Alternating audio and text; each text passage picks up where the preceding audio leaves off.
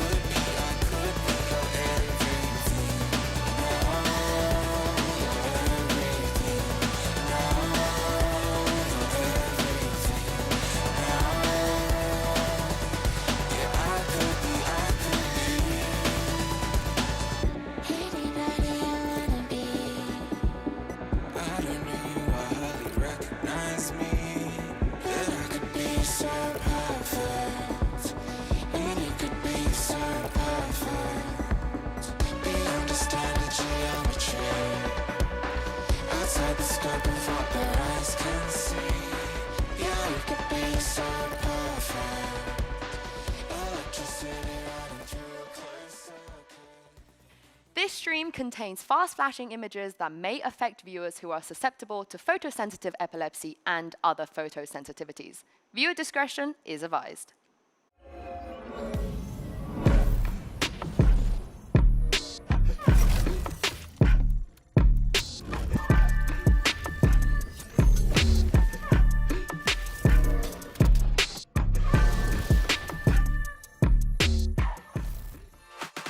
Today it's do or die. 4 teams are up for an early exit and they're going to have to pull out all of the stops if they want to make it to the next round. Hello everybody and welcome to day 4 of Masters, coming to you from UOB Live in Bangkok, Thailand. I am your host Yingsu, and on the desk today alongside Mimi and Ender for elimination.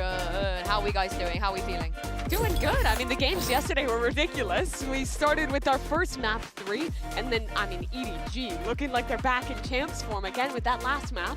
Yeah, I mean, I was just blown away by the repetitive OTs in that series. We went from the most close series of all time, the most close game of all time, to an absolute blowout to finish it off. Yeah, and of course, Vitality become the first team to make it to playoffs. And setting records while doing it. Durka having a ridiculous series as an individual, the first player to reach 2,000 kills at a global event. But Vitality really needed him to play like that. He bailed them out a lot of rounds here.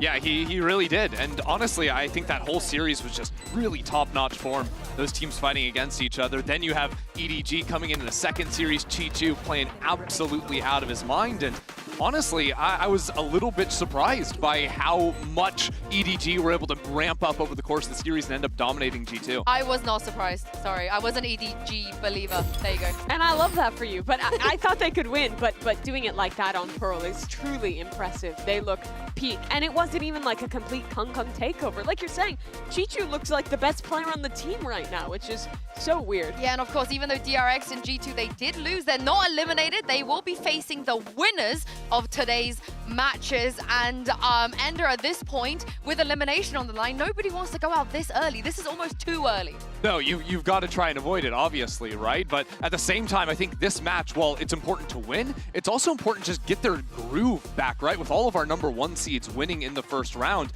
these 4 teams today are always going to be the underdogs unless they can start proving they're head and shoulders above the rest. And I think for a lot of teams, we saw big underperformances compared to what they showed regionally. These squads had a little bit of time off, a chance to reset, but still, it's a lot of pressure on one match. If not, you're going straight home.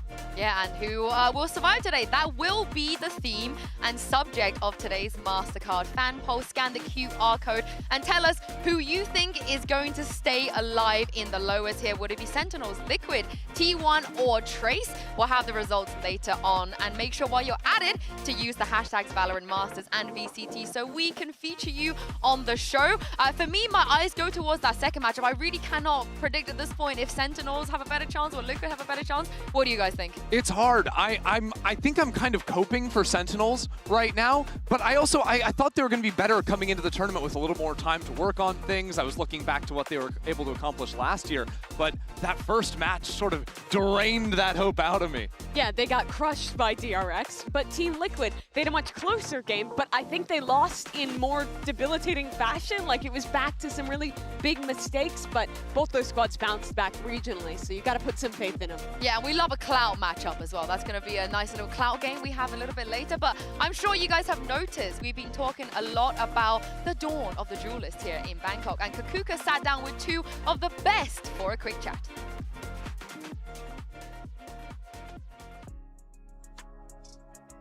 Hello everyone, I'm joined by Zekken from Sentinels, Kankan from EDG, and Luna to help with some translations. And since the title for this event is Dawn of the Duelist, I wanted to get some thoughts on your perspective on some things regarding the duelist role. So I'm going to start with you, Zekken.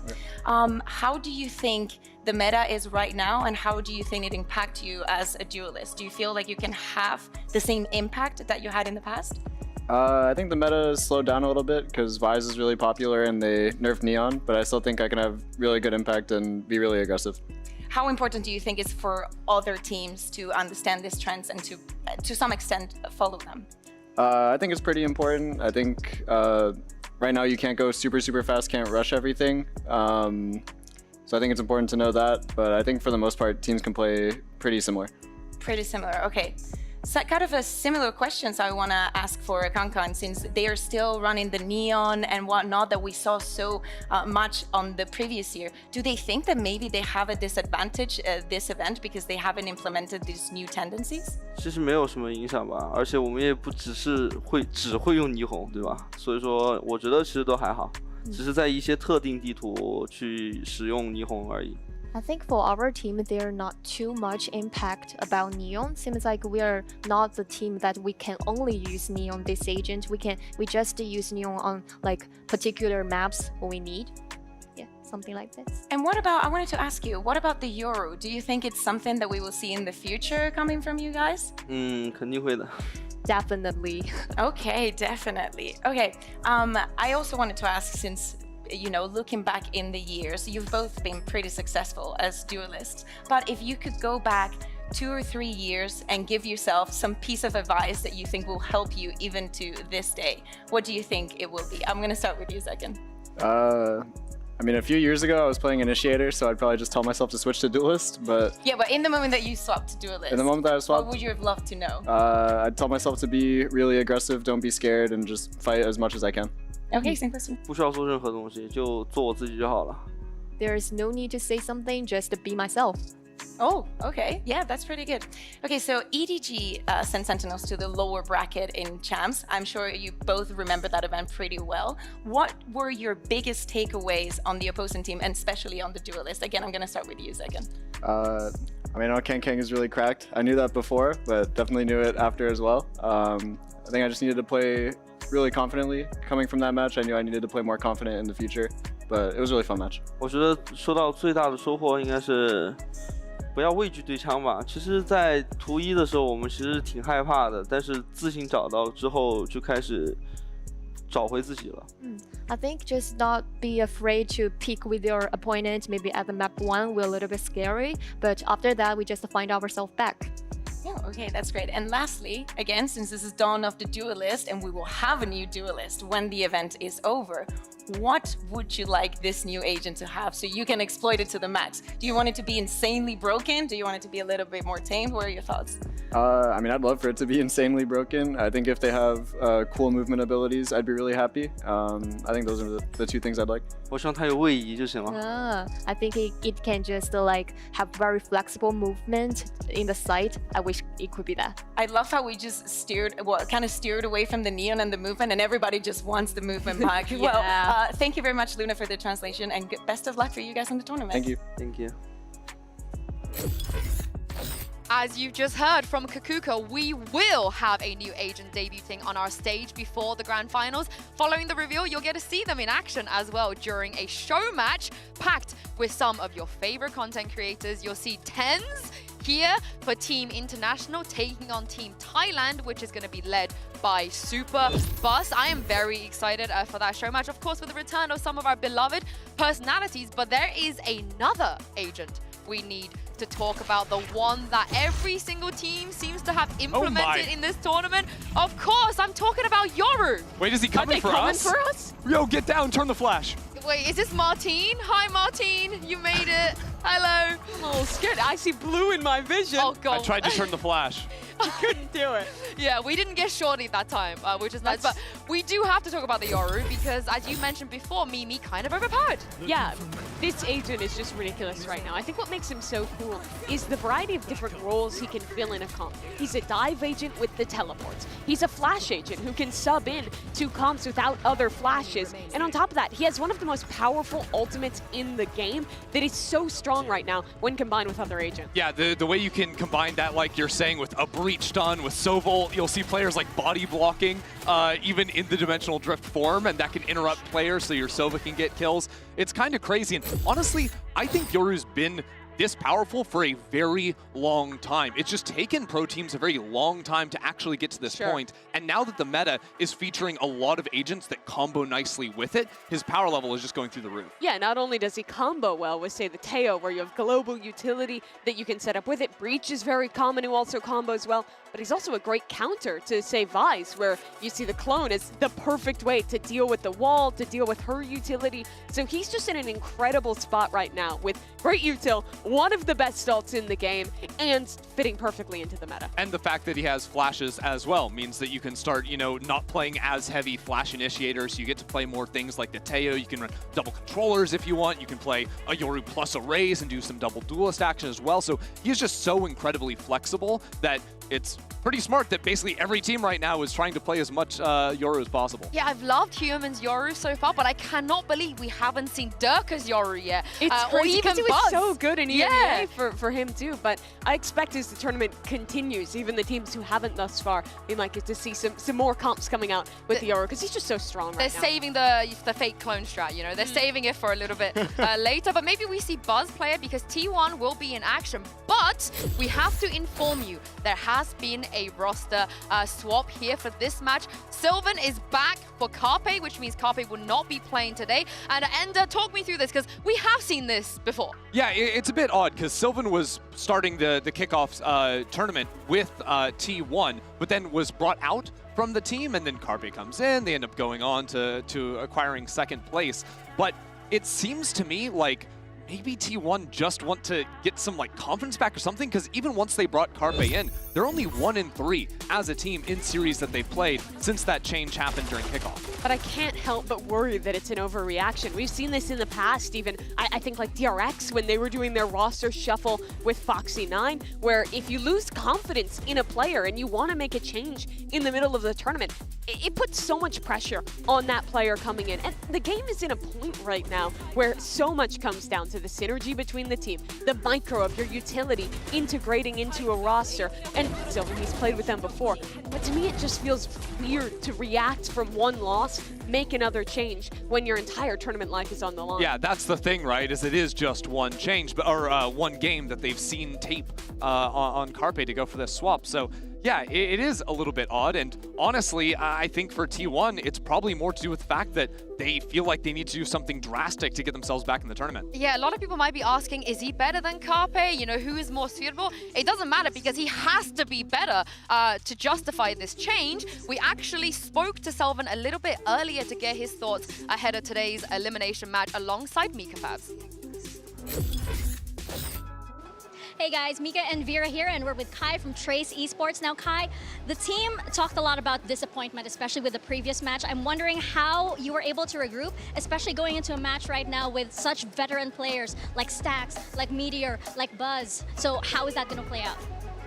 在上一场失利之后，相信队伍还是比较失望的，回去应该也谈论了比较多。今天即将面对到 T1， 像他们拥有像 Meteor、Buzz、Stax 这样经验丰富的选手的时候，你们做了哪些准备呢？我觉得首先我们得专注游戏本身嘛，然后今天的准备的话就是送你们回家。Firstly, I think we need to be fully concentrating on the in-game content. As for what we have done, we're fully prepared to send you home. Oh wow, that is spicy. Good luck to you.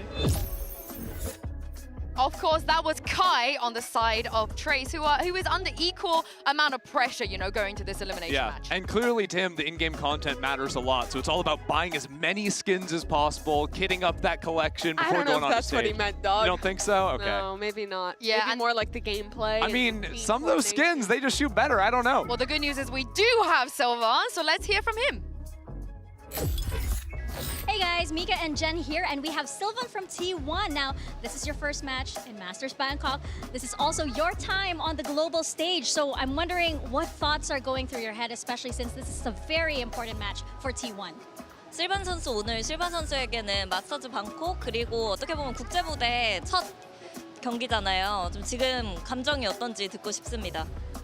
일단 제가 첫 국제 대회인데 일단 너무 설레고 재밌을 것 같고 일단 저희가 지금 한 번 지면 큰일 나는 상황인데 일단 그거를 좀 어떻게 좀 잘 좀 해가지고 플레이오프까지 갈 수 있도록 하겠습니다.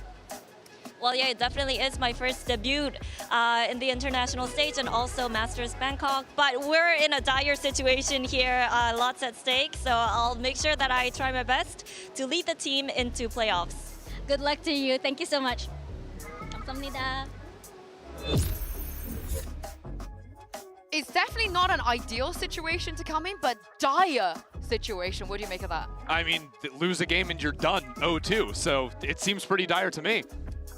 Yeah, it does, and it's a lot of pressure for this guy. Like he mentioned in the interview, his first time ever appearing on a global stage, and it's coming off of a pretty tough loss for T1 to start off this tournament. They showed some good things at the beginning of that fracture against Vitality, but then Durka got an op on the defense side. They couldn't really find out a solution, and the game slipped away from them. Yeah, it seemed like as Vitality were heating up later into the halves of those maps, T1 just were getting outmatched on every front, even when, you know, Buzz is bringing Operator into the fray. Dirk is just hard holding him, shutting him down. So a lot of those fights that you'd expect T1 to actually have been winning just weren't going their way on the day. But there are silver linings to this, though, because as you guys mentioned, it is that one change. It's somebody they played with already before, but they still have the veteran presence on the team. Players like Buzz, Mimi, that have in the past have dug, you know, some of the other players out of a hole.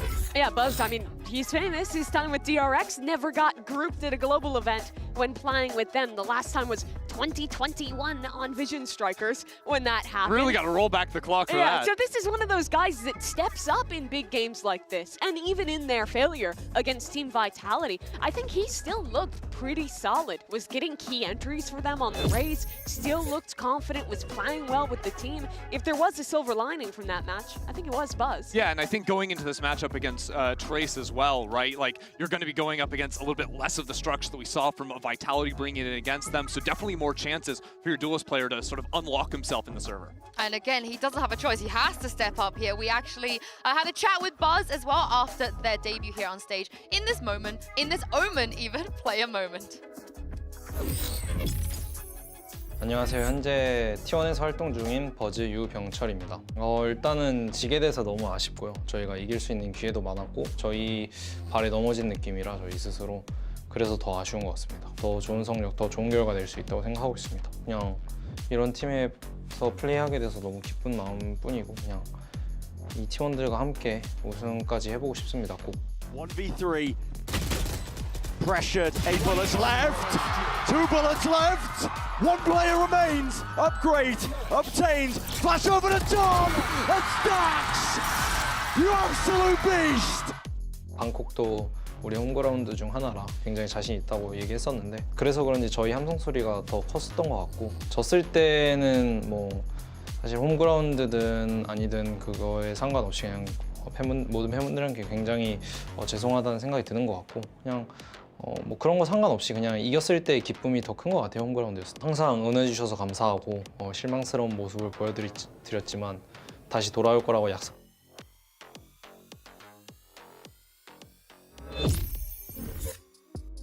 I mean, despite a defeat against Team Vitality, it was still a pretty good showing. But let's talk about their defense side on Fracture here, maybe. Yeah, I thought it looked really good. They had a lot of game plans for mid-round aggression, re-clearing space, going for crunch plays on the south side in the mid-rounds. They honestly looked super comfortable on this map. Had a lot of good ideas, were executing on it well. They ended up losing, like you mentioned, Chrissy, towards the end of the map. But this was by no means a one-sided Vitality series. Absolutely, and I think, you know, you're talking a lot about a lot of the coordinated plays between T1 on the defensive side that were working very nicely. I also want to put a highlight on Izu, because I thought what he was doing, controlling Dish very consistently and frequently in mid-rounds, droning it out, realizing, hey, there's no one on the north side. He was constantly getting a lot of these flanks, and that gave almost perfect information for T1 to be able to stack on the right side of the map. Yeah, you had some really good rounds from the anchors too. Carpe actually stepping up with the judge in quite a few of those moments. Can't wait to see that again today.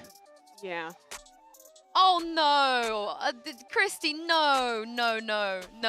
But what I would like to see though is Meteor on ISO. How is it possible we still haven't seen it? Yeah, and I'm so sad that they didn't choose to go to Lotus last time. I think it was a big miss in their map, Vito, to not pick into the Lotus. It was open first round. For those that didn't watch Pacific, they played this map 3 times. They played an incredibly unique double duelist Raze ISO comp, which on paper kind of looks to you like trolling ranked comp, sure, but it's actually really strong. The way you can fight a rubble control with the ISO shield, the combo plays they have set up with the ISO decay as well is just so good. But they didn't lean into it, and I didn't feel like they really leaned into their strengths in that series. I mean, truthfully, I hope we see them dip into it today because, like you're saying, I do think that these more like solo queue agents can have a place on Lotus, primarily because the map sort of devolves into a lot of just these opening sort of like team fight angles, whether it's over mound or over rubble space. So having that shield to just sort of be able to brawl with, even the vulnerable to apply with your teammates, can be really effective.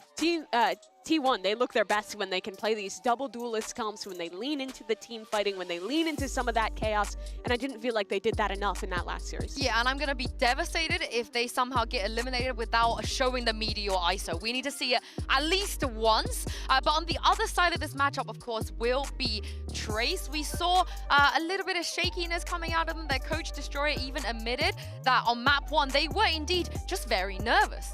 Yeah, it was really rough on this first map. It wasn't just players whiffing and looking shaky, but a lot of the team decisions that they ended up making, I think showed that maybe the comms were not at their finest in that first map, right? Players not swinging off each other and getting picked apart by a G2 who looked in peak form, but the second map was a lot less close. Yeah, it completely slipped away from them. And I have no doubt that the players were maybe a little bit jittery getting onto the stage, but I think the issues ran a little bit deeper for Trace in the sense of their macro. I think it was very readable. Even their Lotus, they were playing the exact same way they've been playing back in China, where every single round on defense, you're going to see them heavy fighting over rubble control. They've got one anchor over towards the seaside, and I think G2 gave a really good example of how to beat that from a macro sense, and I hope that if we see Trace showing up on these maps again, that they've actually gone back and tried to work and create some more variance in their holds. And I think they also on that second map struggled a lot with playing against the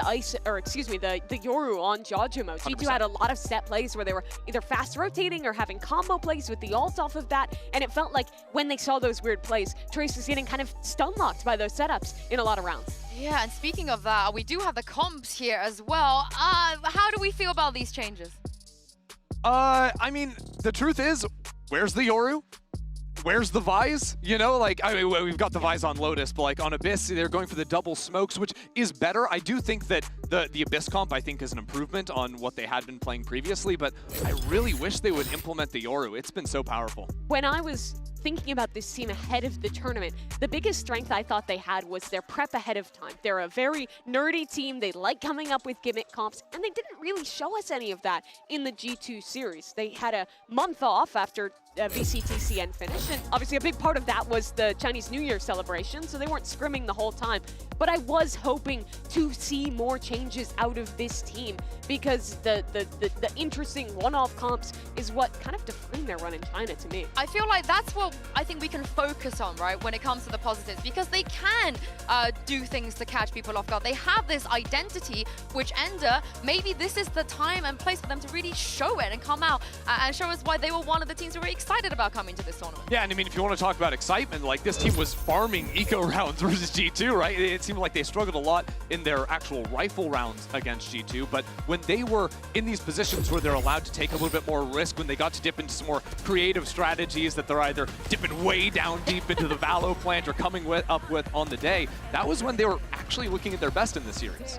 And in China, it's easy to be a doomer about a team after one match at a Masters tournament where they don't play super well. well. But this was a team that beat EDG 13-4 in back-to-back maps. They made it to the final of Siena and looked like the favorite going into that before losing their one series to EDG. So no matter how rough they looked to start things off, this is a team that has the talent to take down some of the world's strongest teams, but they really have to rally back. The team play has to look better today. The players have to look more confident on that stage, and they have to channel some of the energy they had last Champions when they were upsetting top teams. Yeah, I'm glad you mentioned the last time we saw them, because we have been talking about the MVP race here at Masters Bangkok, and today is one of those days that we need to see some MVP-esque performances out of these players, and I want to just throw Bianche's name into there. He is somebody, like you said, the last time we saw him at Champs, performed, you know, he's always there leading his team. He's there on the scoreboard as well. The util is on point, also behind some of the more creative things, the ecos we've seen.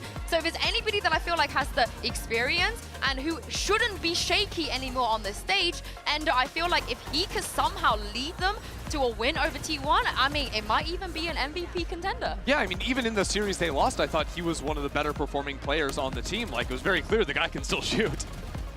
Yeah, and like I said, for me, they need somebody to be their MVP, and I'm looking forward to seeing maybe he has what it takes. But on the other side of T1, I think there's a lot of names you can throw in there, but maybe we start with Stacks. Yeah, I want to go with Stacks, and primarily, well, we saw like the insane clutch clip just a few moments ago when he's on Bind, but he had a lot of really standout rounds in their match up against Vitality, and I also think that he's going to be a really pivotal figure in T1 because they're down in the lower bracket as the leader on the team, trying to bring a sub back into the mix for an international debut. He's going to be having to keep this team calm. He's going to be having to call these rounds and also put up stellar performances like these clutch rounds. Like, that's MVP to me.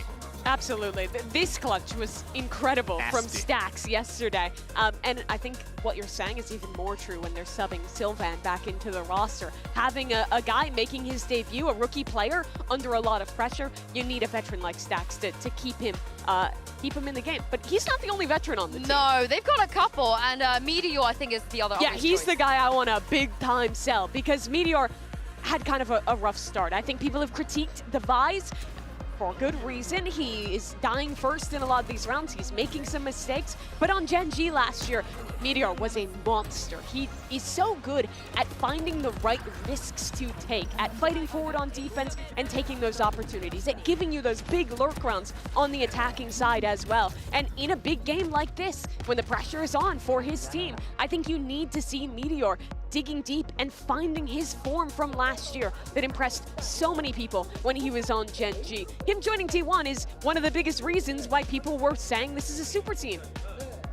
Anything to add, Christy? Honestly, just the fact that I think that for T1 to win the series, I want both Meteor and Stacks to show up, right? I think the sub situation coming in isn't meant to put up insane numbers. That's not what Sylvan meant to this team. It's just a different piece coming in, and while you try to adjust with that, you need the longer standing members to show up in a big way. Yeah, and they've been here before. We're talking about players that have been in these situations before that have also come out on top when they've been in these situations. But I want to know what you guys at home thought, because it's time for the result of our MasterCard fan poll. Earlier, we asked you which team you think will survive in elimination, and you guys have voted as Sentinels followed by T1. What do you guys think about this? I think we're sliding Trace in a big way. Yep. Honestly, like my predictions, I think Sentinels are moving through in that second series, although it'll be very close. But honestly, I think that people are overreacting to the Trace loss against G2. This team, like Mimu was saying, were the favorites in China going from the upper bracket until they lost in the finals. They're way better than 6.4%. Come on.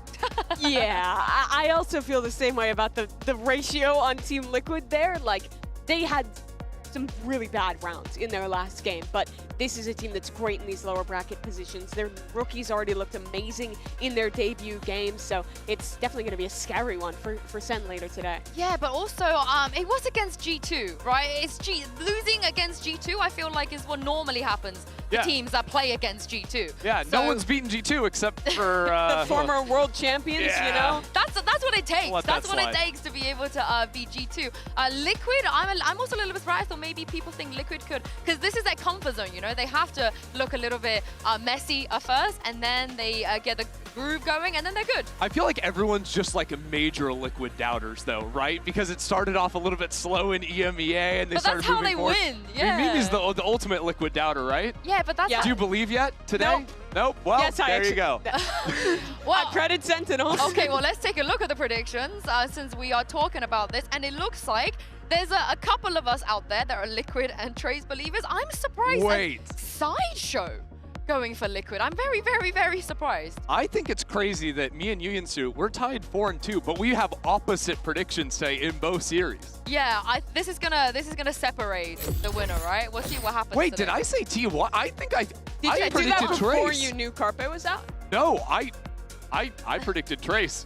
No, I swear I predicted Trace. Not according to that graphic, Caught. you didn't. You didn't. I guess I'm a Trace doubter. What can I say? So why is T1 gonna win today then? Because they're gonna seize the day. They might not have Carpe, but wow, that's awful. They also don't have DM either. They don't have either of those No, things. he doesn't even play Valorant. Yeah, they don't have They didn't either come of over those together. things. But go on, since Christy gave his pitch, what about you? Trace have got to bounce back. They were so good at Champions. They were a favorite back in China. This team is better than what they showed, and I think the map pool feels pretty good for them in this series as well. Well, we'll see about the map pool in just a moment. But for now, it is all about elimination. It's elimination day. Today, 4 teams are in risk of an early exit here from the tournament. It's time to get excited and get ready for T1 versus Trace, Liquid versus Sentinels, because day 4 of Masters Bangkok starts right now.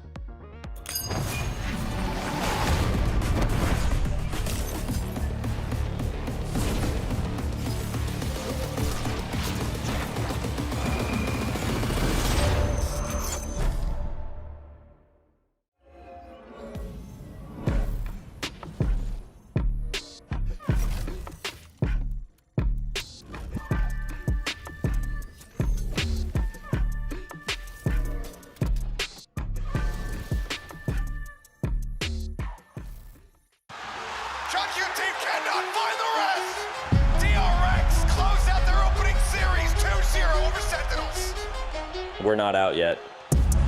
Tournaments happen like this all the time where they start and they finish before you know it. There's so many scenarios that could happen, you just have to take it each day. Everyone is going to come 100% for the next match. We'll show our best and we'll see how that best is going to go. You just need to accept what happens. Nice! The number one thing for me to focus on would just be our team play and comms. It's a team game, so you can almost never solo carry. So that's a very important thing for me to help the team focus on. No matter what, we are not gonna give up. Team Liquid, sucks for you. We're coming. 저희 멘탈리티 서로 원팀으로 서로 잘 잡고 이길 수 있다는 위닝 멘탈리티만 갖고 있으면 진짜 실수 없이 잘 이길 수 있을 것 같습니다.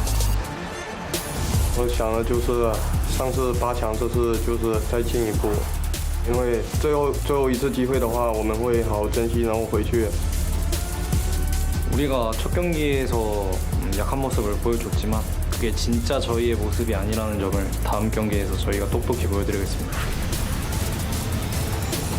我觉得我对我的团队肯定是100%信心，然后我们只需要调整好状态，然后迎接下一场就可以。 긴장하세요.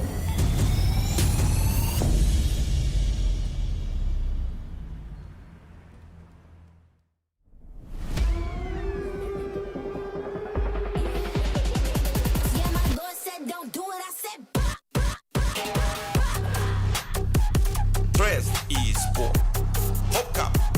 T1. It's the first elimination game of the tournament, and it comes down to Trace and T1. After all of the hard work both teams have put in just to make it to Bangkok, nobody wants to be the first one to go home.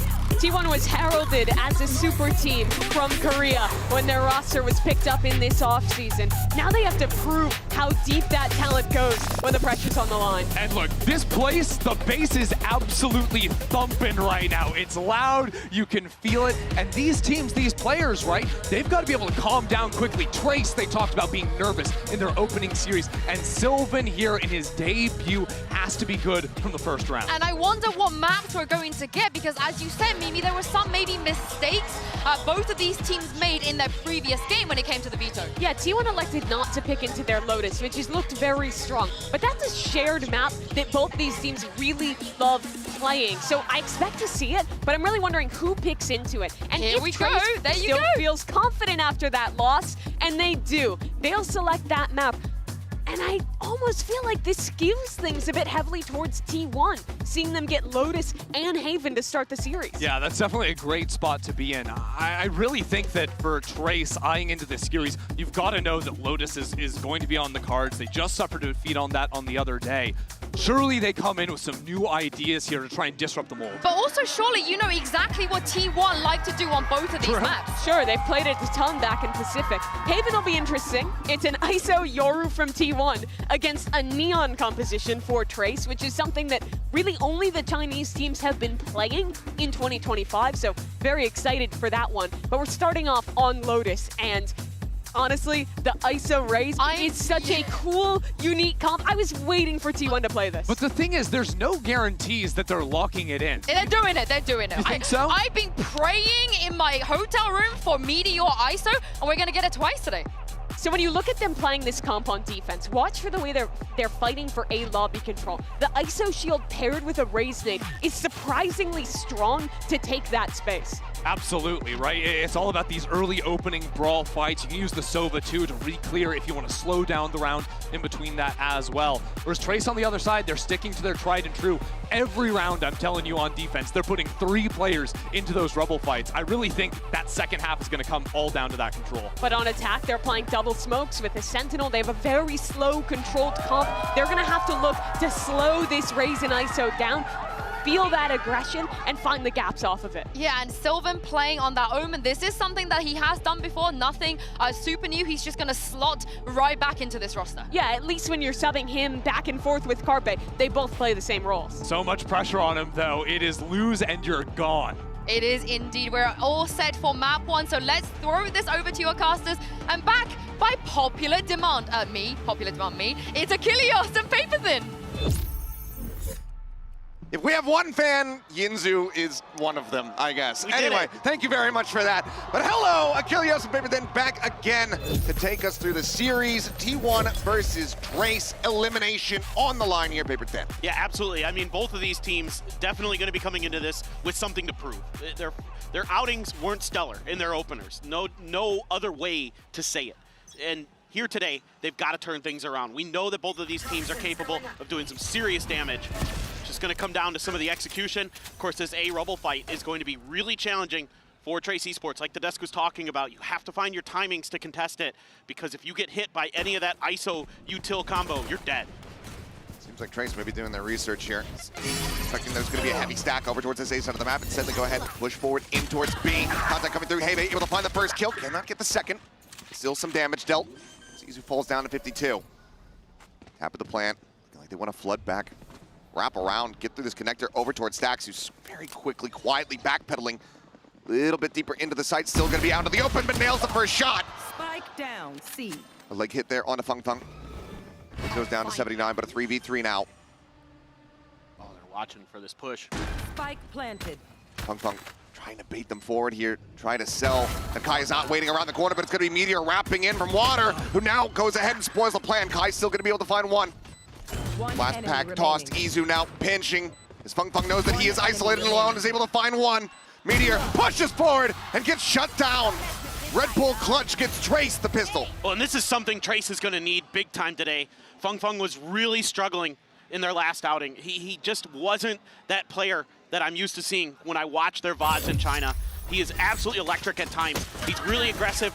He's going to push space really nicely. And here the whole time, doing a great job locking down the back of the site of C, making sure that T1 can't really get that flank going the way that they want to. and is able to read both those positions very, very nicely. But overall, it's a good game plan from TE from the get-go. Avoid that A-Rebel fight, work the map. Really nice stuff from them. Out into the open, here goes Funk Buzz, however, able to just dance around some of those shots, finds the headshot and puts him down.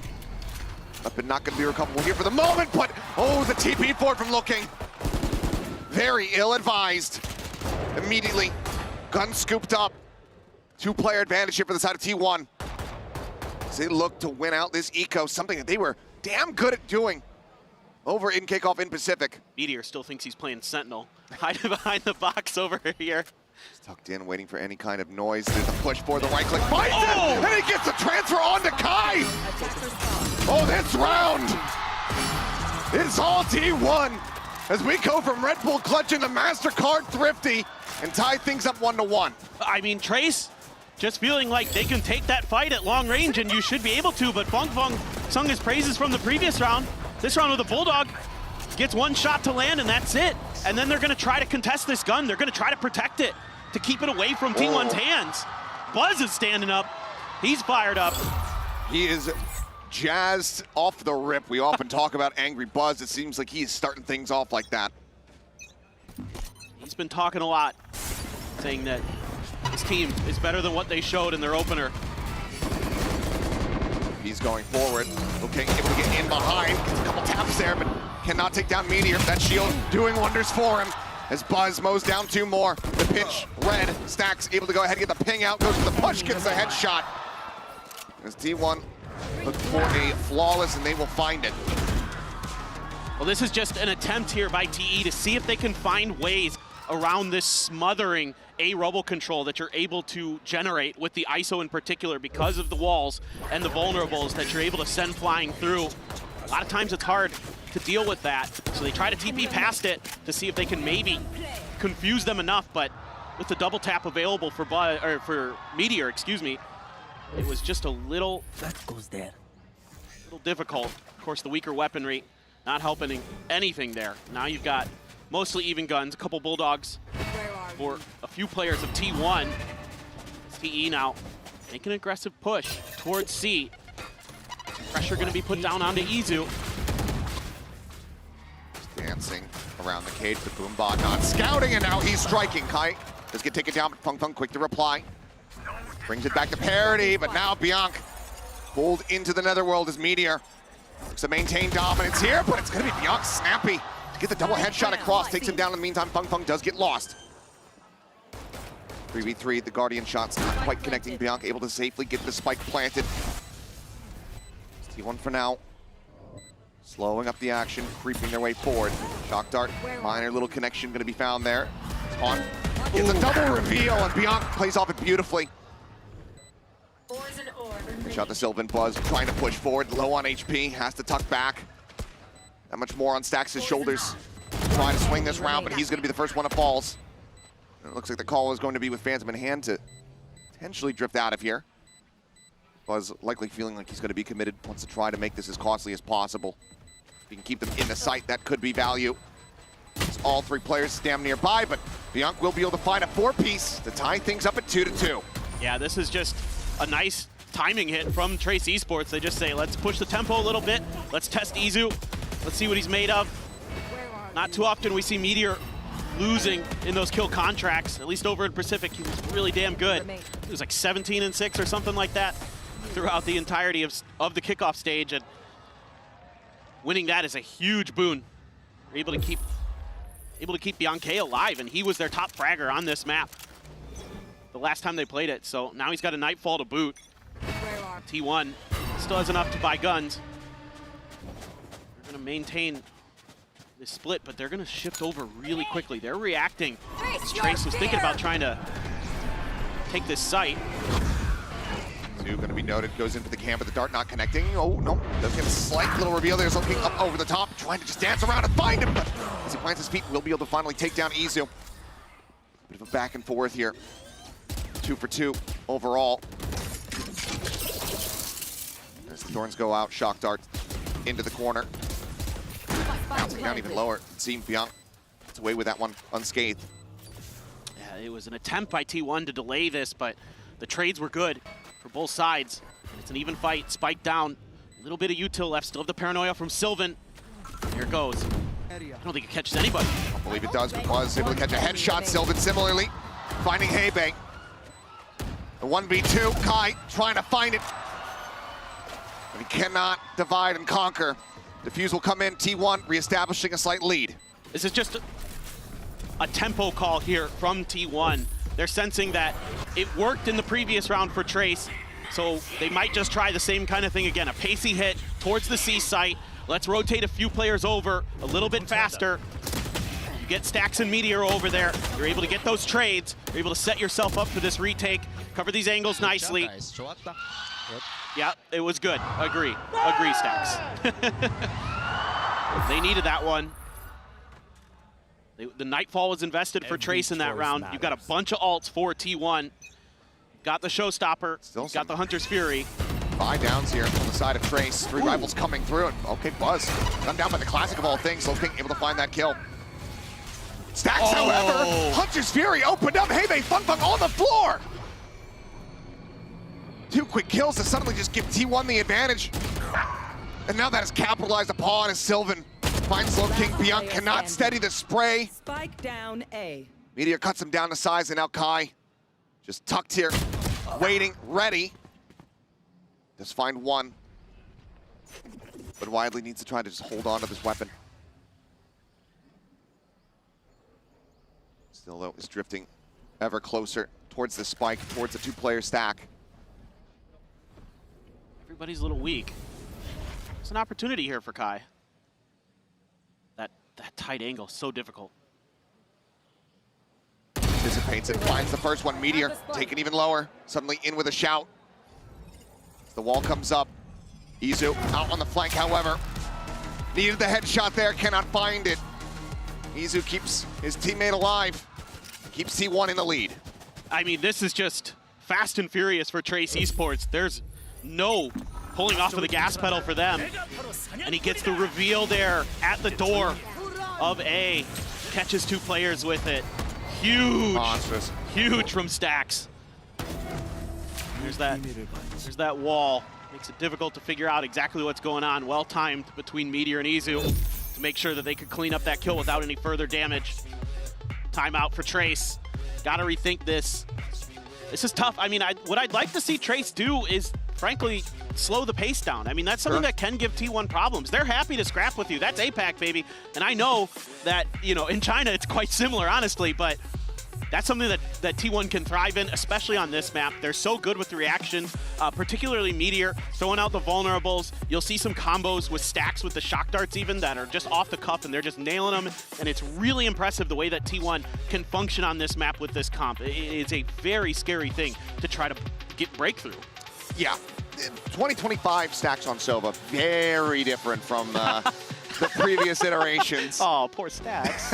No, not poor Stacks. He finally figured it out. That's true. He has improved a lot on Sova. Learned how to play it. But I fully agree with you. When you have that ISO on the opposite side, being able to slow down the pace, avoid these undercuts where you're just storming out in towards rubble, in towards mound, wherever it may be. Yep. Suddenly you're vulnerable, then you know that shock dart can tear you apart. That one shot to the chest can really shatter your team. Or you get hit by a raise nade. There's a bunch of crazy combos that they can pull off with this, and the contingency is a real problem for dealing with rubble control. And then the vulnerables, they have all these great angles because you can send it through the walls, so you're able to catch people out of place where they think they're safe and they're actually not. Looks like it's going to be another attempt at C, but T1 kind of ahead of the curve here. Oh, Showstopper to open things up. That's going to be Buzz and Sylvan both taken down. Gets the trade onto one, but double casualty. Certainly not something that T1 were looking for. Where does that land? Buzz was on the box. Sylvan, I thought, was underneath him. Nice shot, though, from Fong Fong. Must have been enough splash just to be able to take them both down either way. Best opener the Trace has had in a while. It's undercut, forcing Kai back. Meteor pushing forward, instantly finding the headshot. Gets the reset here on the shield. Double tap in play. Nice. As the double swing comes through, Bianc will be able to take him down. A 2v3 now. Zizu going to be noted. The Def getting the reveal. Oh, he gets the one tap. Oh! What is that transfer? Izu!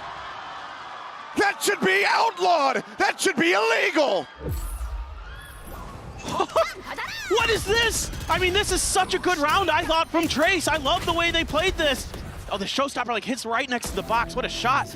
And then they do a great job making sure that the double tap of Meteor isn't going to be effective. They're going to line a couple players up and make sure they can't do anything about it. And then Izu just does that. It's unfair. Yeah, I mean, yeah, whatever. They're frozen because they're frozen in awe. They don't know how to react. Unbelievable. And for Trace, it's just such a kick in the gut. My ult is ready. And there's that combo. Maybe now Trace, I think, can take a bit of a pause and then maybe make another attempt at taking A Rubble. The problem is that T1 loves to get aggressive off this. They love to push deeper towards A main and take control and really force you to the other sides of the map. Force you into these combos. I mean, you're going to see Meteor and Stax playing together a lot on this map. There it is right there. They're going for that vulnerable shock dart combo. Not going to be able to connect. T dodges it. Sees here on the Izu, Prowler on the chase. The ping reveal though, and Pung Pung going to be dead through the box. Lil King able to push forward into the cage, finds a headshot with the Sheriff. Weapon can be recovered as Sylvan now TPing across the map over towards the CT side. Haunt will show the rest is cleared. But Meteor, he has the kill contract. He knows that a lot of them have weaker weaponry. Showstopper as well. And he's just going to look to try to send this here. But for now, Thorn sent. And there's the grab on the Lil King. Does have a Vandal in hand, but can he win out the fight? The answer is going to be no. In the meantime, Buzz off camera, able to find Hebe, able to find Kai. And that's T1 finding a 6th round win. And this is the other layer to this T1 comp, and you're going to see it on Haven as well, that you can set up for retake so nicely. You can set up for execute so nicely because you're going to be feeding ult orbs. You're going to be feeding charges into Meteor as best as you can. And he's going to be able to eliminate a player from the equation. Everybody else can flood in off the back of it. That's a great ping out there. That really bailed Izu out because he looked like dead to rights to me. Meteor there, quick one tap for the win. And another good reveal from Stax. So some good Sova utility, really getting some value for the IGL of T1.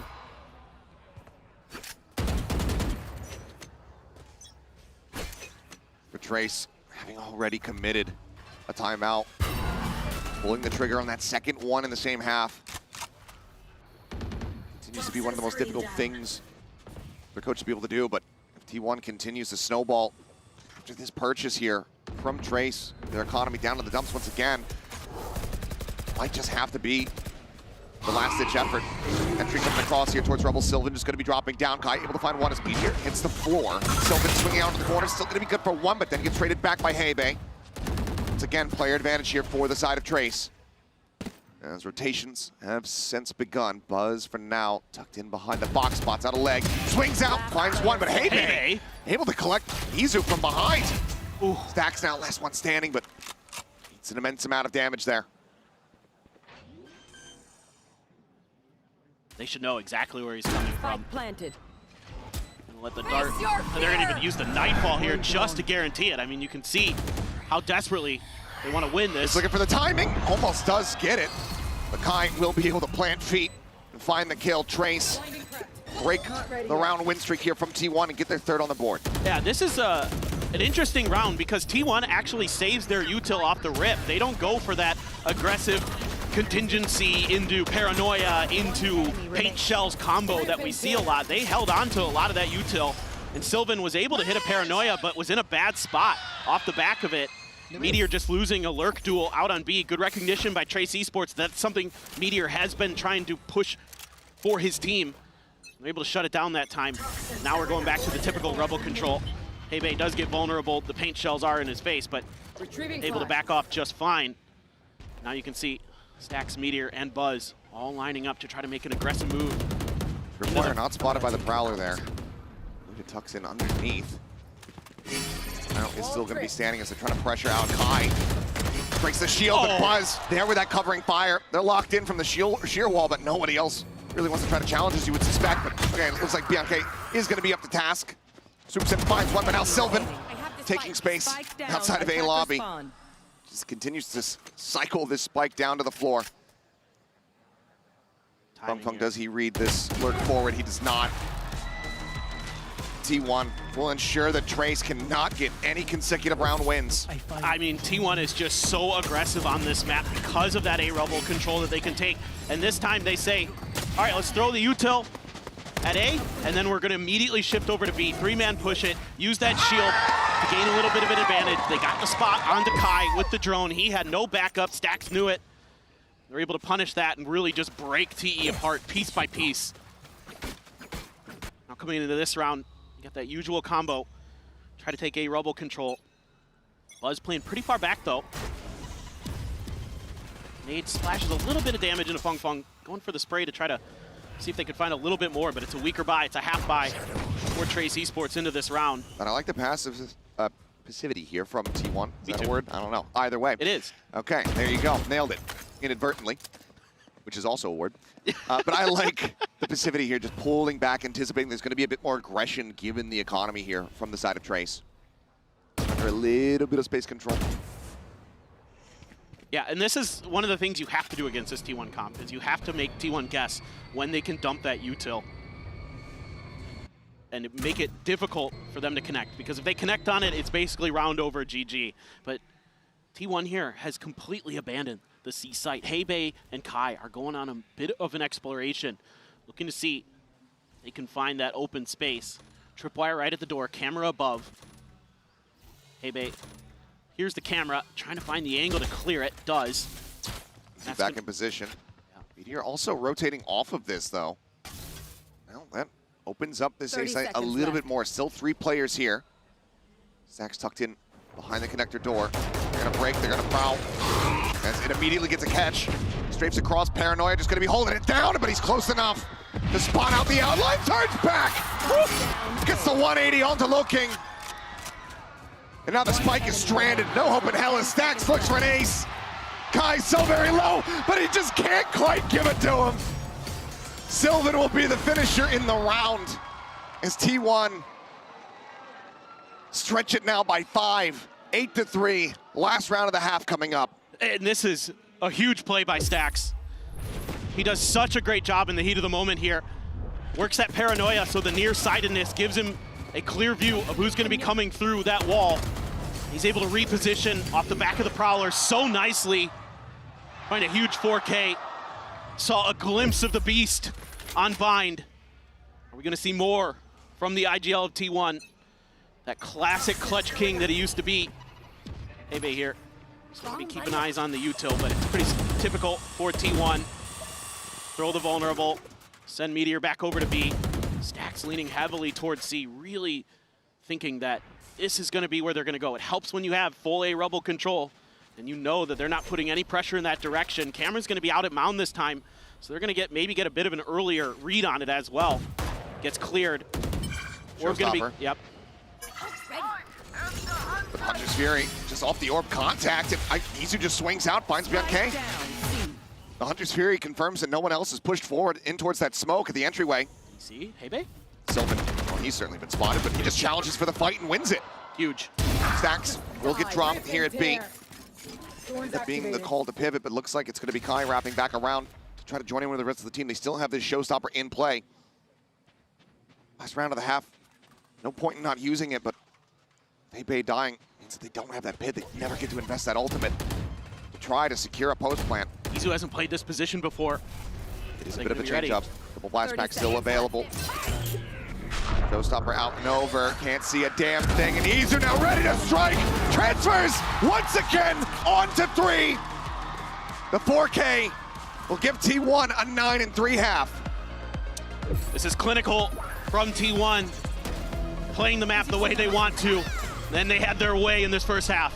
For Trace, still needing to wake up. Let's see if they can do it. A bit reprieve here. We take a break for the halftime.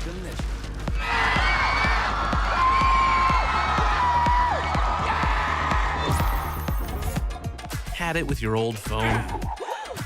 We've got you. At Verizon, trade in any old phone for iPhone 16 Pro on us, on any plan. And get iPad and Apple Watch Series 10, all 3 on us. That's up to $2,000 in value, only on Verizon. Red Bull gives you wings.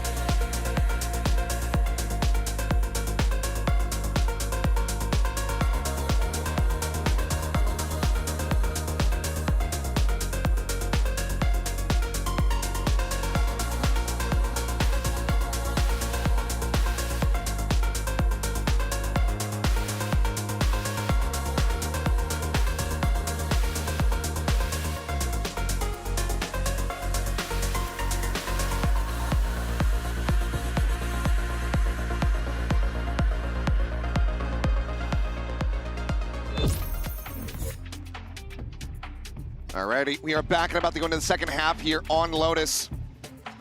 Desk was highlighting it. This map draft seemingly so good for the side of T1, but maybe Trace will come alive after getting over some of those stage jitters. The coach talking about how nervous the players kind of were getting back onto this international stage. That hasn't quite been the case here. Everything that T1 has thrown at them, Trace have really struggled to get a grasp of it. Absolutely. And, you know, you've got some of the most experienced players ever in Valorant Esports history on the other side across the stage from you. It is very tough. I will say this. This was, in my estimation, Trace's better side of the map.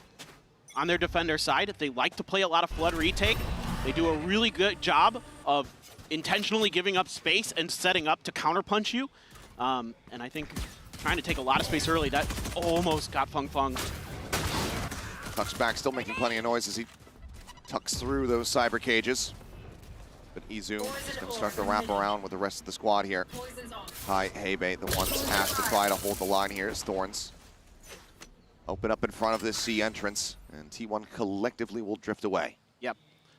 Weren't able to find the wall, but a little bit of ice utility might make you think it's there anyway. No Yoru here to make it a little easier to get past some of that Vice utility for the side of T1. So they're going to have to be really diligent, something that G2 was so good at on their attacker side, was identifying the Vice util, baiting it out early, and then working the map a little bit more off the back of that. Still, though, Trace had really good reactions. They were really well coordinated as a team. The comms looked good to me on this half when they played G2 on their defender side, so going to need a little bit more of that. Is it just going to be a full retake? I love this from Stax. You got a little bit of util baited out, and now you can try and go back to that side of the map. Create a little bit of noise, let Meteor lurk, see if you can break through to the C site. Trying to nail the timing here. If they can get the strike going on C, get those rotations beginning, and then have Meteor into the back lines, and this could be absolutely devastating. As there goes the paint shell. Contact about to come through. He hears the footsteps, and Meteor able to collect it there with the final shot through the corner. Buzz does get taken down. Hebe slide for just the one kill. Sylvan now cycling the smoke. Run the clock down, but they still get the spike planted here in time. And Kai swinging out will be able to get Sylvan, but Izu's there from behind to shut him down. Stax now just swinging around the corner. BNK cannot make it happen. Stax with two will get T1 their first pistol win as they get up to double digits. Gotta tip my cap to Stax on this round in a couple different ways. The IGLing so good. His movement there, that micro movement at the end to not give himself up easily to BNK. Really, really good. Meteor coming up huge on the lurk. This is a great round from T1. One of the best I've seen from them on a pistol this year. This is a really smart game plan. They saw some of the things that were working for G2, implemented it here against Trace. Hebe was having a really tough time on that C site. If you can divert attention and just leave Hebe on an island on C as the Viper, he gets beat up, to be honest. And he really struggled against G2. Vandal in hand, Sylvan with a Guardian. Otherwise, two Ghosts and a Spectre. A site pretty much completely opened up here for them. T1 going to be getting a very fast plant. Is looking for the spray. That's a headshot. And I think he might have caught a glimpse there. Yeah, BNK now desperately backpedaling, trying to get away out towards safety. Keeps himself alive here for the moment. As shot dart into the corner, that is going to be his demise. Stax claims the first, Buzz gets the second. Swings in, looks for a little bit more, and is rewarded. Oh, just look at the way they were staggering that utility. Buzz finds 3. One left here for Trace, just Kai. Okay. He'll die, but Buzz, I think he'll be happy to take that. He's got so many charges towards that showstopper. Given the number of rounds that are likely left in this map, and being able to build up a showstopper to potentially close it, that could be the final nail in the coffin. You're absolutely right. This is just great post-plant aggression here. The way that they combo this with the boom bot into the paint shells, into the shock dart to make sure that everything behind this wall is going to at least take some damage. And then Buzz is able to swing off of it nicely, find 3 kills. So far, so good for T1. Now you got a big-time bonus coming up for Trace. They are going to invest in an Odin. Try to get BNK rolling with this thing. A little bit of damage done to just Stax, it looks like. Tiny little bit there. Lets him know, yep, I'm still here, still spraying. Sylvan needs a hell of a lot more as he gets whittled away down to 45. Clear on the haunt, though. Nothing more to be spotted. Takes a pause, goes for the reload. Ooh! Meteor chipped away at. T1 just at his wall. Narrowly dancing around this, but yeah. Meteor wall set up. Push across, undercut, going to be sent through towards Tree, but pushes forward, is able to find one, and Buzz is not going to be fast enough to get the punish. Paint Shell out, Meteor trying to charge in, does end up getting taken down, but Izu striking from that flank. Forward into B, opens up the site, and now the spike going to be pivoted around. 3v3 with weapons upgraded. Kai, first to arrive here at upper. They let Buzz to watch the flank. Shot's going to be sent. Recon not going deep enough, doesn't get a notice there. Look at Luo King, he's lost. He's trying to figure out where Izu went. He knows at all. He's just being so passive, so cautious. In the meantime, the spike has been ticking. Stax planting his feet, finding Kai. Luo King now finally arriving. Gets that one final bullet across to put down T1's IGL, but the time is just not on his side. Paint Shells to further delay. And at this point, he has to know the round is basically over, needs to pull off some absolute heroics, but Izu doesn't skip a beat, swoops in right when he was needed. And that's T1 now, up to map point. This is quite an interesting round. I thought Trace playing this pretty nicely. This combo with the Razor Vines in the walls completely bamboozles T1, but only Sylvan pays the price for it. Buzz is quick to react, to get up on top of the box, to provide some cover fire, and then back right off. Take that trade and get out. Stax here winning a tough fight. Kai just a little bit off the mark. Seems like Trace fairly rattled. We're going to try one last desperate timeout to see if they can string some rounds together. Again, even if you're not winning this map, it's so crucial to find some round wins, to get yourself back in the game, to get yourself mentally more into things, to get that confidence flowing again that Trace so desperately needs. And we saw it from that outset, that opening pistol, but how quickly was that flame snuffed as T1 pull off an eco round in the second. It was just brutal, and it feels like Trace has not been able to recover since then. Truly.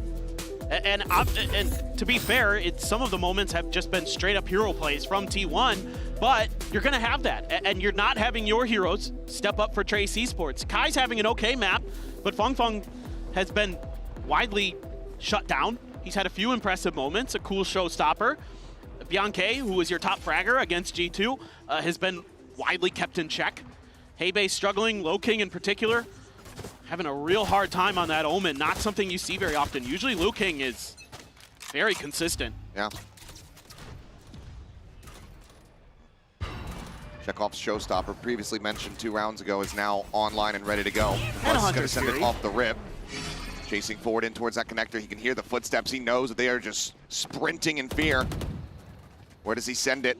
Does he choose correctly? My God, he has. Feng not knowing what hit him.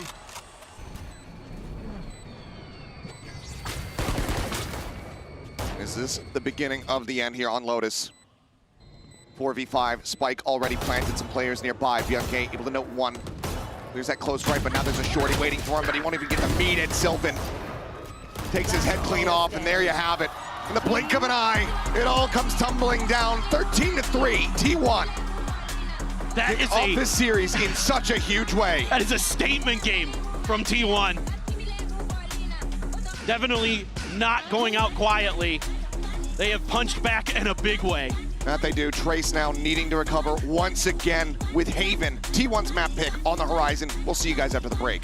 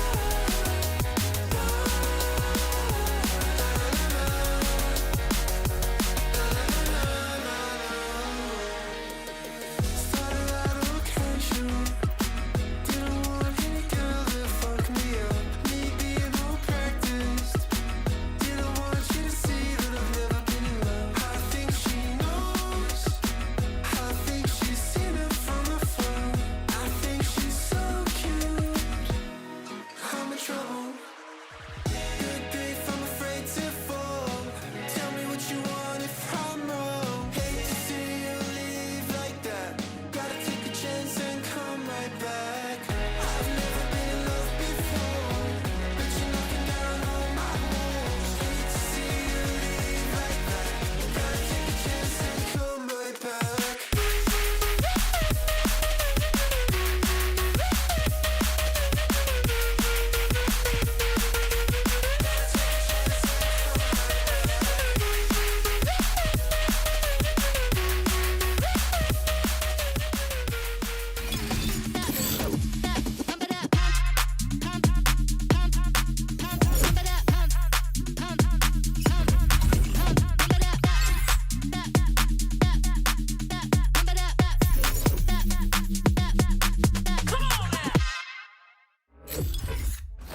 Hey guys, Jen and Mika here, and we have Autumn of T1. Now, Autumn, can you give us some insight as to the switch over to Sylvan? What does he bring to the table?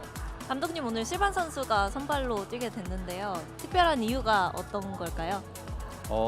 사실 뭐 자세한 이야기는 나중에 기회가 되면은 해드릴 수 있을 것 같고, 일단 저희가 할 수 있는 말은 선수들 모두 그리고 T1에 있는 모든 사람들이 이기기 위해서 최선을 다하고 있기 때문에 그런 결정이라고 생각해 주시면 좋을 것 같습니다. Hopefully we get to talk about this and I tell you the real answer later on into the tournament. But for now, what I can say at the moment would be the fact that we're trying everything, our best to make sure that we win and perform very well. Well, looking forward to that. Congratulations on that first map and best of luck.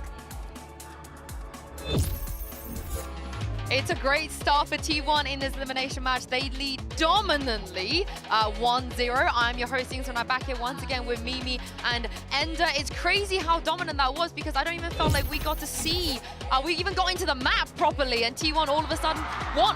Yeah, from the get-go, T1 are feeling absolutely on top of the world. I mean, this is a team that needed some energy to be reinvigorated for them, and you can see in the reaction right here, they're feeling great next to each other. Izu in the server as well was completely dominating round to round. Yeah, absolutely lights out from him. T1 looked so confident this game. They played the comp that I'm shocked they didn't pick into this map last time they played, because they were dominating A lobby every time. They were winning every retake. The rounds they built off the odds. It just all looked excellent from T1. I'm glad you mentioned Izu because let's take a look at this HyperX reflex moment of the day. Oh, this is so good. Yeah, there was a few very, very nice ones, but this in particular, Ender seemed to have impressed me. Yeah, I mean, he drops back into Baby here. It's a 2v3, and Soba's nowhere near in this fight. Gets that first kill and then dodges the paranoia. Double headshot when they swing like that. How does he get two? Like, he is full running, lucks his way into the first headshot. And it's then just literally 3 bullets, wait, 3 it headshots. literally was a flick. Yeah, it was a transfer. I thought he was moving. Yeah, no. That's how fast it was. He's that actually it looked like just he was moving. insane. And Do you think he meant that? Did he mean that?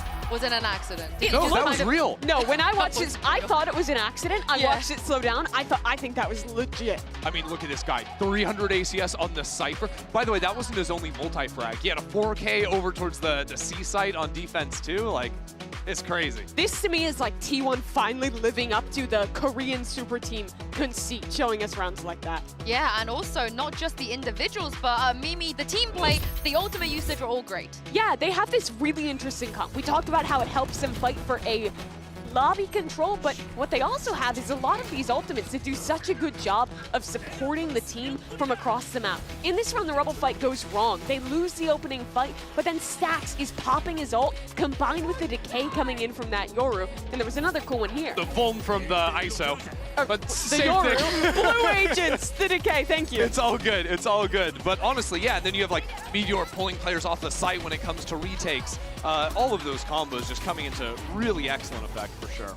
This is one of the reasons why you guys were so scared for Trace, right? The map pool just looks so good for T1 because Haven is up next. Yeah, I mean, and look, T1 are playing a similar comp over on Haven with even more ways to be able to combo ultimates because they've got a Yoru into the mix as well. So that also ends up dominating with the Sobol pairing. Yeah, and that was Trace's map choice. They chose to go into this Abyss, or oh my gosh, excuse me, that Lotus is map number 1, and you can't help but feel like that has gone very, very wrong. Losing in such dominant fashion, now going into another stronghold for T1, where they play into these double duelist comps, is a real tough spot for China's number 2. I wonder if they're also just still a little bit nervous, you know? They were playing a very similar way as we saw against G2, but this is the thing about the comp that T1 run. Everyone knows that they do this. Many teams run this comp as well, and there has to be an answer that Trace can pull out for the ISO yoru stuff. I think it has to come with unlocking Feng Feng a little bit. Like, he was 1 in 5 in opening fights in that last map, right? Like, Trace are playing from a deficit nearly every single round. Like, if you can't start finding some of these opening kills, you're just not going to put yourself out. Yeah, and I'm very interested to see what Coach Destroyer had to say ahead of map 2. Hey guys, Mika and Vera here, and we have Destroyer of Trace Esports. So Destroyer, I wanted to ask about Haven. That's coming up, and it's a map that you have avoided. So why did you feel it was the right decision today to let it through? 今天图二即将来到影视修所，那这是一张之前在新人赛区似乎 T 会避免去打的一张图。那你们是怎么看的这张图的？做了什么准备来打这张图？我们到这里之后做了一些就是这个张图的一些专项的训练嘛。 然后把它放出来，也想看一下这个就是效果怎么样。Like to be honest, since we come here, we made a lot of practice on this map. Like we did some specific training, so we just to test the result. Well, okay, thank you very much and good luck. I wonder if that specific training has anything to do with maybe moving away from the neon? Yeah, I don't know. I actually liked the Neon comp when they were running it regionally. I think it is something that is a little off-kilter. It enables some of their players individually, but a lot's viable on Haven right now. You have comps like T1s, you have even like Teo ideas on this map, you have Yoru ideas on this map, and they are a team that's known to cook stuff up. Yeah, and truthfully, they've had a lot of time, but we haven't seen Trace really making large changes outside of like the one agent here or there over on Abyss when they added in the second smoke. So I'm kind of unsure whether or not they're going to be making larger shifts. But this is a really brutal position for Trace to be in. This is the team that really took Champions by storm, made big upsets there, went on a run to defeat EDG in China, and now with their life on their line, they have something new. You say something new. This is the oldest comp in the book on but this map. Just about. That's very true. That's very true, and we'll see. I mean, they do love Kai to have him over on the jet for them. So I'd like to see him maybe get a little bit more involved. I think he's gonna have a real tough challenge against him because the Yoru ISO comps are all about isolating the duelists, fighting them.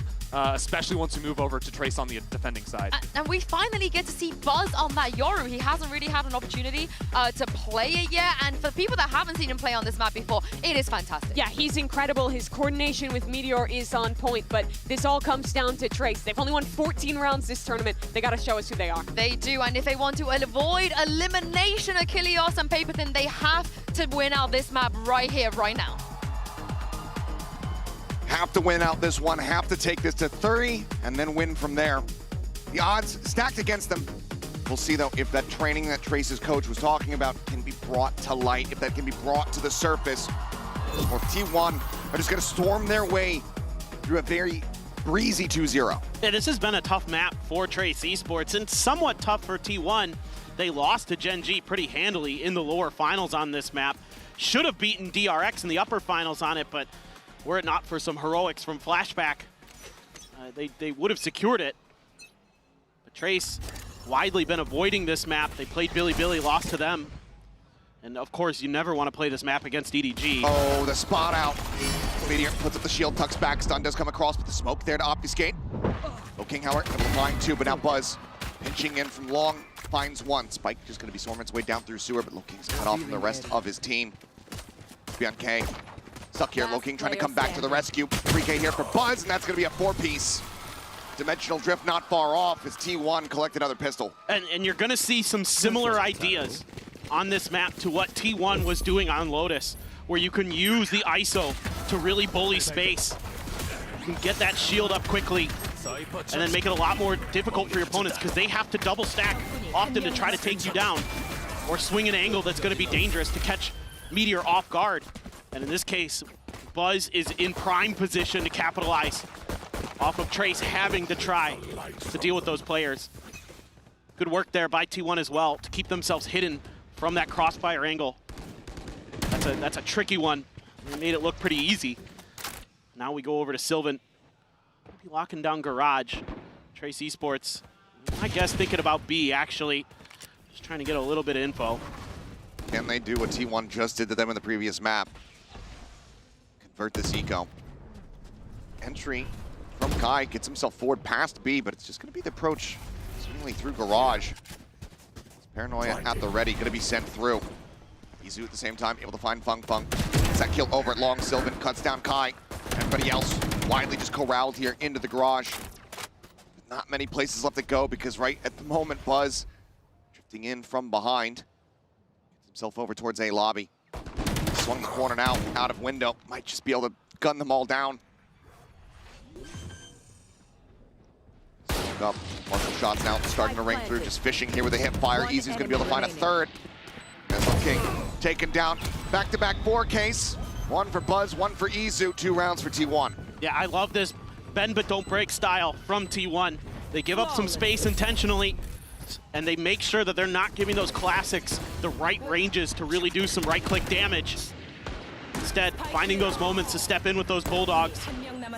Sylvan in particular finding a great opener. He looks really sharp to me here today. Obviously, probably has something to prove coming back in for this T1 team.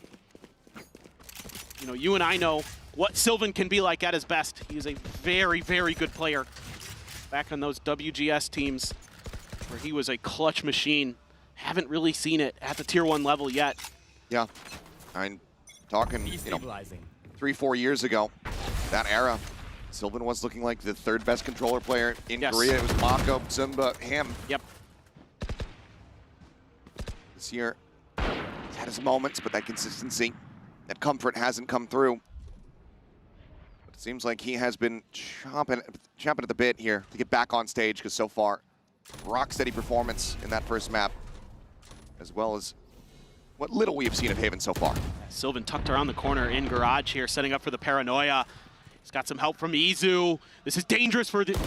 So here on the crunch, the Paranoia connecting onto all 3. Swings out, he already got Hebe through the box. Spots out the feet. And Sylvan will be able to find one. King able to go ahead and take down Meteor Stacks. He's trying to hold his ground and will do so. Not a 4K this time, but another 3-piece for Izu. As T1 convert the bonus. This just feels like a hard read from T1. Expecting Garage pressure. Haven't really felt a lot of it so far in this map. Just thought, well, this is the way that they try to punish on their anti-bonus, and it's just so good. Just great timing, great coordination there. That's something T1 has looked a lot sharper with today. Obviously, the individual skill starting to shine for this Korean squad. Put the one-way up on top of the door. Again, B being thought about. Yeah. Double tap shield out. Meteor gets the headshot, gets the reset. Now it's a little bit more aggressive. Pushing down, swings the corner, finds it, resets again, gets another. Hebe corralled into the corner. The Singer able to find one. The swing out though, and he just doesn't know which way he needs to look. Damn near flawless. T1 continue on their merry way. And this is one of these things about the ISO that obviously Meteor, a tremendously talented player. We know that. He's won a Masters. We've seen what he can do at his best. But he's so accurate and he's so quick to reset. And against an eco as well. That's a really powerful thing to have, that extra shield. You know, even against the Stingers. Very tricky. And there's a wry smile from the face of Sylvan. Meanwhile, Trace Esports looking like they are without answers. It's feeling like that same Trace we saw in Abyss against G2, where they just don't have any answers for what their opponent is doing. They just don't have the confidence. They don't have the micro, the macro, all of it seemingly leaving them. I can only wonder what's being discussed at the moment. After the opening map, after this start here on Haven, how do you rally a team back to get them geared up to be able to play against a T1 that is just looking this clean? You're looking at your big stars. You're looking at Fung Fung. You're looking at Kai, especially Kai on that jet, having the opportunity to switch over to Duelist again on an agent he is extremely talented at. I have seen him take over maps. He's very good with the op. He's very good with the Blade Storm. he could get into those situations, he can do some real damage. The concern I have here for Trace is you're going up against two difficult ults that T1 is going to have in their back pocket. You're going to have the neural theft. You're going to have the kill contract. So T1 can play that bend but don't break style again, like we saw a few rounds ago, where they're able to just kind of peek around the map, get the info, and then maybe play for retake off the back of those ultimates. Find that pick, get the neural theft, take a player out of the equation with the kill contract, work from there. But Izu, 8-0 right now, has been absolutely electric on that Cypher, locking down that C site. They're going to make a try at A. This is Buzz territory. Him and Stax work really well in coordination with that utility. Kind of keep track of all the movements. And crash back here onto the A side. Buzz looking for the swing in, gets the headshot onto Kai, but Anthem will not kill. Kai does go ahead, answer one's back. Stax now just tucked away here at Sewers. Sylvan offering up some smoke to try to stem the flood. Stax does manage to find one here on the lurk, but it's quite a bit of damage. That's huge. 33, as here comes the grab. Meteor picking up Bianchi here, double tap shield in play. Second shot, finds it.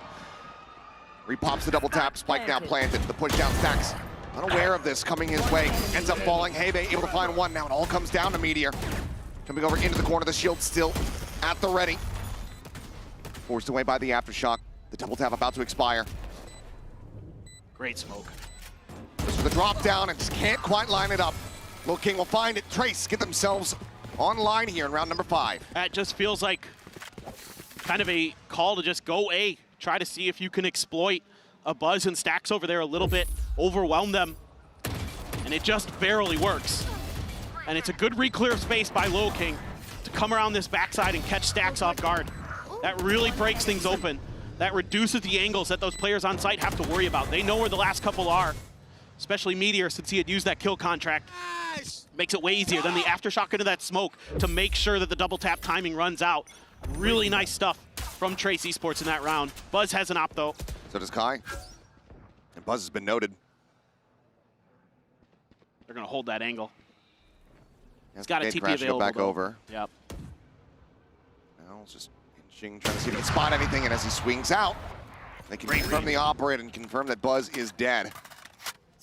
Great opening kill here for the side of Trace.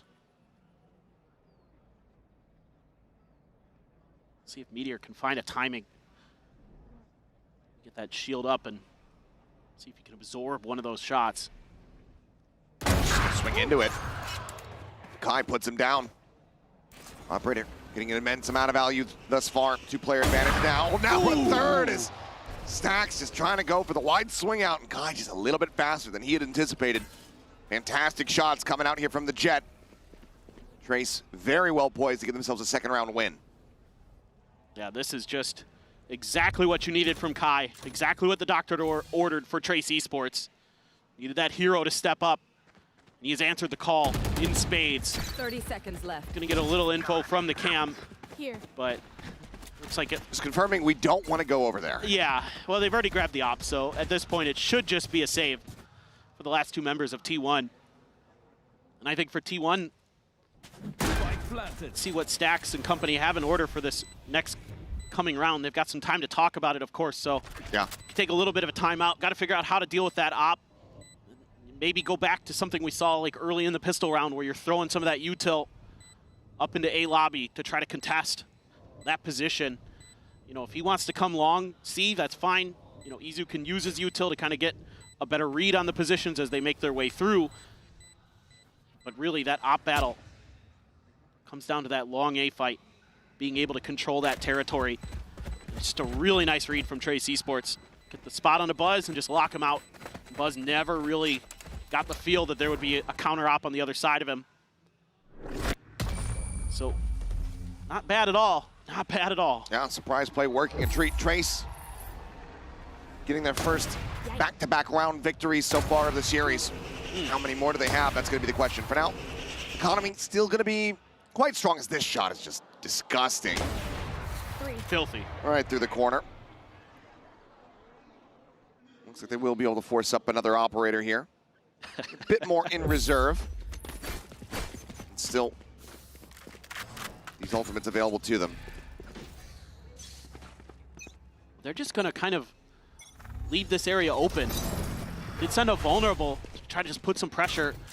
Fake showing a little bit of presence there towards long A. They're not going to challenge it.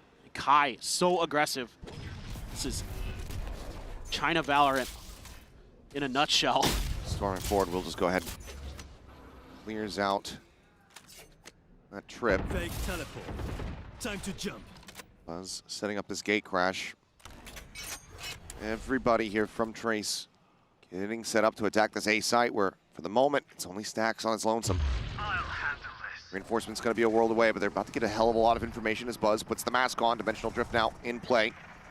Jumps up over the top, spots out damn near everyone. But where does he exit? He's running out of time. Gets himself around the corner. Not a second to spare. As the hit onto the A side gets ready to come through. Kai up and over, gets revealed, takes a lot of damage. Tailwinds over towards Sewer side. Buzz pushes forward. Gets the headshot. That must have been one hell of a flick. There's another player right here in front of him. Double peeks back in with a shorty in hand. And we'll be able to just shut this down. Flawless from T1. Replay right now. Oh, that was outrageous from Buzz. What did I just witness? That was nuts. The dimensional drift into the play. There's a vulnerable that comes out. He sends the fake out in front of him. That is a ridiculous shot. He had flashed around that angle. Insane stuff from Buzz. Yeah, okay, with Meteor, I don't care. I need to see Buzz. Yeah, poor Bianca trying to find Buzz. Buzz sends out another beautiful flash. Tremendous play on that Yoru.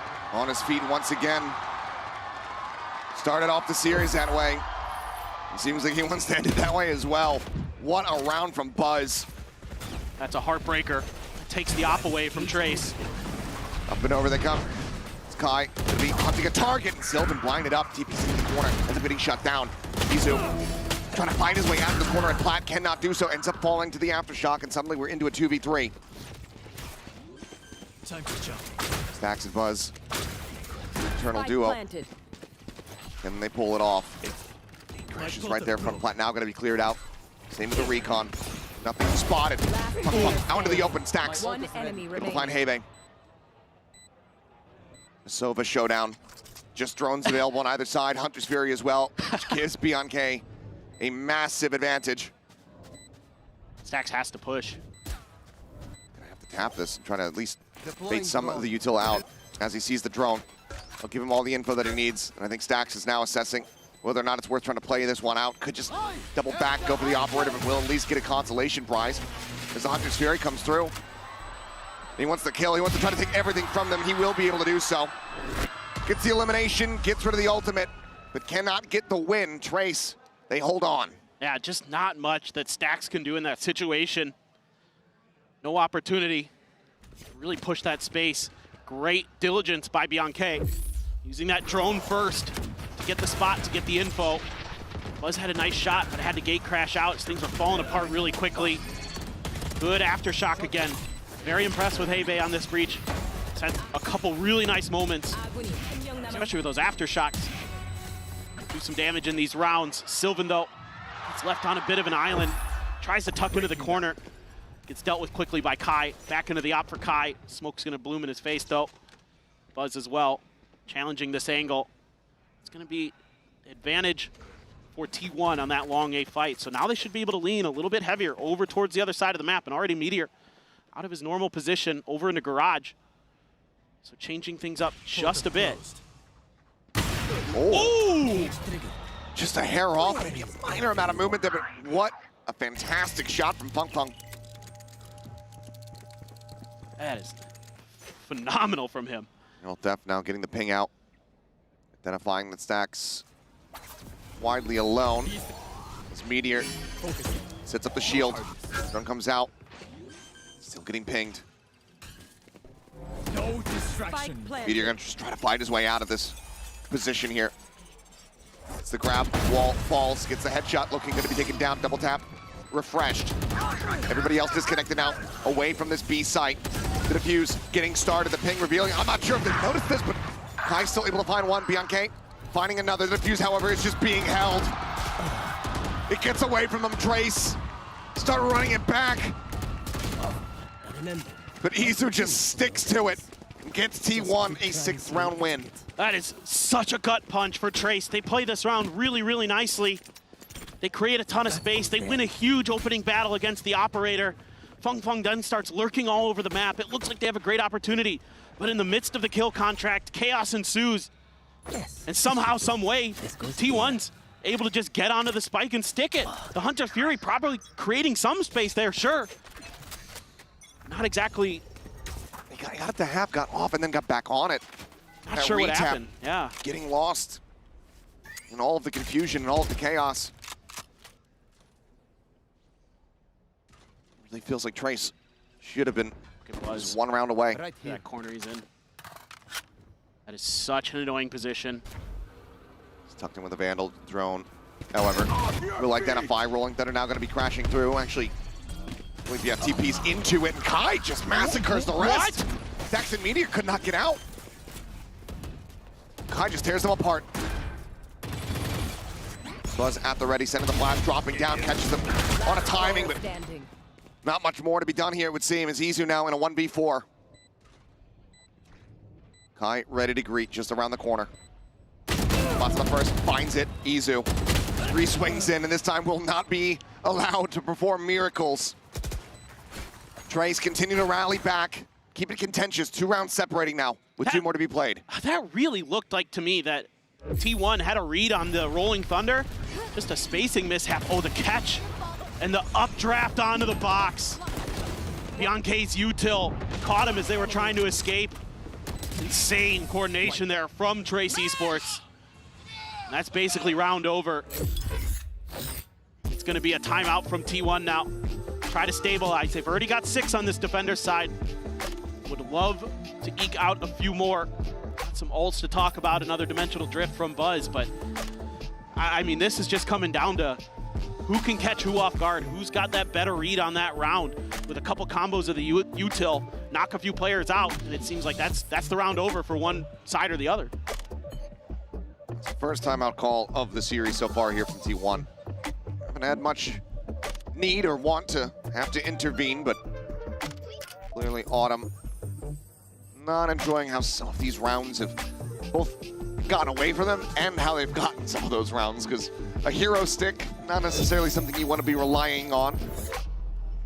Somehow we've seen quite a few of those this event. Yeah, DRX pulling off quite a few of them. I think Leaf had one on Pearl. It's yeah. It has been one of those events, but now you're on a weaker buy for the first time here as T1. Cash is finally running dry as 4 out of the last 6 have gone to Trace Esports. Pretty curious what they want to do. You know, you can see some of the ideas for both sides coming to fruition. Some good change-ups, good map awareness. Buzz is going to try to get way ahead of this push. There's going to be a tripwire for him to contend with. Could potentially just gate crash past it. See how he wants to navigate this. I'm going to have to burn the other one. She has set up outside a garage, but there you go. Looks like it expires. Next one sent to send him over towards long. Not going to try to take space. They're going to play for A control, but seemingly a B hit is what Trace is thinking about. Betting a tripwire here. None to be found. Fault line sent. Kai goes up and over the top. Izu is at the ready, but does get recon pinged out. Now Liu Kang TPing into the back of sight. He find the headshot. Finds himself a second. His stacks will fall. You're forced away, forced to reroute. Now so very low, just 20 HP remaining, as Sylvan will also get dropped. Buzz now clearing out the trip. They're well aware of this position. With the high-low, seems near impossible for him. Pot shots, goes for a little bit of a wide swing out, but MK planted, finds that kill.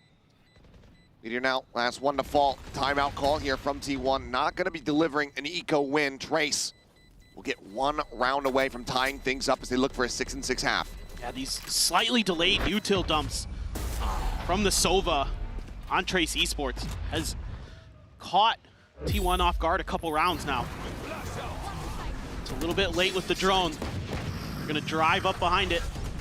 And then Lil King immediately TPs. That's a cool little set play from Trace Esports. Taking a page out of Mako's book from what we've seen in this event there. TP up on the box, TP back. Use that Sova drone to give you that info. It's going to be another op for Buzz in this final round. Has a dimensional drift as well. This time, though, him and Izu in garage. And they're just leaving the C site to the Cypher util. And it's fast, and they catch both trips. Yep. Clear it out. Cam getting a tag on a 1. Cyber Cage is now popped. Izu just kind of dancing around, re-peeks it. Meteor, however, going to be taken down. Izu now striking, finding 1. Looking, noted there, back plat. Ooh. Still alive, however. As Buzz sends out the dimensional drift. The plant getting ready to come through. 1 player going to be spotted out. Stacks pinging, noting them both. Oh, goes for such a close timing and is able to find it. Moments before looking to get his weapon drawn back out.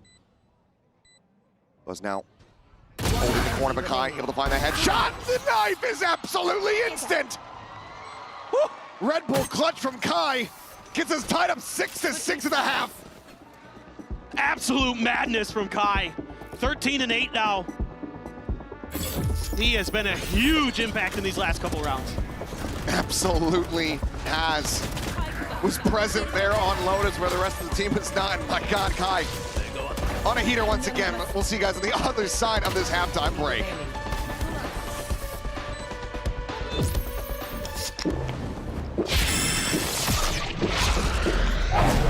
Red Bull gives you wings.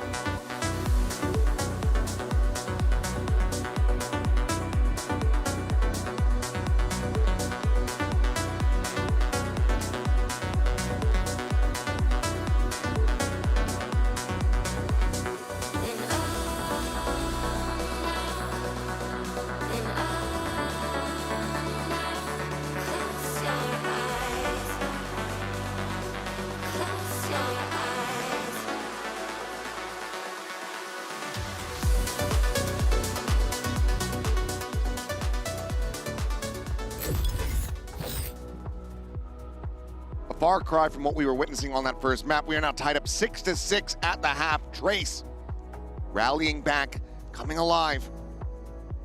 But can they start this half off right? Can they get that pistol and take us over to that final map? It's going to be tough. This is generally the better side of the map for T1.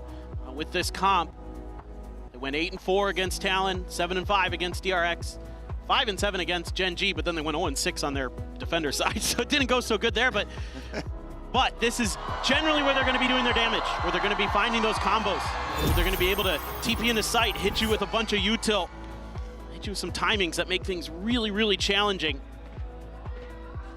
Obviously with that double tap leading the way, sometimes makes it so hard for opponents to know when they can challenge a fight and when they can't. Things like that really come into play here, but for Trace Esports, they start to come alive. A lot of it is on the back of Kai, who once he gets that op and those blades in his hands, he is lights out. Stack's gonna eat a stun. I don't think much will become of that. He's got a Sheriff in hand, but isn't gonna challenge the long A angle. Instead, gonna try to push his way through short. Meanwhile, it's a B hit for T1. Yeah, Smoke into that C connector, double peek over towards A, but Punk Punk going for a timing, he's able to find 1. Sylvan fights back, finds a kill. Stacks trying to go on this lurk. Haybait right around the corner. Oh. Does he go for it? Oh, Stacks. This is the first shot, but he covers. He's all right. That would have been devastating to the mental state had he missed that one, but now TP forward, dash forward, I should say. Kai able to find 1, but Dizu's just sat here on top of the box in the corner. Mo's down 2. T1 get themselves a 3rd pistol win in the series. Tremendous patience from Stacks. Maybe a little too much there at the end, but it worked.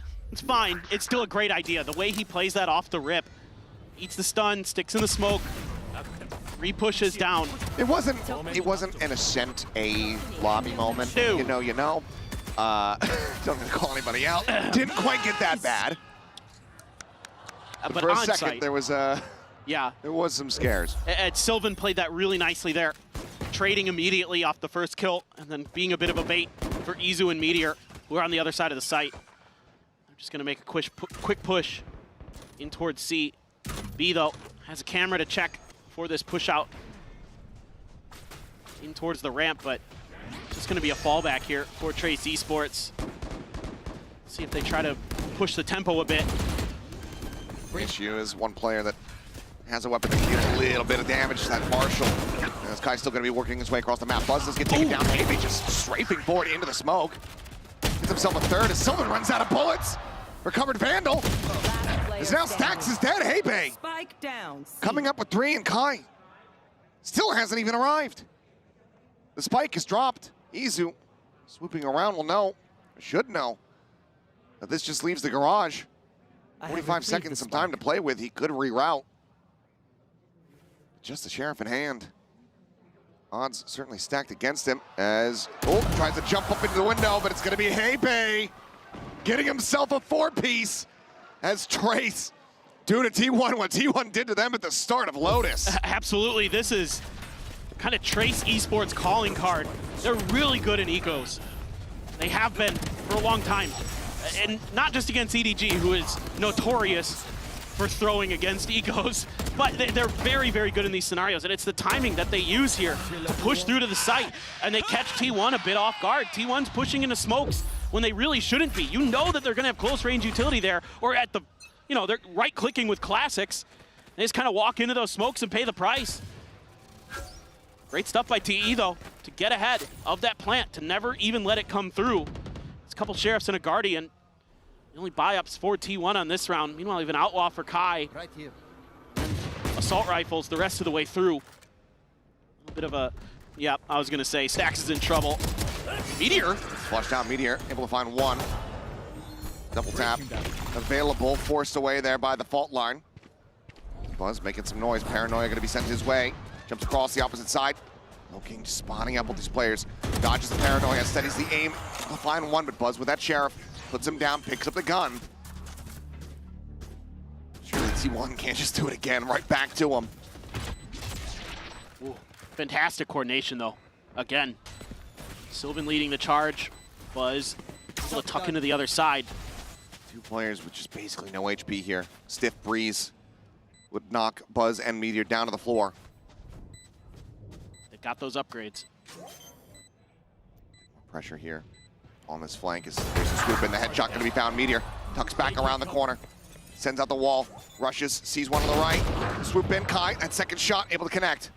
Buzz's position, but Izu's gotten rid of Hey-Bay. The jump in, the shorty will get the connection, but the time is just not really there. Kai, he'll just play for the kill, but he's not going to have it. The Thrifty coming through from T1 off the back of getting thriftied. I feel like I'm casting Genji from last year. This is just a wild back and forth on this map. You can sense some of the discomfort for both these teams in a way. I mean, this map hasn't been horrible for T1, but it hasn't been great. It has been widely avoided by Trace Esports. It's just some great teamwork that gets them over the line. It's some really good individual play. Meteor there, getting the kill and then backing off immediately. Izu found a great time. Step in, find a kill. But it's that pick they find early to get a rifle into hand and being able to carry those into that site. Oh, but Kai on a bit of a walkabout trying to find somebody caught unawares, but T1 right now are dialed in. Shadows traveling. Looking like he's going to try to do the same, but Sylvan has his sights turned back over towards the garage. He fully anticipates it, reads it beautifully. The kill comes in, the shot dart not deep enough. Meteor pushes up into the smoke, finds Beyond K. That just leaves Fung Fung all on his lonesome.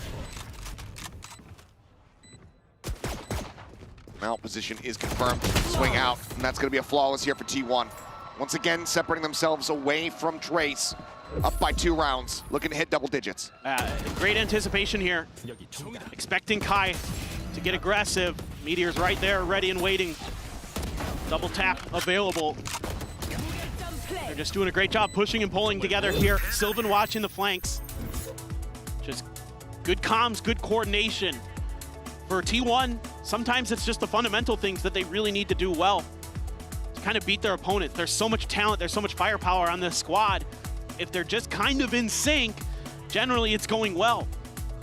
A lot of what they do isn't necessarily based on big set executes or things like that. Sure, they've got that on Lotus to control that space, but it's like the combo plays, the two-player plays that really set T1 apart. That's something they've been doing pretty well here, especially on this map so far. It's been a lot of the coordination that's been getting them some of these rounds. You know, Trace has punched back as best they can. Kai has been heating up, but still, T1 is resilient. They're hanging in there. Now, one away from hitting that double-digit figure. You mentioned it, how deadly this attacker side can be for T1. I mean, at a glance, makes a hell of a lot of sense. You look at the two people at the top of the boards. It's double duelist. This is where they're going to thrive. Exactly. And now you've got a kill contract. So now you can kind of take your time, work out the map a little bit, see if you can find that target, isolate that player on C is kind of generally what T1 likes to do with this kill contract. They want to isolate whoever's anchoring that site and then just try to get the free plant and get the long distance post plant set up. Punk thought that he'd gotten it, but Camera didn't take, so has to just improvise a little bit. Sends him backpedaling, giving up quite a bit of space here on the site. Cam cleared out. Double tap shield about to be reset as, yep, there's the grab on the Fung Fung. Wall's falling, Fung Fung wins it out. That's a huge kill for him to find. Hasn't been the cleanest map for him so far, but that kill is huge, as are those. BMK coming away with two. Sylvan Buzz both going to be taken down. Spike planted, but Stacks now stuck here in the site as Izu tries to lurk forward. Smoke dissipating, catches a glimpse, but Fung Fung arrives from garage and absolutely dominates the round start to finish. That's such an important win there in that kill contract. Completely changes the dynamic of that. And Bianca finds two on the backside. Nice work with that Phantom. Just spraying through, Saw the spam, went forward himself, and then Fung Fung on the lurk. I mean, this is just a brawl. Yeah. That goes there. It's who can outdo who. Yes, this should do.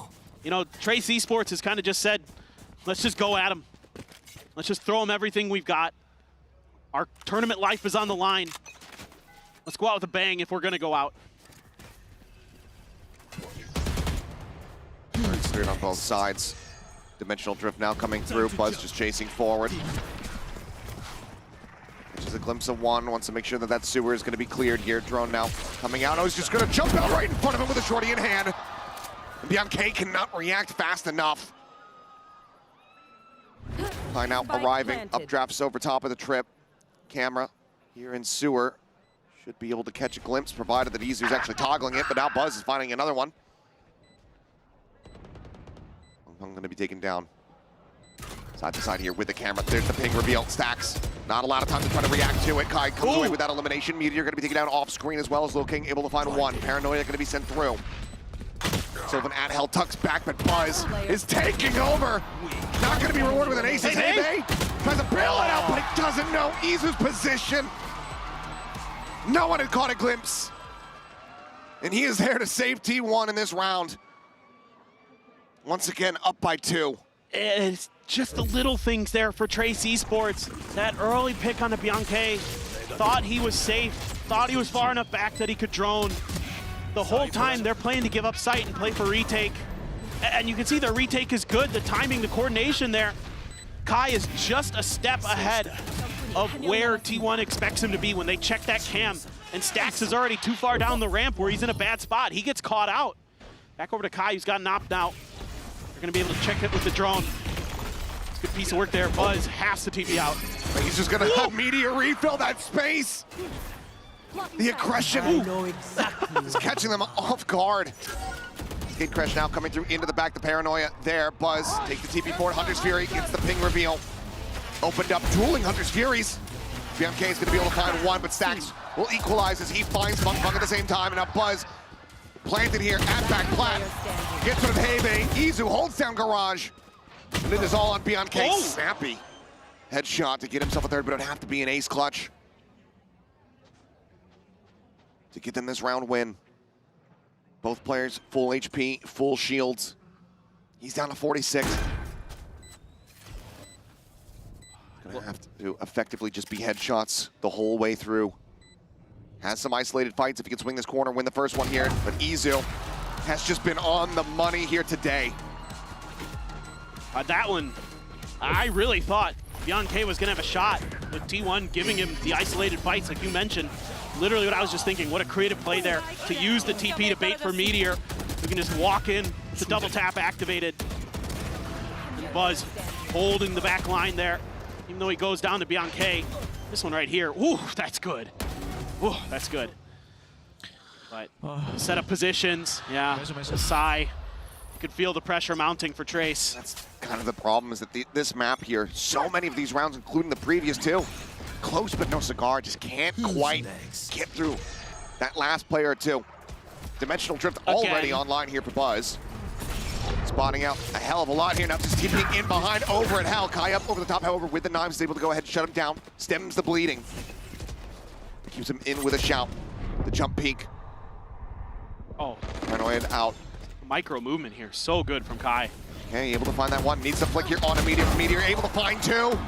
MK still alive, still dancing around the box, but Meteor and Izu keep them afloat, and they get T1 up to match point. God, that would have been such a good round for Trace. You feel confident with Kai, blades in hand. But Buzz, great TP there, great reaction from Kai. Then I love the movement to move around that smoke, to dodge the entry from T1. They even get a kill off the back of it, but then he can't find Meteor. And Meteor just starts breaking him apart. A 3K for him. Izu there to clean up. Great aggression off the back of that dimensional drift. And whoa, Buzz is fired up, man. And he is. Now, Trace needing 4 rounds in a row to take this to overtime. Double tap popped. Buzz leading the charge. It's a kill contract about to come through. It's going to be a grab here on the BNK. It's the weapon out. Looks for it. Finds it. Refreshes the shield. And is right back in along Kai here. Needs to try to slow things down. Tucks it behind the box. Is able to find one. It's a hell of a lot more. But Buzz finds him. And that's just going to be a firing squad opened up here in the blink of an eye. 13-8. T1 persevere. They send Trace home. They send them packing. It's been 1,174 days since the duo of Stacks and Buzz missed out on a playoff when they got eliminated in the group stage, and they say it will not be happening again on this day. Unbelievable stuff today from T1. The coordination, the execution, the aim, much more on point than we saw them against Vitality. And Trace really did put up a much better fight on Haven. Obviously Lotus was all T1 the whole way. And for Trace here, a big round of applause, well deserved. A team that can do damage.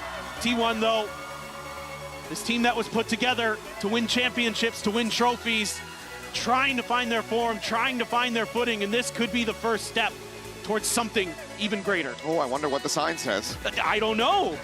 Is it gonna What be? could it be? Is it gonna be? And oh, Stacks just lost his Well, we'll bonus. never know now. Yeah, we won't know. Stacks is no. Let's just bow. I want to celebrate. Wait, guys, try again. We'll We've deal with this later. gotta get the bundle. Get the bundle. There it is. Okay, okay. I'm shocked. Who could have guessed? Yeah. So save it for the photo op. Let's get the bow in front of the fans first. But they managed to sort themselves out. Fortunately for T1, the coordination in-game was a lot better than it was trying to get the banner. But for the fans here, quite a bit of relief. Neither of these teams today wanted to come into the tournament and walk away winless. Unfortunately for Trace, that is the circumstance. Commiserations to them for their performances. This was a lot better of a rally back compared to what we had seen. They did have at least a contentious map as well in that first series versus G2. But we know that this is not their level. We know that they can play above what they have put on display. And I, for one, am hoping to see Trace back at Toronto where they can really take the that tournament by storm. Really, I mean, I don't think this is the Trace that we'll be seeing in the future. I think Feng Feng in particular just did not have a good tournament, and that's unusual for him. He's usually a really solid player, was so good in China and kickoff, just can never find his form. And Kai had his moment here on the Jet, but widely on the Vice, he was struggling at times, so still feels like with some of the new meta and the new adaptations that are going on globally, that's something that Trace Esports is going to have to look to going into stage 1. Yeah, absolutely. But for T1, a second lease on life, but the road, it doesn't really get any easier from here. Gonna have to play another series if they want to be able to qualify, and of course they have to sit back and wait to see who their opponent's going to be. Yeah, no, it's going to be really difficult for T1, but this was a great confidence builder. This was definitely a moment where they could say, these are our maps, this was our draft, we should be winning this, and you did it rather handily. Yes, absolutely. The question is, are they going to be given this dream scenario again? I think unlikely. So we need to consider this. We need to continue to see some iteration and some development on those other maps, because this was a bit of a gift here for them. Just Meteor on ISO every map. Just send it. Who cares? Honestly, just let it go. The Abyss comes through. I think you probably just want to play it out and maybe just keep Buzz on yoru like we're seeing from Youngman over on DRX. Exactly. Either way, though, we're going to send it down for our Verizon post-match interview and hear some words from the IGL himself, Stacks.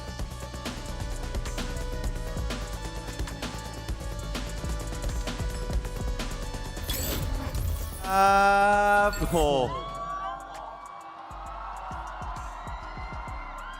ขอบคุณมากๆนะครับผม What an amazing crowd ตอนนี้นะครับผมก็มาอยู่กับ Stacks นะครับผมซึ่งผมก็มีคำถามอยู่เหมือนเดิมนะครับ2คำถามเริ่มจากคำถามแรกเลยนั่นก็คือว่าผมเนี่ยสงสัยเหลือเกินว่าทำไมถึงต้องเลือก Haven เนาะเนื่องจากว่าประสบการณ์ในการที่เขาเล่น Haven มาเนี่ยอาจจะมีความโคลงเคลงอยู่บ้างนะครับแต่ว่าวันนี้เขาดูมั่นใจมากขึ้นและอยากรู้ว่าไปทำอะไรกันมา Alright, Stacks, first of all, congratulations. I would love to start with the first question.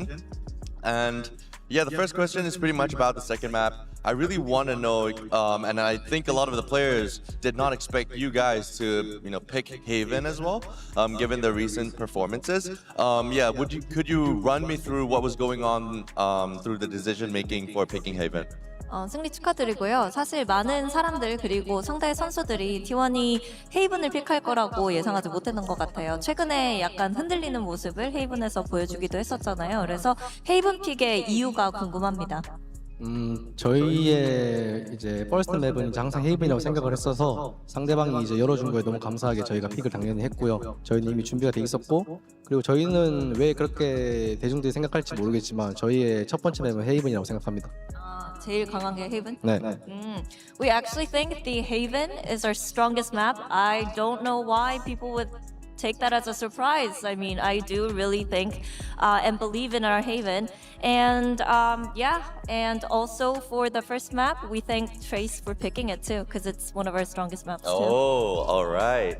ก็สำหรับคำตอบนะครับบอกว่าก็งงเหมือนกันนะครับว่าทำไมบางคนถึงสงสัยว่าเราถึงเลือก Haven นะเพราะเนื่องจากว่าเรามั่นใจ Haven มากที่สุดแล้วเนาะเช่นเดียวกับแมปแรกเหมือนกันก็งงว่าทำไม Trace ถึงเลือกเป็นแมปที่เลือกไปนะครับเนื่องจากว่าเราก็มั่นใจในแมปนั้นเหมือนกันว่าง่ายๆก็คือมั่นใจหมดนั่นแหละถือว่ายอดเยี่ยมเลยทีเดียวมาถึงคำถามที่2นะครับผมนั่นก็คือตัวของเขาเองนะสำหรับ Stacks เองเนี่ยรู้สึกว่าเจอทีมจีนทีไรแล้วมาทุกทีเลยอยากรู้ว่าวันนี้เข้ามาแล้วมันส่งผลหรือเปล่ากับการเจอทีมจีนของเขาถึงเพอร์ฟอร์มได้ดีขนาดนี้นะครับผม Leading to the second question, you have always been known to do very, very well against the team from China. So I really wanted to know, in this case, does facing Trace Esports today, does that have any impact on you? 스택스 선수 중국팀한테 안 지잖아요. 오늘 트레이스 e스포츠를 상대할 때 그런 자신감이 좀 많이 도움이 됐을까요? 그렇게 생각해 본 적 없는데 그렇게 얘기를 해서 일단은 처음 알았고요. 그리고 아마도 이제 저를 알고 이제 저희가 스크림에서 많은 이제 이펙트를 많이 줬기 때문에 중국팀 상대로 아마도 거기에서 조금 저희 아우라가 나오는 게 아닐까 생각합니다. I never actually gave it much thought, but now that I think about it, it comes more from screaming a lot of Chinese teams and us leaving a lot of impact on them. So maybe they're intimidated by us. So that's why I do well against Chinese teams. Amazing. ก็บอกเลยว่าเอาจริงๆก็เพิ่งรู้เหมือนกันเนาะว่าแบบมีส่งผลอะไรอย่างนี้ต่อทีมจีนด้วยเหมือนกันแต่ในขณะเดียวกันก็มานั่งคิดดูเขามีการสกรีมหรือการซ้อมกับทีมจีนเนี่ยเยอะมากๆอยู่แล้วนะครับเลยอาจจะฝังลึกลงไปในเหมือนทีมของฝ่ายฝั่งนั้นด้วยเหมือนกันว่าฝั่งเราเนี่ยค่อนข้างน่ากลัว And that would be it for now. Thank you so much, Stacks. Congratulations on the next round. Thank you, Jen, for the translation. And guys, we'll pass it back. We'll be right back. Don't go anywhere. And that is it from the stage. ขอบคุณครับ ขอบคุณครับ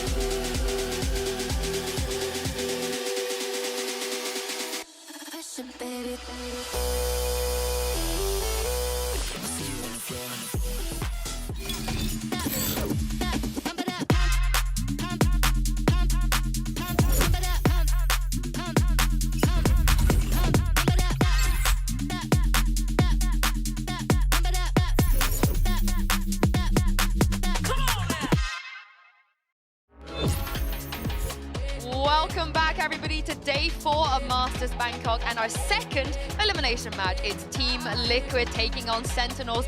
Both teams bounce back in their kickoff runs, but only one will have the opportunity to do it here. I am your host, Yingsu, and I'm joined by Mimi and Ender. Welcome back, you guys. That first elimination match was a little bit one-sided, but we're expecting things to be a little bit closer in this one. I'm not gonna lie, production is feeding into the Twitter fan cam girlies with the edit on these arrivals. That's crazy. The slow-mo, the jump QT slow-mo. It was a wild first game, though. Incredibly dominant match coming out from T1. Good to see them bounce back. Yeah, and at the same time, I think it's sad to see Trace go, right? They had so much more hype coming in and to falter at the end. I mean, it is sad.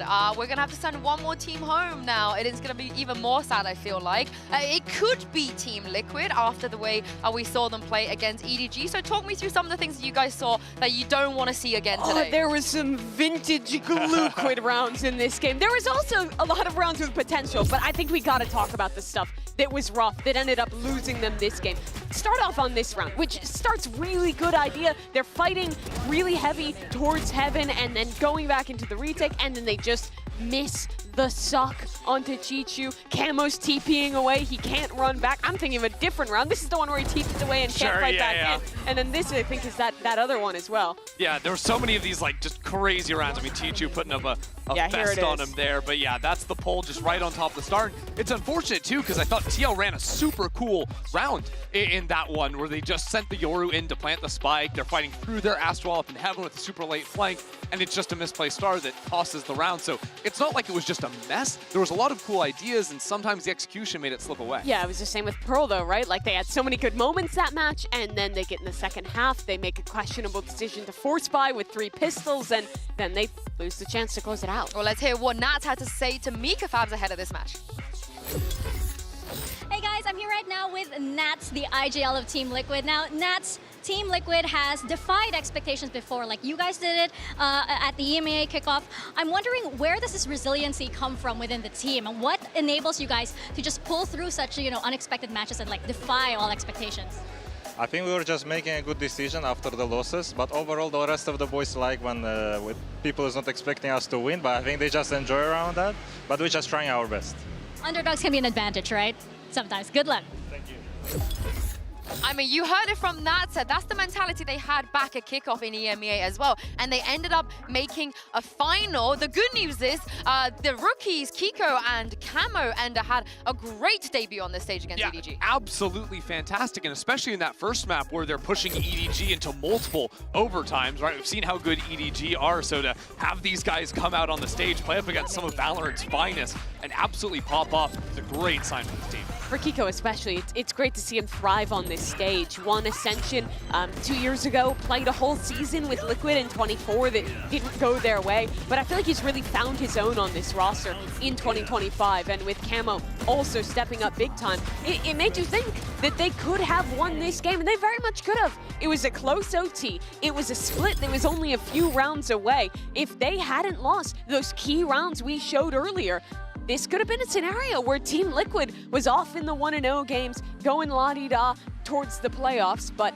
now instead they have to lock in for this lower bracket. We have seen this before. This is how they managed to make a final back in EMEA. I think it bodes well for them that the rookies were not nervous. The rookies didn't feel the pressure on stage, especially considering for Kiko, and this is his home crowd. He is the only Thai representation. I'm gonna put a sock in that because we have a very special content segment we're bringing you guys here, because Mimi was joined by Narrate and Kiko for a Thai food taste test. Take a look at this.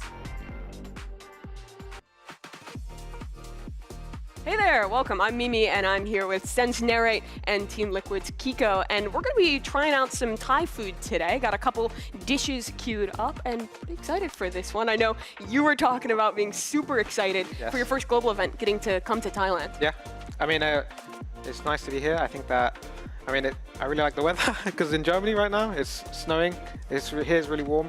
And I've got family coming to watch me, so I'm super excited. Yeah, you're half Thai, right? So your mom's going to be here, your family's going to come out and get to do that? Yeah, and my mom's going to be here for the first game, my grandma and her 3 brothers. My mom's 3 brothers, so it's going to be a lot of people coming to watch me. All right, we'll keep talking, but I want to dive right into the food. So we're going to give the first one to you guys. This is a stir-fried chicken dish, which I believe is this one for each of you. You gotten to eat much food here yet? No? Yeah, I can't remember what we had. I think it was like pad kaprao. Actually? But yeah, dive in.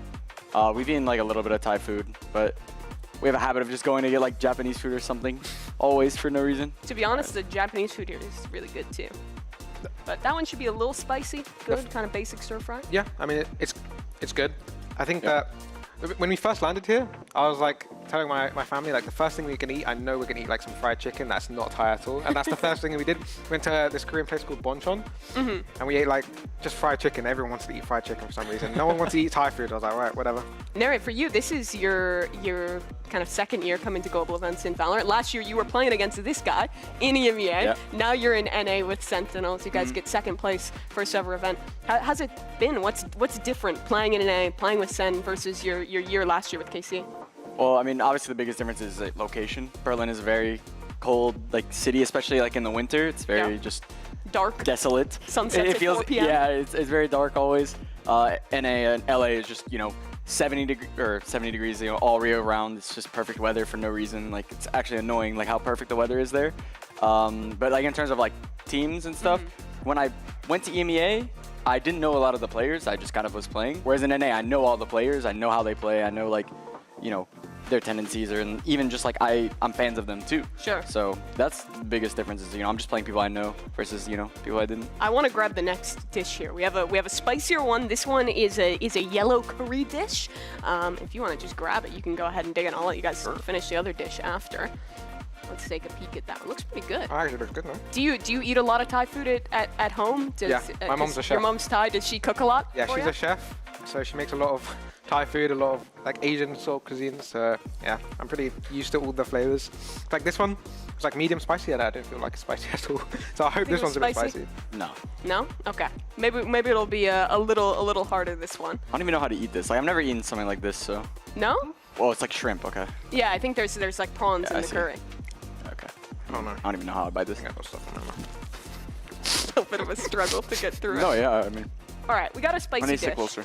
I want to ask you, Neri, you've been known to be a little bit of a trash talker on occasion. Do you have any spicy takes, anything for this event? Everyone is horrible. Everyone is Life. horrible. Yes, Yeah, including us. You think he's horrible? Including us. Yeah, doctor. I mean, this guy's nice. He's too nice with the rock, but everyone is horrible. We're horrible. I mean, to be honest, all the teams are very new. Sure. So, like, the quality of games like this tournament will definitely be a lot lower, than later in the year. Just Sure, because, it's kind of always how it goes. New Yeah. teams, new meta, big changes to the maps. And definitely this tournament, there's not a lot of teams that have been, together for a very long time, other than like G2 and EDG. So we'll definitely see a lot of like improvement mid-tournament. Like teams will like play their first match, and then people get a lot better after. Most overrated team at the tournament? Overrated team. Actually, EDG. EDG? Yeah. You think they fell off from champs last year? I think they had a really good run in champs. I just don't know if they're going to be able to do the same. We'll see. Maybe I jinxed it, but whatever. We'll see. We'll see. see. Some spicy stuff for you guys. We'll see. Hope you enjoyed the food, and thanks so much for joining me for this. Thank you. Thank you. Back to you. I hope you really enjoy the food as well, Mimi. Yes, and that EDG take aged like fine wine. Yeah, for Team they seem to Liquid. be very overrated right now. Yeah, I mean, speaking of some things that haven't aged super well, Sentinels, their opening game, what did you guys make of that against DRX? I mean, they got absolutely rocked. This was a shock compared to expectations for both of these teams, but DRX came out with some really good comp changes, and they just rolled Sen. Their attack side on this Lotus, the Yoru was hitting the C site every round, and Sen could not find a solve. Yeah, and definitely DRX should have been the favored team heading into that matchup, but I think people had a lot more faith in Sentinels to put up a strong fight, potentially have some upset fire there. But for me, I sort of felt like Zekken was absent. The form of Zekken that you'd expect to see from him, especially in that first map, didn't see much. And I feel like he's got to be a player that has to turn it around if this team's going to have a chance. Yeah, underperformances from him, from Zelsis, from the guys that were so big for them. And towards the end truthfully, of Americas. it's the whole team, right, that like wasn't really stepping up. But really, usually when it is, who's going to be that guy? It's usually Zekken. Yeah, it absolutely is. And then on top of that, there was just synergy issues across the game, players not swinging together. It was the Sentinels that looked completely out of sort in that game. Yeah, but Bang had a banger. He was pretty consistent. He looked good. And, I mean, you talk about players having to step up. I feel like he already did in that game. Yeah, and that's the thing, right, is Bang one of the new additions onto this roster, right? Massive shoes to step into with Tens formerly in that team. I think Bang's a phenomenal player. Like, this is one of the You're best. his #1 fan. I'm actually Bang's #1 fan. Like, I think his site anchoring is elite, and he'll do it on his own so consistently. Like, he doesn't need assistance coming in. You don't have fast rotates or util to help him out. He can just do it all on his own. So it was great to see, even in the loss, that form is still shining through. For the first time, he's stepping onto an international stage in a Sentinels jersey. But he had to step up because of how much the rest of the team was struggling. You think of the Lotus, he was put in a position where he's like solo retaking late towards C when his teammates is dead. He was in so many clutch situations. He's a great player, but you can't just rely on him to be winning games. And it was clear with how hard they got shellacked by DRX in that opener. They lost the game. Well, for now, let's check in with the Vibe Merchant and hear what Zelsis had to say after the loss to DRX in this Omen player moment. Hey guys, I am Zelsus. Losing to DRX in the way we did, I mean, it was just an embarrassing loss, to be honest. I felt like they just kind of walked all over us and we didn't really play well, considering DRX in the past, they kind of just stuck to everything they did and everything they know. So they learned how to adapt, which is good for them. It's a very strong thing to do, especially in such a short time. Switching 2 comps like they did on 2 maps is not an easy task, especially considering the schedule that they've probably had in the last couple days. So kudos to them. I mean, second map was a lot closer than first map, thankfully. We didn't just get swept. I mean, we usually start slow in our tournaments and in our series with map 1s, so it's not like a surprise to me. Towards the back, going to be cleared out by Bang. Zelsus far forward, and Bang is absolutely ready for it. Gets the shutdown, gunman on the floor, shots into the smoke. Like, there's so many scenarios that could happen, you just have to take it each day. But when you're in an environment like this, I think everything comes down to team play and comms, so that's a very important thing for me to help the team focus on, in my opinion. Whoever we play, I mean, you're in the same boat as us, you're 0-1, we're 0-1, so if you doubt us, just know you're just the same team that we are.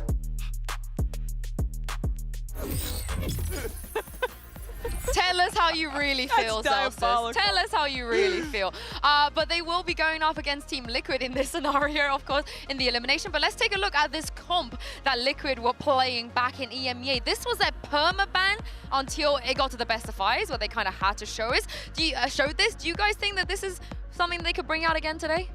No, I know I was like hyping up like some solo queue comps and agents working on this map, but the Reyna is 1 step too far. For me personally. I agree. I think that in the club, it was a gimmick comp that didn't really pay off at the time. If they do want to show Lotus, I expect them to have something prepped. Sen got owned on that map, but they're not a bad Lotus team. Hey, it worked against Heretics. They looked very good the first time they played everything worked against Heretics, to be fair. Oh, that's sad. That's sad. But now, let's get into this elimination match even. Send it down to the stage and bring out your teams. It's Team Liquid and Sentinels.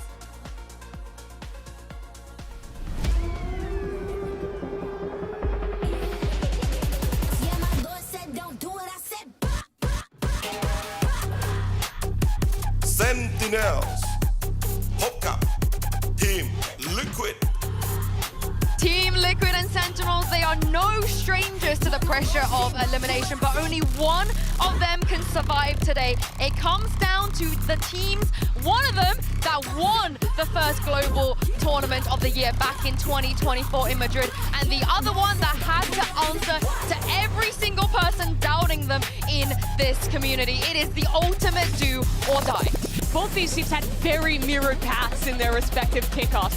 Rough starts, going down to the lower bracket, but they both recovered, went on massive runs to make it to their respective finals, and now they both have that same task here, but only one can continue. Sometimes that pressure, you can just use that as fuel to just go on a run to make a serious dent in a tournament. And right now, both these teams can be gearing up for the most important match of this tournament for themselves. Yeah, and very important map veto as well. The reason we showed you guys that Lotus comp is because Liquid, it was their permaban, but in some situations, they banned the Pearl, they let the Lotus float, and this is one of those situations that I can see that happening because I wouldn't want to play against Sentinels Pearl. Yeah, it's pretty classic too, right? EMEA teams banning the Pearl away against America's We team. have never beaten America's on Pearl, never. You don't want to match up there, so it wouldn't be a big surprise if you see here it. we go. Team Liquid take Pearl out of the pool. Sentinels want to start off on Lotus. So I think Lotus has to be a new comp for Team Liquid. I will be shocked if they are going back into a Clove Reyna double duelist comp here at a global tournament. I think this is a trap. I think Liquid want Sentinels to pick Lotus. I think they baited them into this. And again, the last time they did this to a team, albeit maybe you didn't like the comp, but they did perform really well and they were prepped. Absolutely. And for Sentinels here, my one kind of difference to that is that I think this will be the map that was under the most scrutiny for them in these last 2 days after getting cooked by DRX here. Yes. To go back, figure out what went wrong, and make improvements. And that's the thing, right? Coach Kaplan loves to get 0 sleep at international events and watch those balls on I don't know if he loves it, loop. but they make him do it every event. He has to do it. He has to suffer through that. But truthfully, what it means for this team is they learn so much in the losses. This first map is going to be really, really exciting, especially depending on what Team Liquid are going to run here. Oh, here we go. This is so interesting. What do you make of this? Yeah, thankfully they've made a change and they are playing a very good composition. You're up against Sen, who's playing the Vice. You basically have to be locking in that Yoru for camo, and you're pairing that with the Breach Teo. It's just a good, honest comp. Yeah, here's the thing though, in terms of the agents themselves, Nat is the only person here that really has reps of playing Cypher on this map. Paddy has never played Breach on Lotus, Kiko has never played Omen on Lotus, Kamek, of course, never played Teo here either. Yeah, and to be fair, there is a little bit of a learning curve, but at the same time, usually this map is going to come down to big team fights around Rebel space, around C space, so surely they put in the work to know how to fight together with these new agents. Sen, though, lost to a very similar comp for DRX, so they're going to be prepping for a very similar comp to this one. I imagine they expected, at very least, that Yoru to come out from TL. And in Americas, they played against basically the same thing in G2 on this map, except it's a Viper instead of the Cypher, so very similar ideas when it comes to those brawls. I'm looking to see how Sentinels changes the way they're anchoring C. Zelsis got kind of exposed by DRX. C executes consistently on that one. So I want to see how they're changing up, how they're solving that side of the map coming back into this. Yeah, and also for Kamek, I know there was a lot of question marks. He looked a bit shaky, but his Tejo in EMEA is one of the best. He's very, very good, very reactive. I just want to see him play with a little bit more confidence. Absolutely, and the other guy I'm looking at is Camo, who, despite Team Liquid's loss to EDG, he looked really good in their debut. I love him on the Yoru. Yeah, the Yoru is looking so sick, and again, you've got so many ideas to combo with your teammates when you've got the ultimate going down with the Breach, all these different ideas, the fast rotates as well to sort of help out your opposite sides, your weak sides of the map.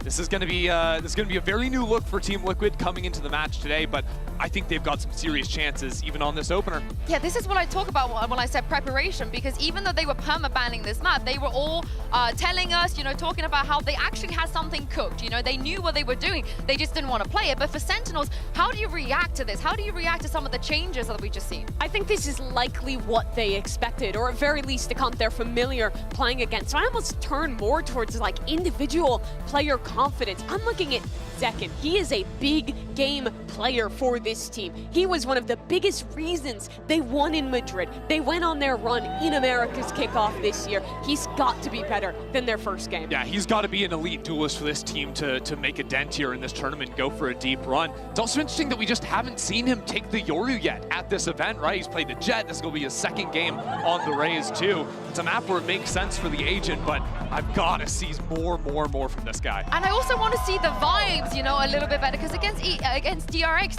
when we saw them on stage, it was a little bit muted. There wasn't a lot of screaming, a lot of BM. I want to see more of that from Sentinels today. Yeah, you heard it from Coach Kaplan in the interview after losing that map 1 to DRX. He felt like the team's entire vibe was up. Players weren't clicking. It was something that really went wrong on every front. But the vibes is what wins games for Sentinels, and you gotta look at Zelsis to bring that up. And of course, John QT versus Nats. This is such an interesting IGL head-to-head. It's the ultimate old versus new. Nats such a classic player, but IGLing still a new role for him, having to prove himself here at Masters. Yeah, and speaking of old versus new, I'm so sorry. Let's send it over to your caster. It's the completely unbiased duo of Bren and Sideshow. Yeah, absolutely. Contractually obligated to cast Sentinels, by the way. But yeah, let's get into it, man. It's do or die for both of these teams here at Masters Bangkok. Situations that both of these teams have been in before, actually. Lower bracket runs is something that they've got frequently at the back of their minds, that they know that they've got experience doing it. Liquid have done it. Sentinels have done it. But here, on the global stage, a different ask entirely. Team Liquid have basically copied DRX's homework to try to shore up their map pool here. One of their weakest maps, Lotus. Remember, they stole the homework of Sentinels to shore up Pearl. And so can Sen fend off the copycat comp? We got to see learnings from Sen. Off the back of that defeat, I mean, it was brutal when they played against DRX. Everything was going wrong for them. Pretty much the same pistol round. And here's that TP. And here it is, an adjustment already. John dominates the angle and the smoke on top of it. The anchoring is tested. But it's Zelsis and John side by side, shoulder to shoulder, make short work of Team Liquid. It is crazy for Team Liquid to try to run the Mako double TP. The exact same play. The exact same play. You know that Sen have looked at that in the VOD review and gone, well, we're never going to let that happen to us again. Yeah. Team Liquid going back to the old walkabouts, but Nats is cleaned up momentarily, and it leaves it just to PaddyTech in a 1v4. An open side over towards A, might be able to get a plant, but possibly past that point. Seen magic from him before at international events on this map. Pulling out low HP, insane clutches. This one, though, I think a stretch too far as soon as the door opens as well. They even have a flash to try to slow him down. It's going to be difficult for Paddy to do anything other than just get the plant here and get some extra money for the team. I think he's going for it. He's trying to force the fight nice and early here, and Zekken does want to square up, takes his head clean off. That's Sentinels of a strong beginning here. Pistol round win on Lotus. We're already seeing adjustments from the last time they played Lotus against DRX. Exact same comps as you already mentioned as well. Yeah, and the idea here is that you go for the teleport and then use the stun to be able to TP into the back corner. Mako did it twice, actually. Once on the bonus and once later on in a rifle round as well. Sen super ready for it this time. I'll give credit at least to Team Liquid. At least they didn't do it on a bonus. They did it on a pistol. They tried to make it slightly different. But you're going to have to wake up a little earlier than that to catch Sen. All missiles away. Good chance to set the tone, I think, for Lotus for Sentinels. All grouped up, though. Pack mentality from Team Liquid. Will hopefully get a plant down onto B. That's what they're going to be wishing for. John catches that contact. Bullet to the head, too, but too much damage. Hold on. They're just swarming themselves in as well and out and through, potentially. Taking control of Order's extremities and the lanes here. Paddy wants to try and take a fight. Tango up top, but no Snakebite pushing them back. And a bit of unawareness there. John is getting caught lacking. Lance down. Sentinels are going to try and do this one with a bit of discipline. Cleanly at that. Damage is done to a variety of them, but that's just taking back and control of Heaven. Perched up, and he's now got a Bulldog in their hands along with that Outlaw. Difficult spot, though, still for Team Liquid themselves. They need kills. And they're leaving it just to Nats in a 1v2. That's a safe defuse from the Wraith. He knows he's got that peace of mind. But that's an astoundingly expensive conversion. It's not like Team Liquid forced into that one. But Sen only managed to keep an Outlaw and a Bulldog going forwards. It's not going to be the best bonus in the world. They were pushed there, and one of the reasons they were pushed is because Zellsis either forgot or didn't get the comm to pop the Thorns as they were going through into B. Normally, you want that Thorns to be popped, and that should shut down, basically, an eco rush like that. I mean, look at how bad this bonus is. Yeah, just Sheriffs and a Ghost, right? To supplement the 2 weapons they're able to save as well in a Rubble fight. Nice and early. See it now. Sees out through the back. Along the Snakebite, they just shoved absolutely everything into the fray, and the salvos, well, they just clean up Zekken like that. Smoked through as well, a bit of spam alongside it. Team Liquid happy to oblige and partake in the bloodbath. Here's the Wraith here, an off angle. He's got to try and make a play here, but what can you do against the rifles? Not too much. Folds with ease. Leaving it just down to Zellsis here. It's inevitable at this point for Team Liquid. Sen couldn't really put up too much resistance. And there was a chance if the Season 8 had caught perfectly onto Kiko, maybe they could have snowballed it forwards. Zellsis not able to land the shot there onto a player that would have gone down in a single bullet. But you don't want to keep the Outlaw either. No. Being hunted down. And he's spotted out. So flawless here from Liquid. That's the closest to ult, though. So you're not at a danger necessarily of a large ult snowball forming off the back of that bad bonus. See here, the Rubble fight. Now, if you think about how DRX played this composition that Team Liquid have stolen, they actually didn't opt into Rubble fights very often. It was Hyunmin that went over there with his teleport, with his gate crash, to try to bait out trap plays and then escape. It looks like Liquid are opting more into it. I wouldn't have said, honestly, that this would be too successful. You see that gate crash going all the way over to the door. Yeah, Second just trying to use the cover of his own smoke as well. Gate crash, as you mentioned, as well. So Hammer's making sure to cut up all the available angles. And Sen happy to concede up the space over towards A Rubble. Meanwhile, Nats, peekaboo. No player's going to be meeting eye to eye with him. Still, doors opened wide, and that does apply a bit of pressure now to Sentinels. Paranoia already used as well. Bang was often trying to hold on to that one to re-clear through tree, but this time invested it in the Rubble fight. So how do you root PaddyTech and Camo out of this spot? Camo has no escape hatch. Bang and the Wraith are thinking about recontesting. There's 4 players over here, but what's the go button? Doors open again. There's a flash into the face of a few of these players. Seizes narrowly dodged and duped as well. Meanwhile, fight taken, but Johnny's got way too much to overcome into that spot and full evacuation. Team Liquid, they got 5 players surviving. holding their ground for now, but now again, okay, so a bit more proactivity from Sentinels. Nats could find the timing on the lurk. He's realized there's no thorns here, obviously no wall as well. No vice wall, I suppose I should say. And he's taken deep information. Sen know that this is a possibility, but do they think about Nats being quite this deep? Being very cautious themselves. A lot of contact plays. Make sure that they can hold all the angles. Adjusting to the side of the smoke and bang. Sniffs that something's up. Can tell that there's something odd about this situation. They know that Heaven's not going to be cleared out. Sen themselves grouping up now for the retake. Now, it's explosive at that. Team Liquid looking to try and dominate this one angle up through Heaven as well. If they can take away this space, it makes it that much harder. But Sentinels just paving a way across the site. They've managed to get themselves access to it, and Kiko just dropped onto 10 HP in a dream, yet still. Dreams might be made manifest, not quite. Falls in the end there, so Sentinels showcasing much better discipline this time around. And crucially, winning important duels. That's another thing that was going wrong for them in the game against DRX. DRX were on fire. Individuals, like Hyunmin, for example, who we've already talked about, were sparking Sen out. In this round, Narrate hits 2 big kills. Managed to take down Camo, then Kamek. And even that fight that we were watching up in Heaven, even though Bang got pressured in a 2v1, he still managed to take Nats with him. So important duels going the way of Sen to put them on the board in a retake over at B. Here's another Rubble contest from Team Liquid. Currently not playing the composition, apart from the pistol round, in the same way that we saw from DRX. All eyes. There won't be any contestation, though, from Sentinels. Happy to give it up. Thorns with a reveal. That's a bit of spam through the wall on top of it. Bang with the Guardian in hand. Gatecrash broken as well, Bren, so Camo doesn't have an ability to go deep into tree. And Bang saved the paranoia this time, so they've saved quite a bit of util to go for maybe a reclear over at Rubble, but the personnel isn't necessarily there. It's going to be challenged, though, potentially. This is all in, very much so. Trying to lead the charge. Gatecrash into the back. And where's that all going? Onto the top of the box!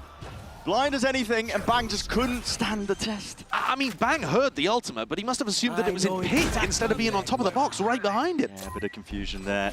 Here, Team Liquid. To give up any sort of space whatsoever. Look at that, Neural Threat reveals all Zekken. Just lit up, and now rolling thunder right into Spawn. Try and hold your ground down, but stunned up once more. Camo is taking liberties and taking names. My ult's ready. Liquid dominating over towards A right now. We're not seeing Sentinels be able to win Rubble duels against them. We're not seeing Sentinels be able to go for reclears. They're playing passive, reactive, and they're not coming up with the right moves at the right time. I mean, Bang was smoking there as well. That's why he wasn't really aware of the ult coming up behind him.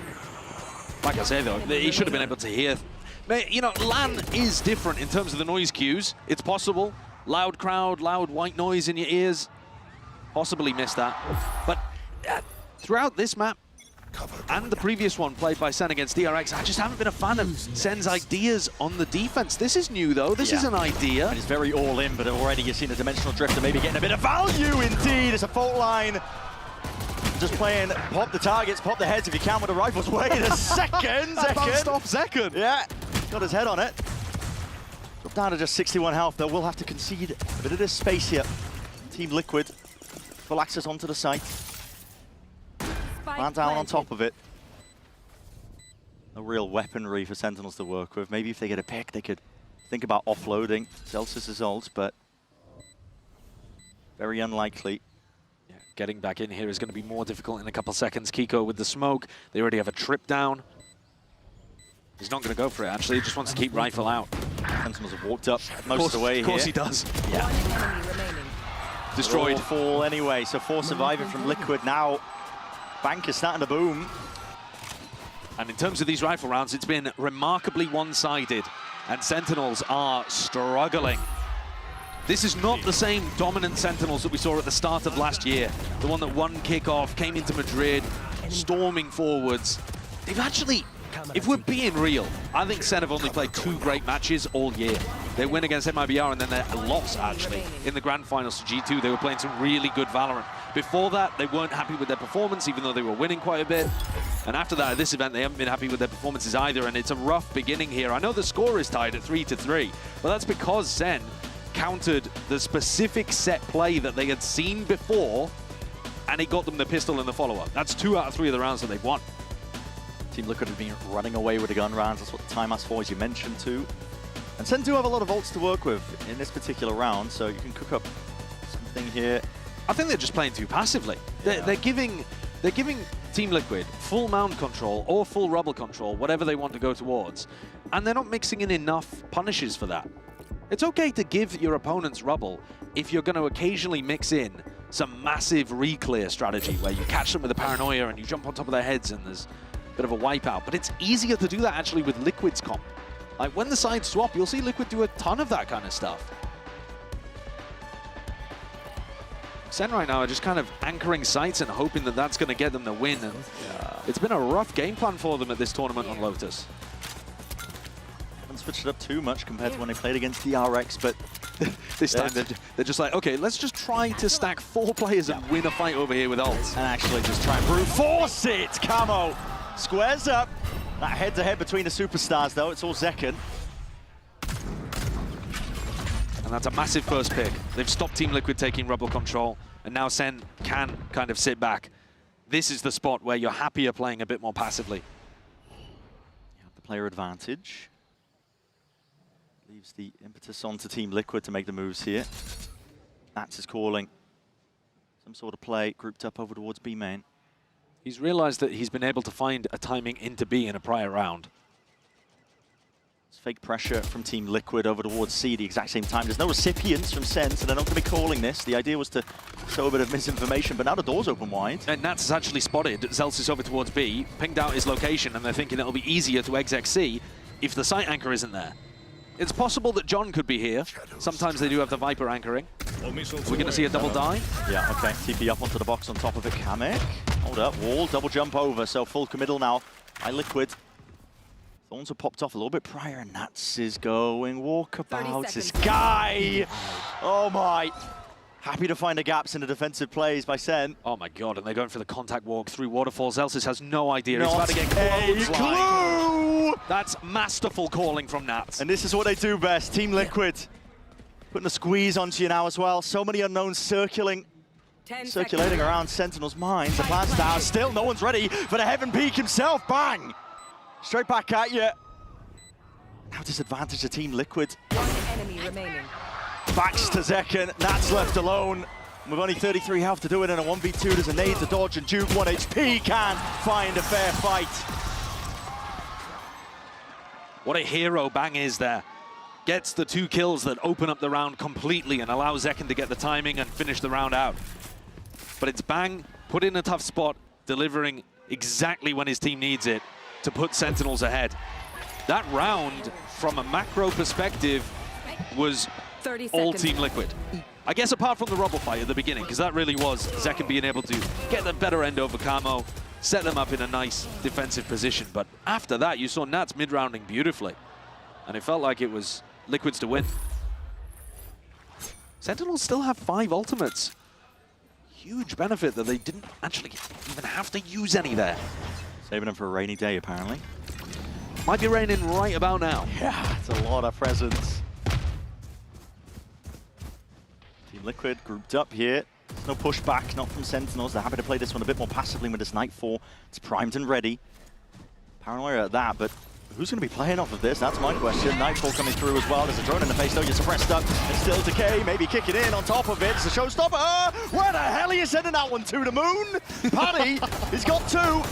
And tip-tap of the rifles. Kiko Kamek making short work of these Sentinels players. Zelsis 1v3. He's had a difficult time of things recently. Trying to anchor, play this vice position and roll. Ups and downs in terms of his performance, but now he's left to do it all. Discipline, name of the game here for Liquid. Look at him. Not going to give him absolutely anything here. Paranoias. He's going to ult. He's here. There's a steel guard and committed, but a salvers in your face. There's a flash in your face. Kitchen sink's going to be coming next. Best of luck to you. Because again, no open fight, Team Liquid. There's no mistakes here with the way that they're playing. Double face up into heaven. He's throwing good money after bad there. That ultimate towards the end is almost never going to get you the win in the 1v3. They've just got perfect control over the site. They still have util to be able to use. And when you combine that with Zekken's ultimate, which, as you said, went into orbit. When he was trying to punish the player, he sees that a little flare towards the back. He's trying to get a bit of splash damage on somebody at back rubble, but it looks very silly, doesn't it? And there's the war chest expended. 3 big ultimates, Nightfall, Showstopper, Steel Garden, gone for naught. Just missing links, I think, into the play that Sen were trying to go for. As you said, bit of a refight. Hold the phone. Second go for that peek, and Camo, you're brave to get back posted onto the angle. TT by Bang, yeah. Didn't even hear that one, so happy to pluck Camo out of the picture here. And Team Liquid left scrambling, all grouped up. They don't really have any map control here. They wanted to pivot, but they're going to go for the reclear themselves. Aftershock salvos up and around as the smoke into the face of Zek, and he's spamming, spraying, praying for Sentinels. No one's hearing them. Still 3 versus 3. TP up into the spawn. What the hell's occurring here, Kiko? Oh, this is wild. Is he looking to try to get a timing on John? Is he just trying to pull players towards him? John's only got a judge, just sat down into the pit. I mean, you say only got a judge. I wouldn't want to walk in there. That's very true, but they're going to try to pinch by the look of things. Kiko's calling the rest of his team back over to this pit. 40 seconds. They still have drone to work with. They have drone. The drone can inform a stun from Patty. And Kiko just going for it. I don't really like going for it before the rest of the team's in position to help. 30 seconds left. Sentinels are so split up there. This is so slow from Liquid. Yeah. Tally-ho in mound, guys. You gotta go forwards. Might be going right into the maw. John QT, Judge in hand, salvos. A misstep, a gap, but they're spamming it. Almost the expectation of it. Only 13 seconds left. They've got to try and get themselves into this. Highlighted! And turned into paste! The snipe on the snake bite at the end. What are they doing? Why aren't they Tejo droning that? Yeah, it's a confusing one. They have drone so that they can stun the Viper when he breaks it, and then they have Kiko on the flank. Why are they contact walking all the way through mound and then just spamming into the pit and then running in there? What is going on in Liquid's comms there? I think that is a hit the red button moment. Kaplan's like, yeah, well, we'll take those, I guess. We'll take it. We will take those. All right, so Team Liquid are going to hit the panic button. As I said, they've gone for a tactical timeout. I don't think the overall ideas have been too bad from Team Liquid. They've, generally speaking, been able to scrap over towards rubble. I'd say they've ended up getting the better end of it most of the time. Here, they missed the teleport from Bang, but were still able to get into a 3v3. But that is a crucial one for Sen to be able to win. They came to that round with a Judge and an Ares. That's one of the first Ares purchases that I've seen in pro play for so long. But Narrate was gunning with that one, the poor man's Odin, to try to keep Sen's head above water. Won't lie though, shaky game from both sides. But it's expected to be shaky from Liquid, because this is the very bottom of their map pool. They ban Pearl, although if they play it, they're going to steal Sentinel's comp. And then they're either going to ban Lotus, or they're going to steal DRX's comp by the look of things. So those two maps, we know, are at the absolute bottom of Team Liquid's map pool. And so they're expected to be shaky here. The fact that it's dead even, basically, is actually a worrying sign for Sen. They need to be putting some clean air between them and Team Liquid on this map. Horn's not quite broken here. Nice setup. Over towards A. Zelsis going to be praying that they walk straight into this one, but it's just Camo as well, trying to absorb a bit of it. Thorns are down, so it reveals the hands that the setup has moved around, drifted. 5 players grouped up. Team Liquid, they don't really have anybody they can pivot into in case things do go wrong over towards the A hit. And now, oh my god, they're trying to jump spot and bait this wall out. Narrate and Zelsis have stepped up. First time that this defensive setup's been tested with the Vice over here towards A, and it works perfectly. John's also there, ready to collect this pivot into B. And all of this information allows Bang to push out. Sen playing this round very nicely. Yeah, and the wind is taken out of the sails of these Team Liquid players. They were hoping for faster tempo up, and again, back to the drawing board. Old, classic, and all reliable, which is contacting all the way. And speaking of contacting, Bang is getting constant information. He's clearing up the question marks across the map. Barrel spotted out, but I think he's just missed the mark on that one. And yet, Camo is going to be missing his head too. This is Sentinels putting a squeeze onto these players, and they're just making it look like child's play. Oh, Narrate on an individual level has been having some rounds. There's a player that if he steps up, could make all the difference for Sen. I talked earlier about how Sen are not the dominant force that they were in 2024. But one of the reasons, I think, is that they're still trying to find their rhythm with this new roster. They're trying to settle people into roles. Narrate's looked his best when he's been playing the Fade. He's been looking decent when they played Lotus in the past. But you can get more from this guy. I know you can. I've seen it before. And if he plays up to his potential, then that could add a real extra bonus to how Sen are performing. Yeah, maybe the narrative of Sen heating up over the course of these tournaments. Waking up from the slow starts might not be a fake one. They need it. They do. A bit more spread though from Team Liquid. Last few rounds have been all in over towards A Rubble. Fake rubble control, fake mount control, sorry, here. So Camo, he trips the trap. This is perfect information for the rest of Liquid. They can start accelerating over towards A. They're going to know that the Vice setup is over here, and they've already interacted with it in the prior round. So there goes the Clone trying to bait out the wall. Do just that. Going to be triggering it. Up and away we go. Hold on, that cage. Probably not intended for the top of that one. Not where that was supposed to go. Now we're seeing it. Rolling Thunder. It's going to cleave its way in through the side. The rate is cleaned up momentarily.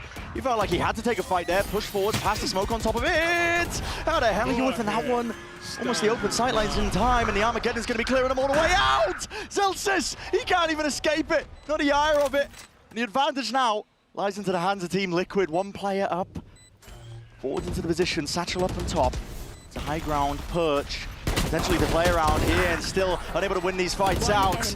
It's Nats and Kiko, full control, and Bang's left alone to pick up those pieces in a 1v3, and that discipline shines through once more. You can see it.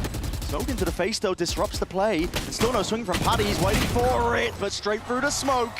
Safe hands from the IGL. That's how Team Liquid's composition is supposed to work.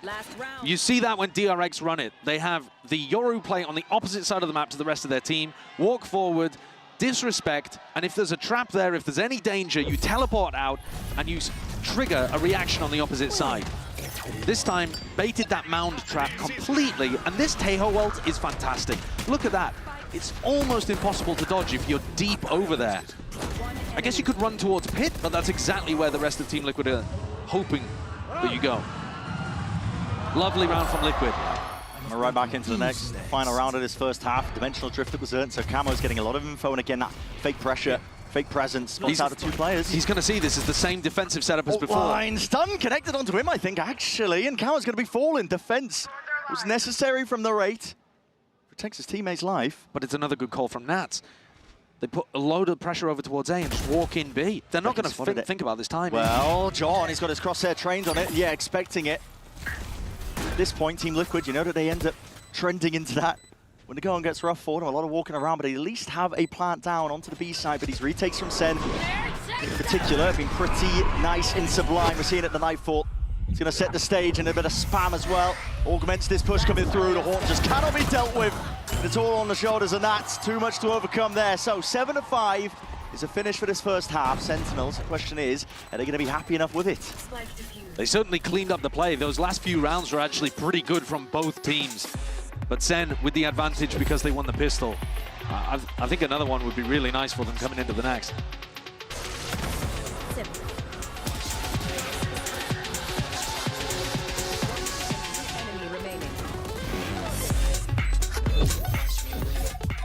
Had it with your old phone?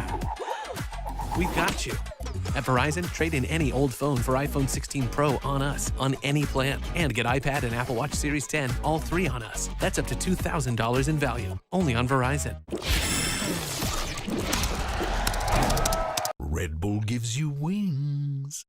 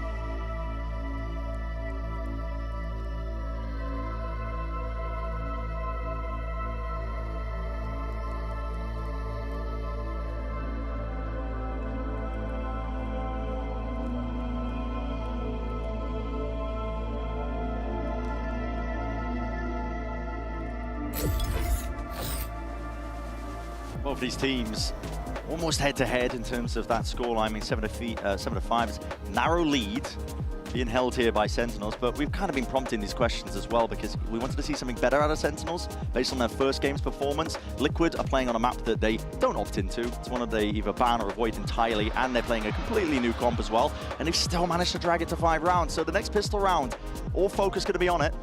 During Sentinels' game against DRX, on their attack side, they ran a mound setup. So they went 4 players over towards mound with Zelsis lurking B. They tried to just hit onto a C. Here you see Team Liquid anticipating what looks like they're thinking this round's going to be a B exec, I think. They've got 3 players, 4 players in that kind of area, ready to run a trap. Yeah. This might just be to find the lurker, though. Because Zelsis was alone at the outside of B, they might be just looking for whoever's alone, and that is Narrate, but they've missed the timing. Yeah, and just giving up on it entirely now. Kamek. Ooh, wait a second, he's missed a few of these players. Gate crash. Instant reposition here by Camo. Seem to have realized at least that this is going to be leaning over towards it, especially now with the drone being utilized. So getting a bit of a move on. Rapid approach up through the top, but there's a gap into the side of the smoke, and Kamek head clean off. Plant now down. Nothing to sway this one, nothing to push this one back, and Camo even traded into the process. Good trading, good teamwork from Sen. And the Thorns are very difficult to get through. The jump spotting here. Sen have got full control over towards Heaven.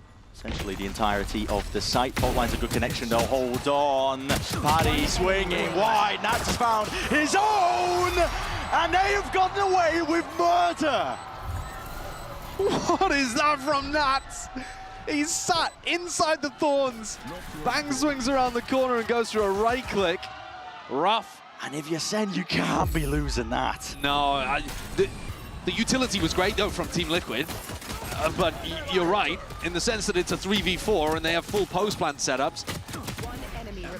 But Zekin completely got caught.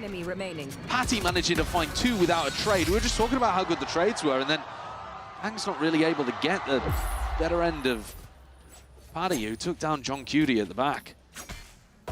I was all ready to say Sentinels might end up winning this map off the back of double pistol, but here we go. Got a very serious game. Team Liquid again with another kind of trap setup. Trapping over towards the C orb this time. They had Paranoia and they had Stun ready. Bloody hell, what a misplay. What's going on there? I mean, the trip just tangling up all of these players, and the goal for Sentinels was really just to get onto the B site. Nats, though, shoring up the gaps. Double face in the end, and it's a beautiful shot from the raid, at least to return that fire, but not going to be so lucky that time. Definitely did some damage to Team Liquid, but my God, bit of a scramble in the beginning. Heavy damage. I mean, it's actually very similar to what we saw in the first half, where Sen came into their attack, the defense bonus with a low amount of weaponry. I think that's going to be pretty similar here again. Just an Outlaw and a Bulldog save. So decent shots from Sen. Yeah. And Team Liquid again going to go for another trap. They're kind of just picking an area of the map and making it impossible for Sentinels to go there. And it's a complete gamble for Sen. They don't know where the trap is. It could be rubble right now. And Bang might end up getting caught, but in fact, as we can see, Team Liquid stacked almost everybody C-mount. Deep mount controller from Team Liquid with the drone and the push through. There's a lot of info, and you can see Camo's like, okay, well, I'm going to be sure to reinforce over towards the A site. Here comes Zelsis re-clearing. And he doesn't... Oh, wait a second, the time is kind of missed onto this one. And in the danger zone, Zelsis! Oh, I mean, he's just picked to pieces. Bonus round conversion. Highly likely at this point for Team Liquid. They are in full control. You're going to be walking, waiting. Oh my God, you missed the TP onto that one. Just the slightest of gaps, but all good. You have 55 seconds to work with. You can slow this one down. And John, cracking shot. He's opened up the site potentially. All the setup's going to be going down. Camo, blind as anything. Snakebite at your feet, flashes around, a Haunt, too much to deal with here, but he has been lit up, and there it is, swarming into the positions. Everything accounted for. Wonderful salvage of the operation here from Sentinels. Straight onto the clone. Yeah, take that. Cover going out. Kiko's got to do it all with a ghost in hand. Don't think you're going to be finding same missteps from Sentinels into their post plan. In fact, very much willing to give up a lot of this space here. The Seize is going to be missing. Dodging, juking. All eyes on Kiko. many players to really try and take down. So Narate getting cheeky. It's a 3-piece into the round for him as well. So it's an ult earned up with the Nightfall. He is currently being the X factor for the team. Yeah. Zekken gets caught. Zelsis misplays this situation pretty badly, I think. Just completely running forwards there. I think he must have anticipated he was being pushed from B, but Narate saves them. He's 15 and 9 currently. Almost top fragging in the server, only Nats above. And he's bailing them out of situations. He did a bunch of damage on the previous round to keep the economy honest of Team Liquid and now helps sail it through. He's got the Nightfall online.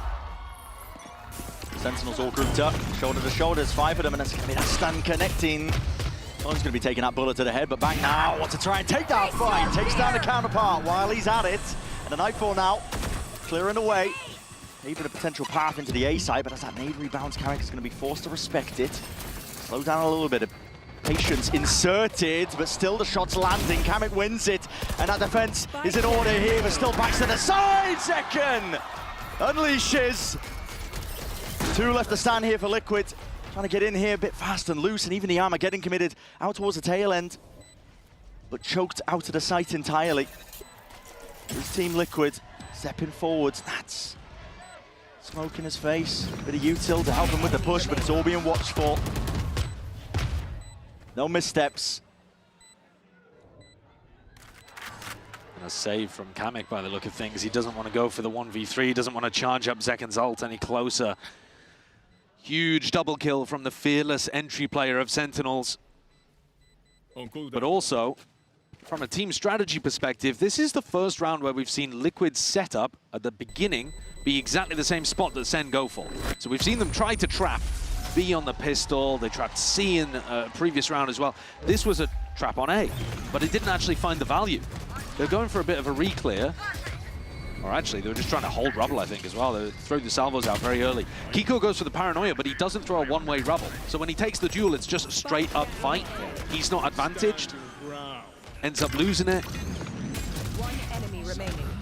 So if that's what Team Liquid look like when you go into them, maybe you don't have to be too worried. Maybe just seeing as well, I think the difficulty for Team Liquid, you can copy a comp, but in terms of the amount of actual, work that you can put into it in a short amount of time, it's going to be next to nothing, right? And the small details make all the difference with comps at this kind of level. And you also just need match reps, to figure out kind of how you slightly adjust something to counter what your opponent's doing. Now, another player to focus on, if you're looking at the difference between Team Liquid on this map and DRX when they played this map against Sentinels, is Camo versus Hyunmin. Hyunmin was absolutely dominating Sentinels, and Camo's at the bottom of the scoreboard with only 5 kills across 16 rounds. Struggle for him. So that makes a massive difference.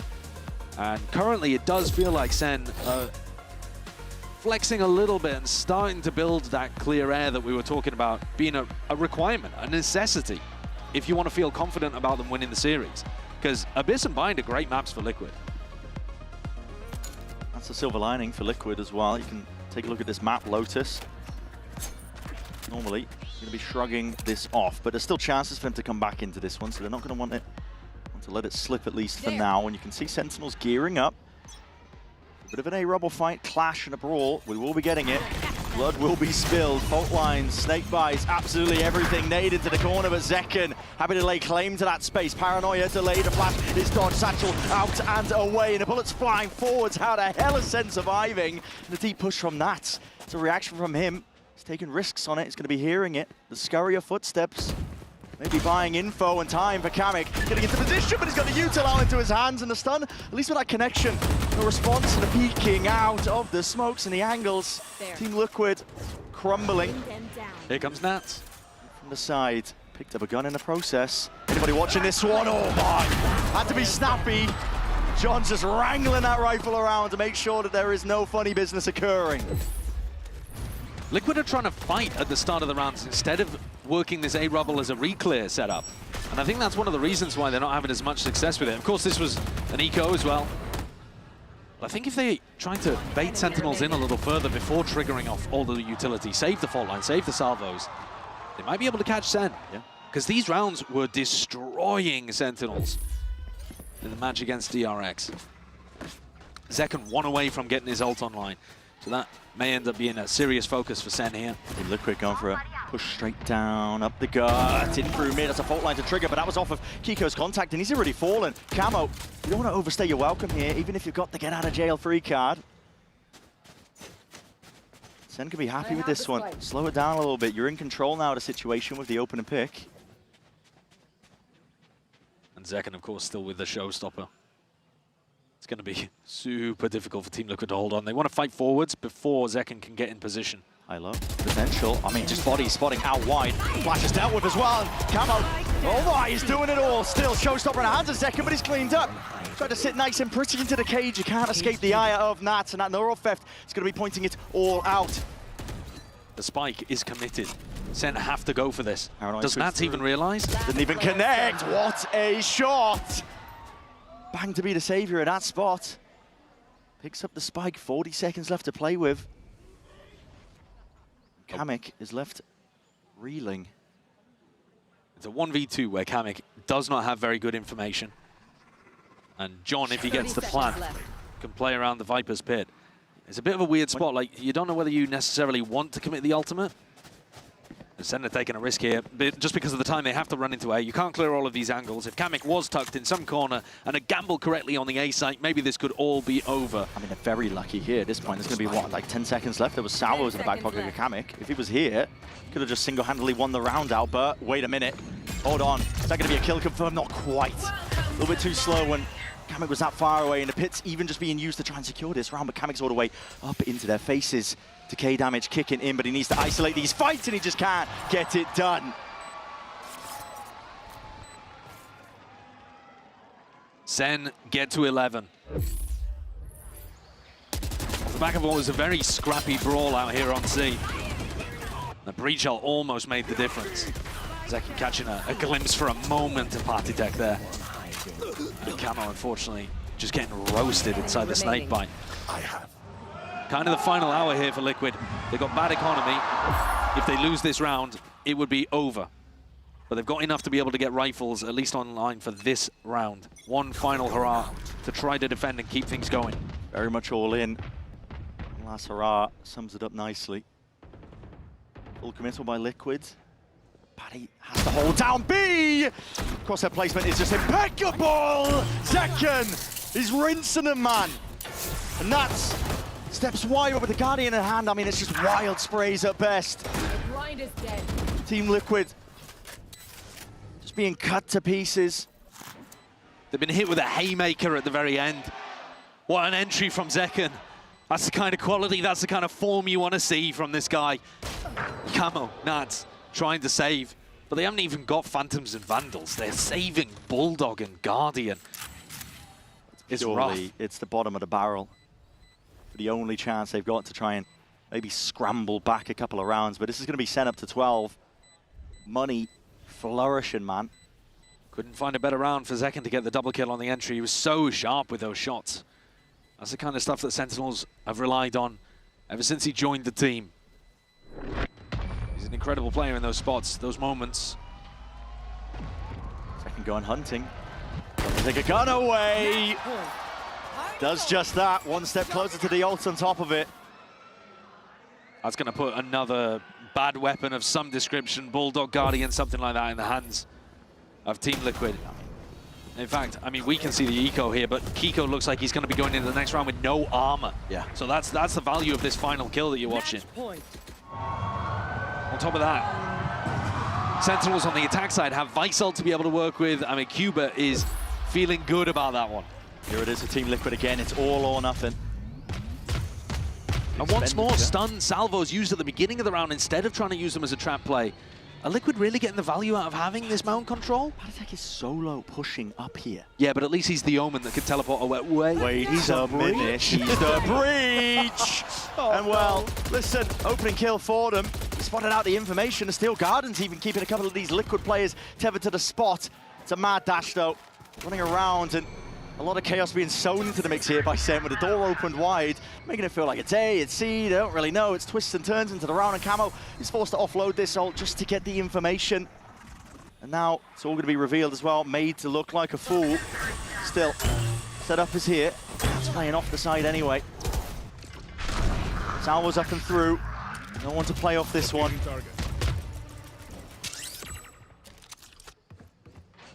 primed and ready as Sentinels for any sort of attempt at a flood attempt, but actually, as I say that, they just leave a massive gap into the back still. Doesn't matter. All the players are Liquid toppling in the end. Decent show of things from that, but nevertheless here, Sentinels, 13-7 finish on Lotus. We needed to see the step up. I think we at least got a glimpse of it. I would definitely say so. I think considering how close the first half was, Sen really did manage to pull ahead there. 13-7 finish, only 2 rounds gained for Team Liquid on their defense side. Sen at least showcasing they can win on Lotus. We are going to be going to a bit of home territory for Liquid. Abyss is coming up next, a good chance for them to answer back in the series.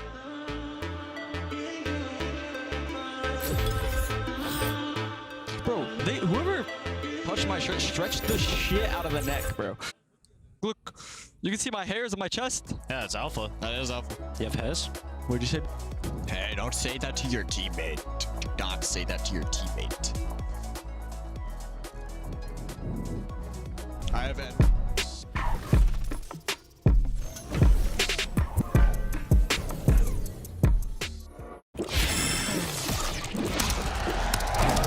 Red Bull gives you wings.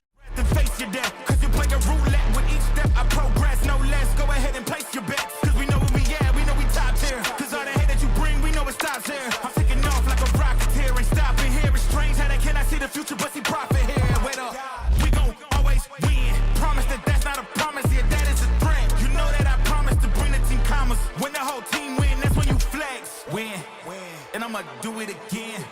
Watch me win, then watch me do it again.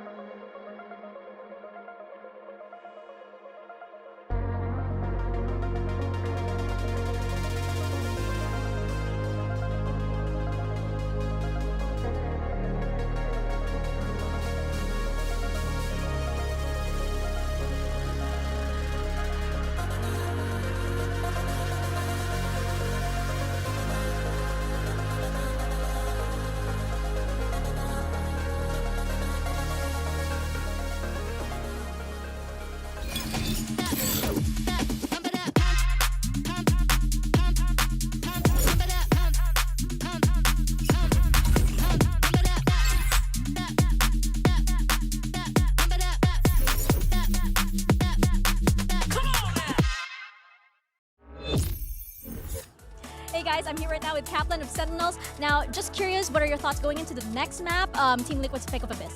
feeling comfortable. Nice half to start on. It's usually very aggressive, and we're having some fun today. We're trying to be loose, and I think it's going well so far. And, is Qbert okay?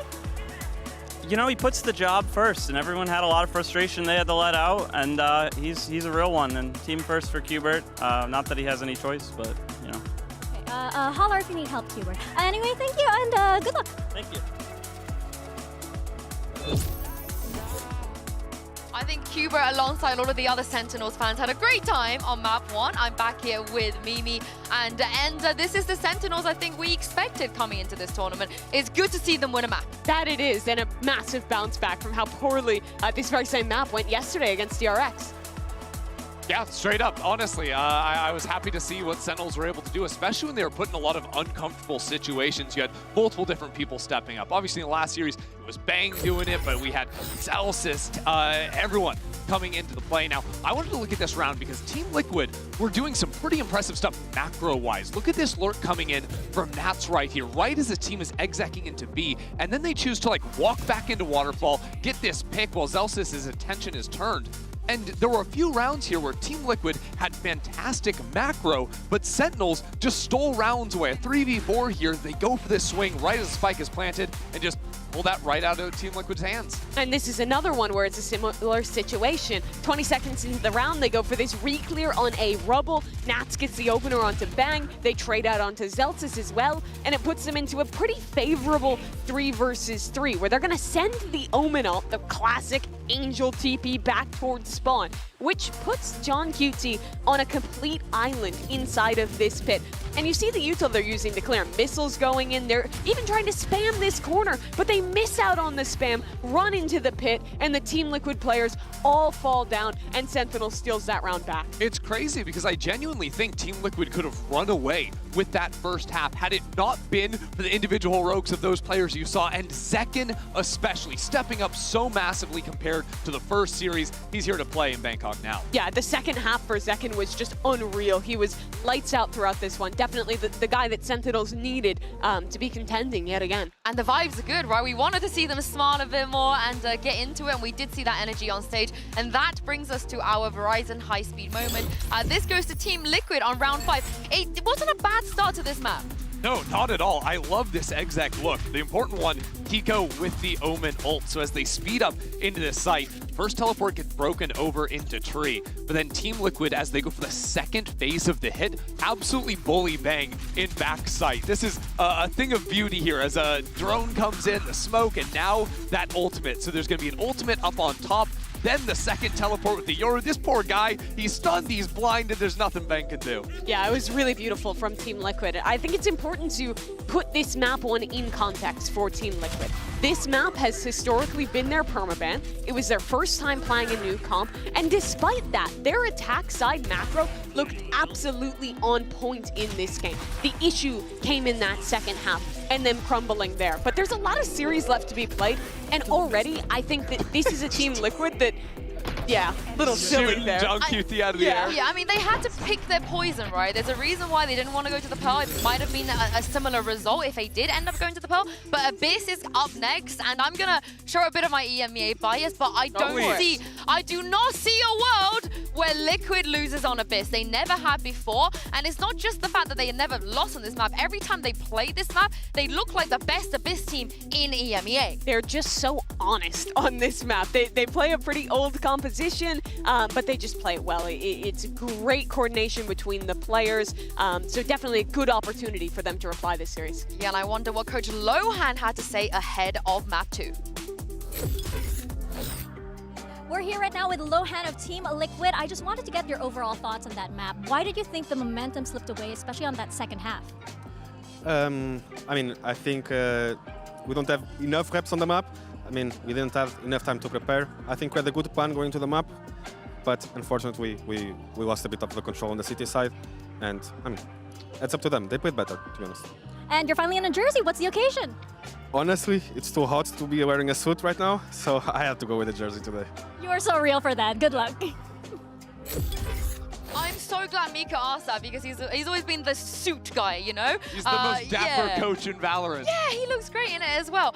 But he admitted that they were a little bit less prepared maybe on Lotus, but they can't have the same issue on Abyss. Then it's going to be really, really dire for them. Yeah, obviously Abyss, a very comfortable territory for them. But I think the really interesting thing heading into Agent Select for me is that both of these teams are jet players on this map, where basically every other top team in the world has transitioned over into the Yoru. It's been a couple weeks since we've maybe seen the map, but I'm curious to see if that sticks. I have a funny feeling they probably will stick for the side of Liquid. They have Liquid, no reason I think it could change for Oh, Sen, there you but go. no. It doesn't. So Sentinels, they had some struggles on this map in the finals against G2. I really love their attack side with the double smokes where they can constantly pressure into mid, force their opponents to reclear. But on defense, they struggled quite a bit with G2 abusing mid lurks of their own when Sen is playing no Sentinel. And I'll look for Nats to do the same on this Cypher. I think his lurks could be so impactful. Yeah, it's synonymous with Nats at this point. He's going to be abusing that. But Sentinels too, I think what they need to show on their defensive side is a lot more mid-fights, right? Throwing those smokes into the space,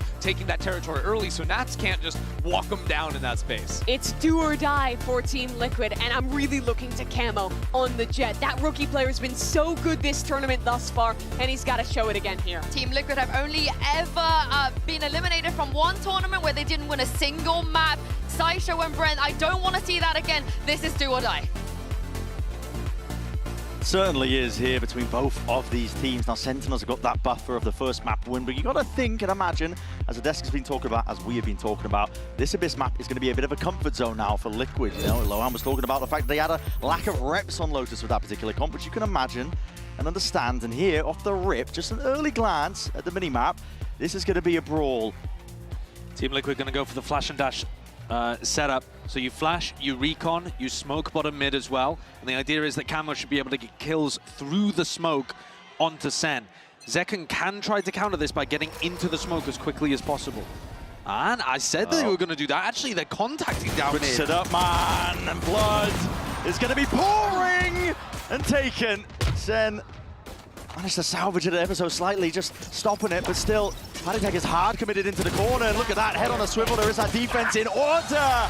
And return on the fire there by Team Liquid. Happy to supplement the fight. Different setup, slower setup as well, but it also probably made Sentinels feel like that space was safe for them to walk into. Yeah. If there's going to be mid-aggression with 4 players, 5 players in there, you'd expect it to be off the rip, not 6 seconds in, meeting them in a brawl like this at the bottom. What a great start for Camo. He's someone that did not get online at all in map 1. He got destroyed. In terms of first duels, he was 1 and 4 as well. I think part of that is just going to be not as comfortable playing Lotus, being asked to do a lot. Not being set up properly as well, because as they mentioned, don't have a lot of reps on the comp, right? You're expecting him to look a lot better here in the head-to-head against Zekken. Early signs of life here for Sentinels, though. It's all in towards the A site.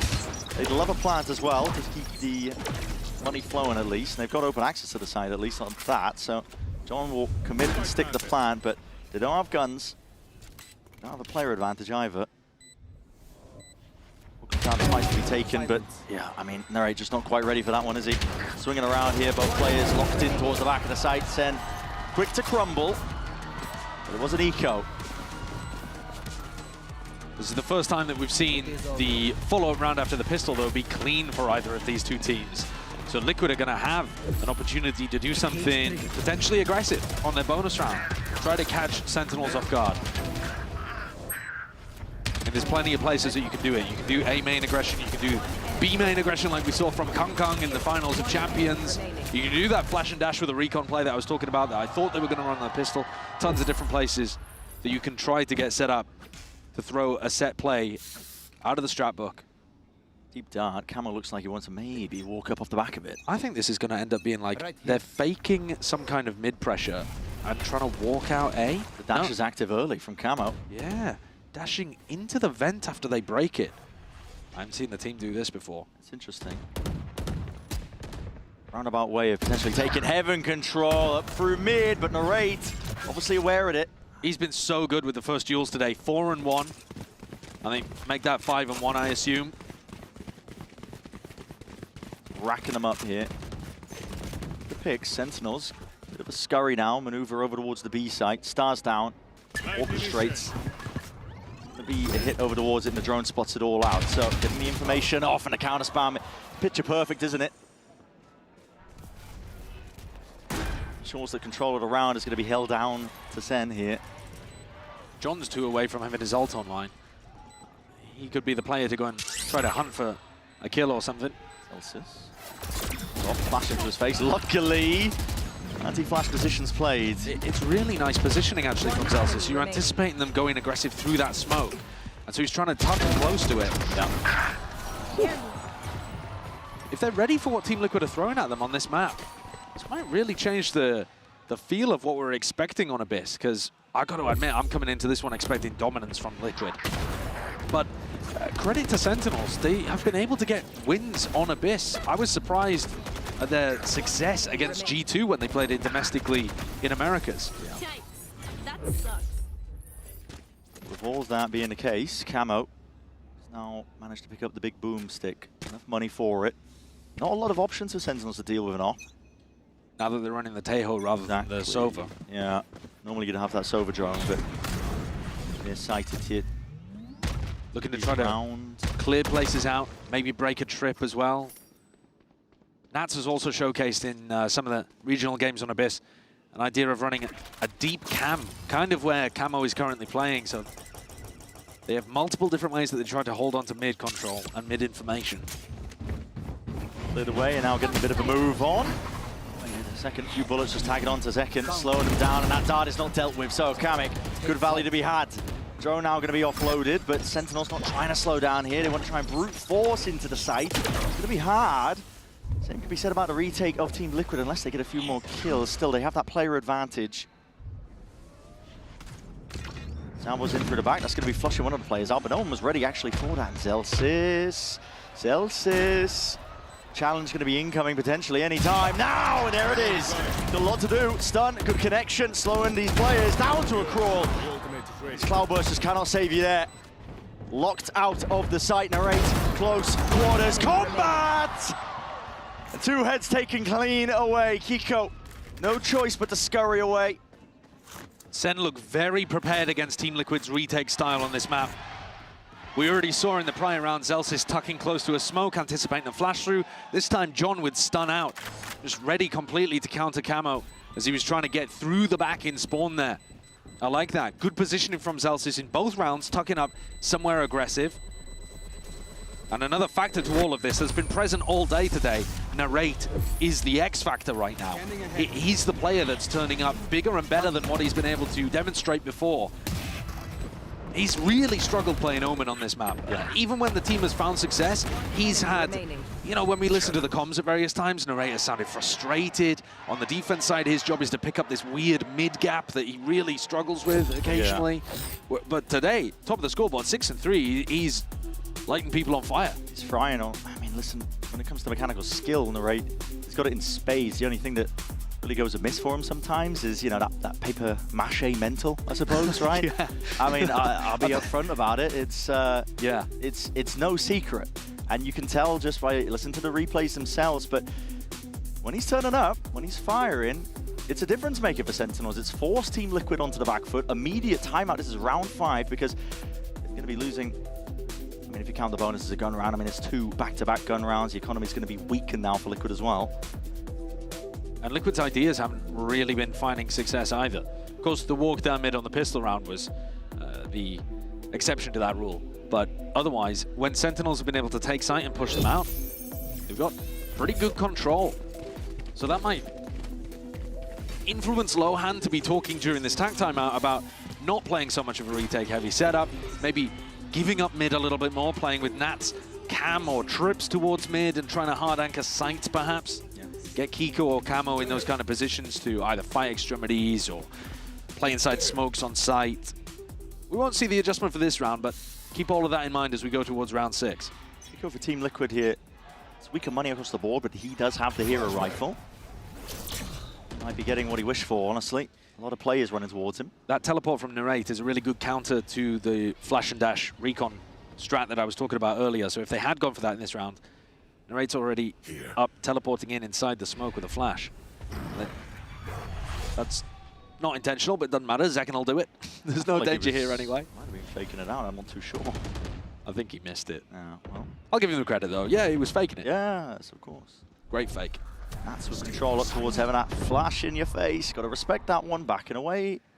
This is Sentinels just hoping they can poke and prod. Find a few stray pieces. Team Liquid themselves, though, grouping up for the fight, and bang. He's lucky to be alive there. 5 HP, but as long as he stays alive, a lot of danger is going to be removed from this round. Zekken's got to make sure he doesn't fall. Spike planted. Into the spawn. I don't know if he knows, but he's found the perfect timing there past those players. But Chips in the night. They've also passed him. Oh my goodness. And it's all quiet. There's no sound cues to try and signal. This one still grouped up, lined up, and Zelsis mowing them down. Kamodo responds, but he wasn't expecting that word, eh? Stabbed in the back. Zekken in the spot. John QT to finish. And into the next round. Really key rifle round. This one coming up is what Lohan took the tactical timeout for. Team Liquid need to stabilize here after 3 in a row from Sentinels. And the problem is, Sen have got the ults. They can just decide to charge forward here with some kind of null command setup. Armageddon for post plant. This is really difficult for Liquid to hold on. What's the adjustment look like? Not really. They're not playing for mid, but they're not also putting the cam in mid. So there's going to be a little bit of a gap there potentially. But it's more heavy anchoring kind of setup from Camo and Patitek on B at least. Salvo sent flying. Purpose of that is just to break the doors. And also, Nats in spawn, the purpose of that to avoid the null command for Zelsis, but he's basically out of the round, isn't he, until this KO gets used. Really consider the Tejo salvos being used like that, but it does essentially force Kamek to keep a watchful eye through mid. The door's broken right off the rip. Flash through to re-clear through main. No one home from Team Liquid, but they have players towards the back of the site. Now that null command Armageddon will be used in conjunction, seeing if they can carve out a path onto the side and not anticipating it. What a beautiful position to play in by Kiko. Nats, he's straight into the fray, dropping down and away in a reaction. And distraction is all that is needed. What a great adjustment there. What a perfect play coming out of the tactical timeout. Instead of playing that retake style, they flood in, they get aggressive. And Kiko, even though he wasn't able to use his smokes, he plays around the opponent's cloudburst, tucks in. Perfect position. Isolates the angles. And Zelsis, he thought he was clear. He's wandering in with util in his hand. Down A. One enemy remaining.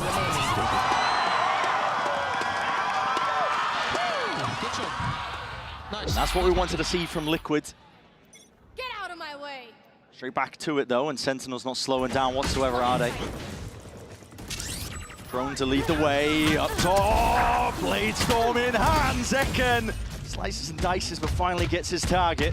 Drops him down, 70 HP left, Paranoia connects, but a lot to deal with here. Wait a second, still the open box with a cloudburst into the back. That signifies absolutely everything. Return of the fire, Paddy's there. Equivalent exchange, but still with that player disadvantage for Liquid. John with the plan, he's alone onto the site here, giving it up almost entirely. Just the Sentinels playing off. John's got to be a bit of bait for them. Maybe if he can pull out some of that util from Liquid. It's a good anchor smoke as well for him to play around, but Nats is fully aware of this one, and with the shorty, yep, skipping a hop. Straight into his face, still. Only 2 players left alive now, and Team Liquid have got a lot to do. They're up left again, revealing positions, but everybody dropping, and speaking of dropping, Nats with a perfect lineup, and damage done! Softened up the rate, 4-piece for Nats. What a beast! What an absolute beast Nats is! He saves his team!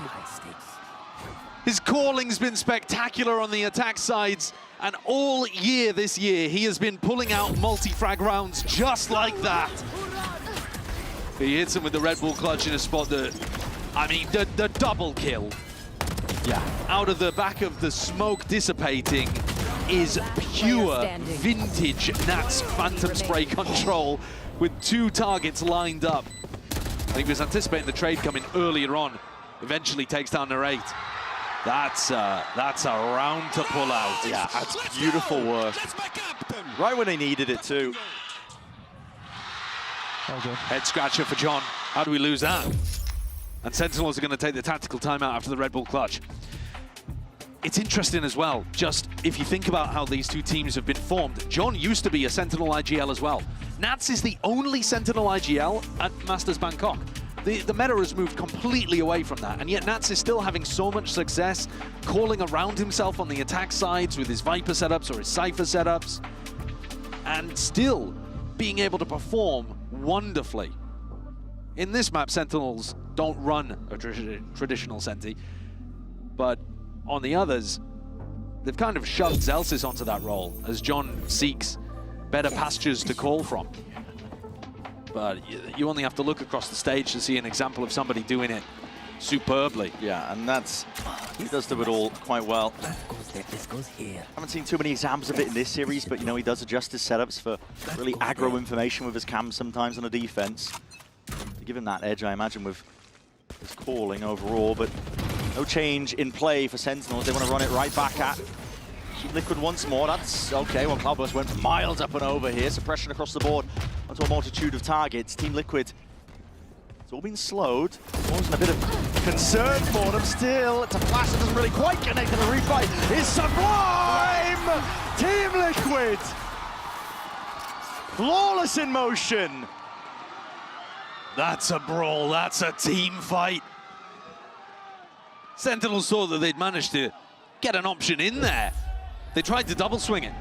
Zekin came around, danger there, around the cliff at the same time as John swung through. But there wasn't really any utility going back onto these guys. The rest of Team Liquid were able to fight with 3. Caught them in the crossfires. Kaplan is not happy about that one. I think he'd be expecting at least a flash to come out from Zelsis to assist them. I think it was. I think he missed. Oh, did it? Yeah. Brutal. A little bit too far back past the box where the players were perched up, but for now, look towards round 9, and this is different from Sentinels walking forwards. This trip has been here pretty much every time, but you don't have a shock dart to go up and break it. The downside to running a Teo. You could commit a salvo for it, but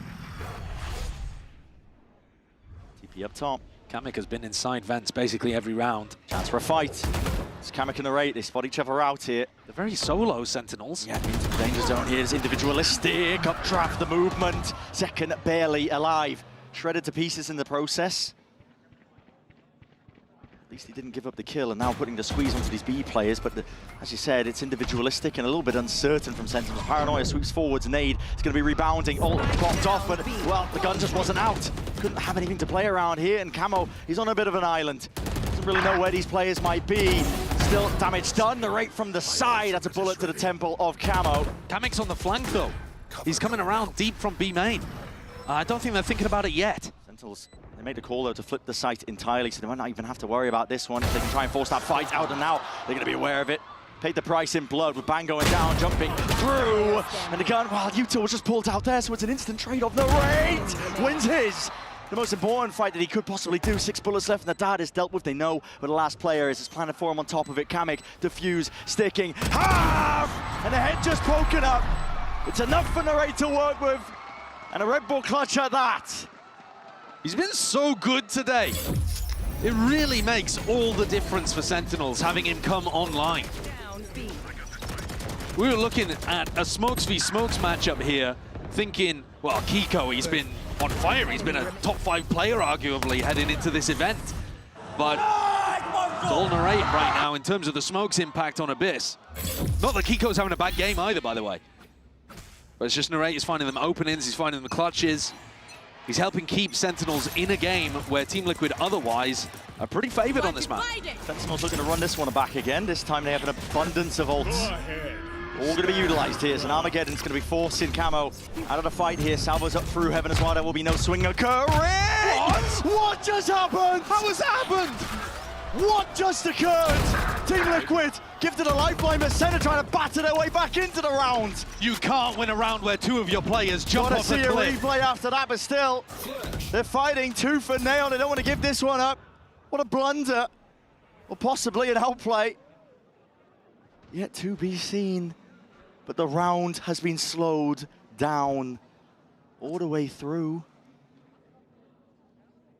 It's got to have been a blunder. They must have body blocked each other in. They must have body blocked each other in midair. There was no assist. There's no trip there. There's no bullet tag. I think that's just a straight up beef. Mad dash here from Zelsis.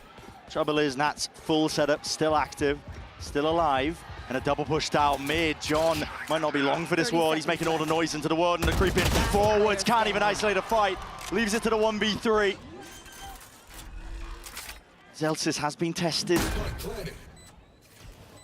Pushed in positions before, but winning clutches. Pass has been a rarity for him, but he needs to isolate at least one of these fights. Team Liquid are not giving him anything. Cam was still up, getting that info, and yeah, instantaneous is the trade. Reciprocated, and I gotta see that replay, man. Yeah, we've got to see what happened there. I gotta see it. I mean, what just occurred? Sentinels lost not just one player, but two, right as they were about to run their execute. What is going on here? Oh no. They body blocked each other, they must have done. Yep, they both went for the jump at the same time. No. And that's brutal, man. There's a wry smile on the face of Narrate, but he knows what rounds like that can mean. Yeah. I mean, the suppression coming through as well. Zekken couldn't even use the updraft to save himself in that spot. How do you pick yourself up after that? It's a gift from the gods for Liquid, isn't it? Mana raining from heaven, along with two Sentinels players. Here. Slurp it up.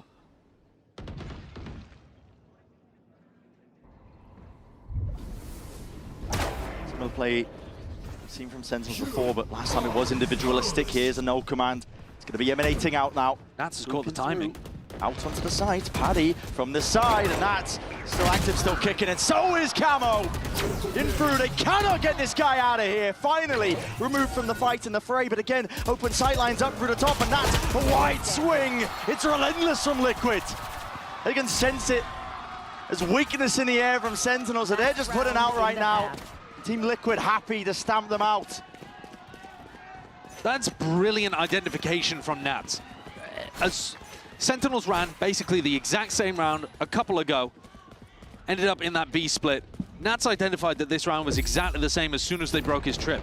I mean, he's taking this timing around behind Narrate super quickly and calling for the full rotate of everybody into the B split. This is what the difference looks like when you know this kind of hit is coming. That's what prep looks like. There's Rapid once more here. There's no slowing down. Last round of this first half of Abyss. The send hit, really brought to a crawl. It's a dart up into their face as well. The dash. Oh, he's just trying to find usage out of it. I mean, Zekken being forced into the fight once more. Out through into main. Kamek, not expecting that from the side. Oh my. It's odds and ends. It's scraps from Sentinels that they managed to bring into this one. And it's a great teleport from Narrate. Deep onto default, getting himself into a position to use the judge. They've salvaged this. They have, certainly. Still, Ray hasn't found a rifle into the process here. He's got a judge out back. Heaven's not watched for. Yeah, he has to just jump out wide. No one was watching his back. I felt like he was forced to make a fight! You cannot drop the ball like this. Nats, defuse, sticking, smoke in his face. He's got that safety here. Right clicks with the classic, but Arvin's been hurt. 5 bullets left. Bang! He had to deliver. And he certainly did when his team needed it most. What a sick way to end the half there for Sentinels. They managed to recover this round with bad weaponry, and it all looked like it was going wrong up until the end. Bang, what a demon. Similar scenes to that first map that we've seen, 7-5, but listen, can Team Liquid drag it back to stay alive in Bangkok?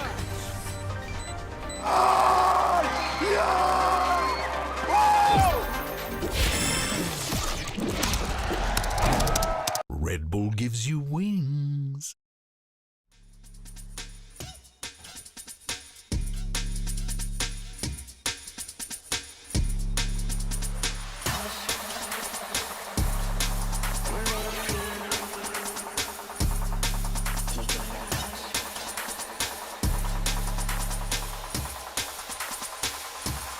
Creo que estoy en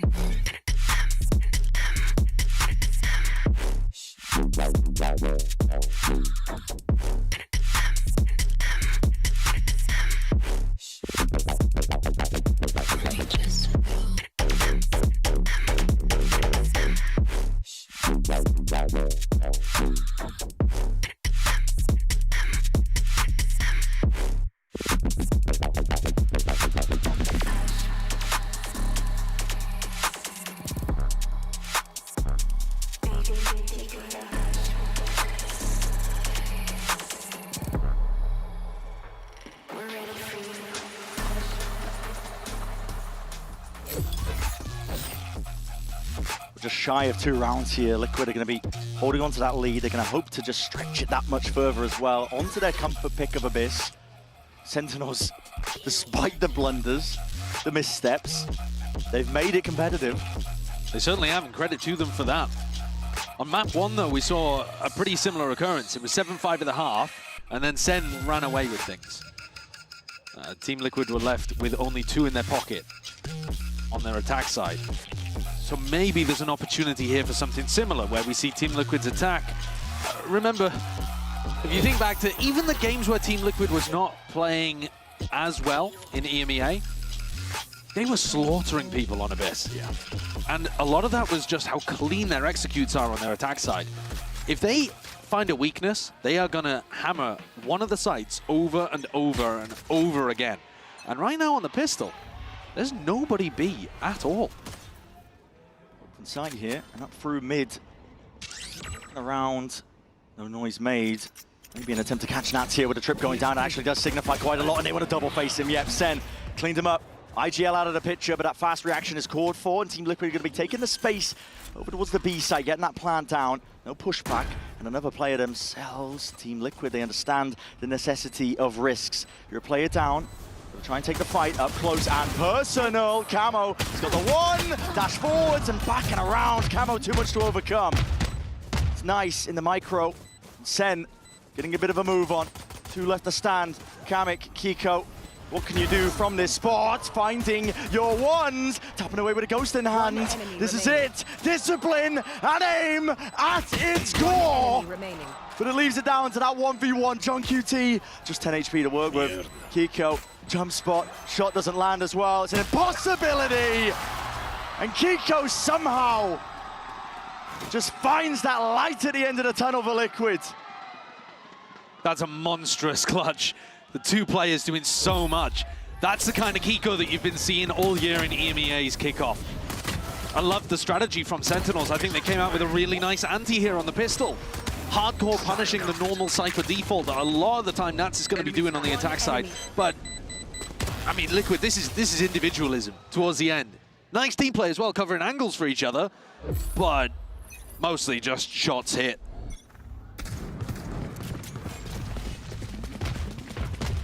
Call is made. Zika around strats for Sentinels.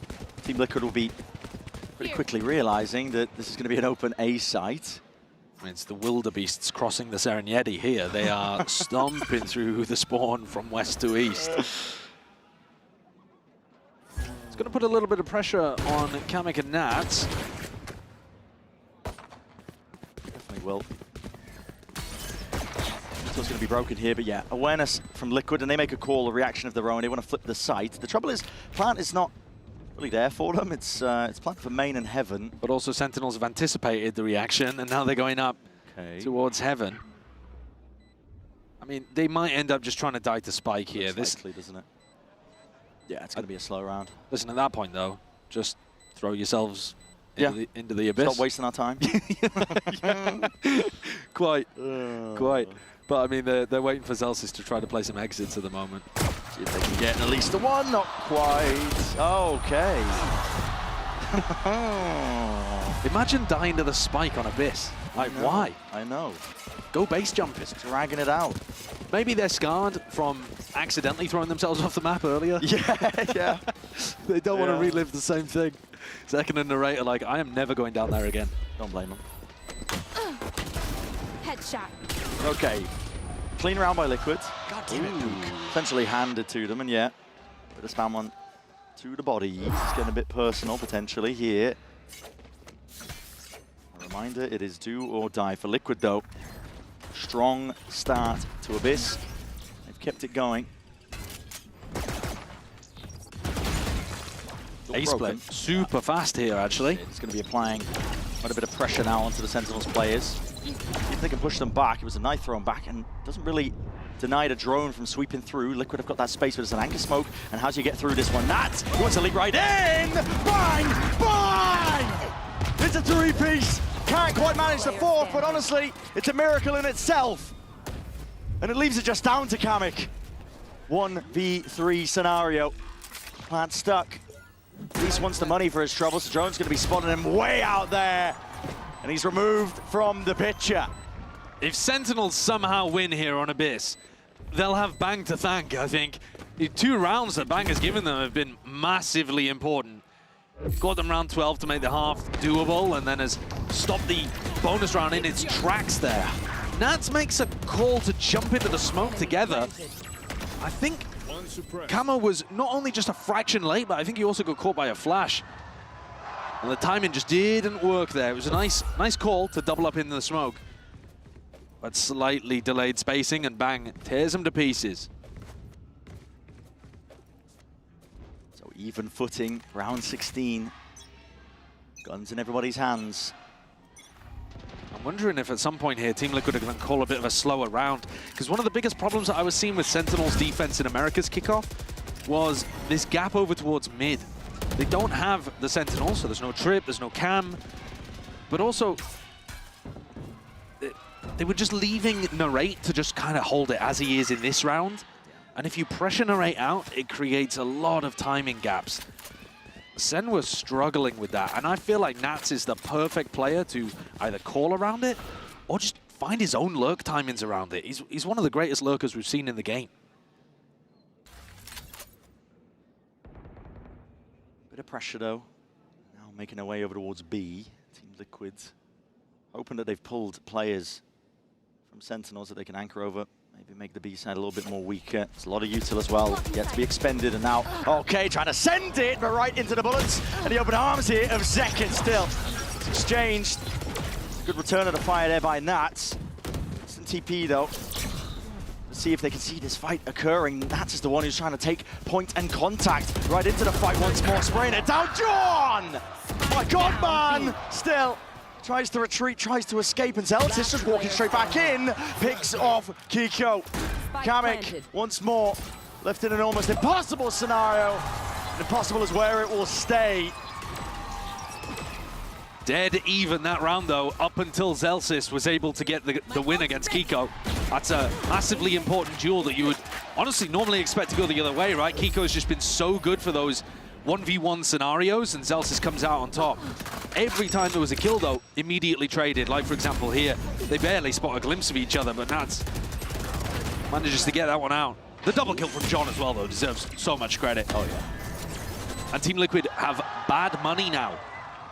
This map has not really played out how I was expecting. I seriously expected Team Liquid to be getting a bit more of an advantage in these fights and causing a lot of pressure through mid on their site execs. Sen have done a great job holding on. And now they've got a chance to make a serious game out of it. Tie things up. Exactly. For Liquid, there's no slow spread of players here. It's very much all in over towards the A site. All grouped up and they've been slowed down once more by the knife. They've got a lot of players and a lot of bodies ready to receive this one. Open arms into the fight that has taken place, and a flash into the face of Camo still. Hunter's Fury. It's going to carve and cleave its way into the side, but Narrate hears that TP. It's going to be calling that there could be a playmaker inside that smoke, and almost adjust the aim in time. Spam was necessary, and Zeltis able to clean this one up. Paddy, rifle picked up into the upgrade, but so much to do, and not enough resources at his disposal. This is Sentinels now, essentially in full control.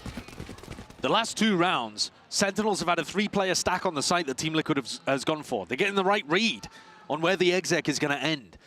And they're also rotating very quickly to reinforce these positions. I think Team Liquid need to get Nats activated on the lurk. He's following them in the midst of the site execs. You see him here, entering. He's got to be lurking. Nice, let's go! I think that's got to be the way that you punish the fact that Sentinels are stacking the correct area, over-rotating, don't have the Sentinel utility in mid. I want to see Nats find that value. And at the moment, they're just playing things fairly straight up, fairly standard. Yeah. And it's not throwing Sen off. No, it's all in from Liquid, praying that the execs will at least pave a way to success in some of these rounds here, but either the util's been disjointed or, like you mentioned, I mean, Sentinels have just been able to stack bodies and defend it. Necessitates the timeout here from Team Liquid because they've been losing a string of rounds at this point. Got to try and get something back on your side of things here. Momentum is on the side of Sentinels. And it's elimination. There's no second chances. Might have the lead for now, but it's been slipping away. And if Sen win this one 2-0, they're going to be feeling primed to go forwards. Feeling great for their chances to be able to make it through the playoffs. It's early days yet into this round, but just from the glimpse of it, Kiko hold on to the paranoia. Not going to be able to use that anytime soon. How many caught there? 2, 3? Don't think Paddy Tech got seen, so maybe only Kiko and Camo. They're expecting something through mid. I mean, they are thinking ahead already that out of the tactical timeout, Nats is going to try to be lurking mid. There are 3 players watching it. Bang. Isolated as a result of it. Here it is, TP's off and around to the side here. Bang! There's the challenge, flashing up and over. There's a dart on top of it. It's too much to overcome here. Players weren't in position, as you mentioned. Sentinels were anticipating a mid-play. Slowed down a bit now, though. Zekken with the operator in hands. It's going to be awkward to try and play this retake, unless he's gifted one, which he is. The deep peek by Kiko does not come up with anything at all. Team Liquid, it's an aggro hold out towards the back! And god damn, man, I mean, Zekken, he's not slowing down! Alongside his team, the blades whistled away. Kamek with a chance, potentially to contain! That is unbelievable! The multi-frag rounds coming out from Team Liquid. Nats earlier on and Kamek now. They should not be able to find the opportunities to do this kind of stuff. That is what they needed. It felt like the operator had found its value. The trade from Zelsis late. John with a bit of a whiff and Narrate was not in position. Both trade timings too slow. I mean, look at the frustration building over there. And that's only from 1 round being lost, by the way. Sen, other than that, still pretty much in control of the half. And their ideas worked. They read the fact that Nats was going to go for the lurk play. Here, do they read this? Oh my, the dart reveals it. Kiko steps forwards. It's coverage. An equalized, at least by Zelsis, up and over the shoulder, but you've removed Zekken from mid. Leaves a massive hole in the defense of Sen. They are seeking to reclaim a bit of information, a bit of space, going to be gathered, at least with the drone being broken. And the rate. Time to shine, son! Armageddon is the cherry on top. Not quite necessary, but listen, that was primed and ready before he got the 3-piece. And they did just lose a 1v4. Surely. Then there's nobody looking. He is not looking this direction. Camo, snappy. Good adjustment with the spray, but now he's revealed his hand in the position at that Narrate. Backing himself around here to pull and a flash. Spike is in no man's land. So many things that have to go right, and it's just not happening. Not tonight. The side's completely flipped there. It's Team Liquid that come out with a really good set play.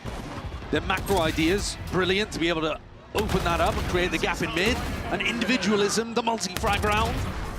On the side of Sentinels instead. Narrate, the player that's been, in my opinion, performing the best for Sen so far today. Streaking out ahead with a really important round. Just as he was looking frustrated coming off the previous one too. Yeah. Not allowing his emotions to affect his game, or at least negatively affect his game. Powered by rage. Yeah. Slow going by Team Liquid here. The money's not good. Yeah, the eco's Down up terrible. and over. This signals the hit's going to be coming through. Oh my god, Zekken, he just couldn't quite survive there. Put the dash out to the fight, but Camo locked on. Player potentially spotted here. There's a Bladestorm still, and he's hopping, skipping up and around, and Narrate finds himself another one. Paranoia sweeps back and away. TP to safety, buying time for the rest of his team to get back in. John is perched up onto the high ground, and Kiko rips his head clean off anyway. Decapitates from that position. It's a 3 versus 4. The gun advantage for Sentinels, but that might not matter at all. As long as as Team Liquid start hitting these shots. Hard committed, up onto the site. Team Liquid already one step ahead, trying to play around the Cosmic Divide, TP up and away. Paditech, he's got walkabouts, he's running straight into the Amazon rivers. A Biden moment potentially, but listen, Sen are all over this site. He's grabbed right behind, but the Classic cannot get it done. Sentinels navigate the chaos to draw us level at 10-10. A difficult round. Team Liquid made them sweat.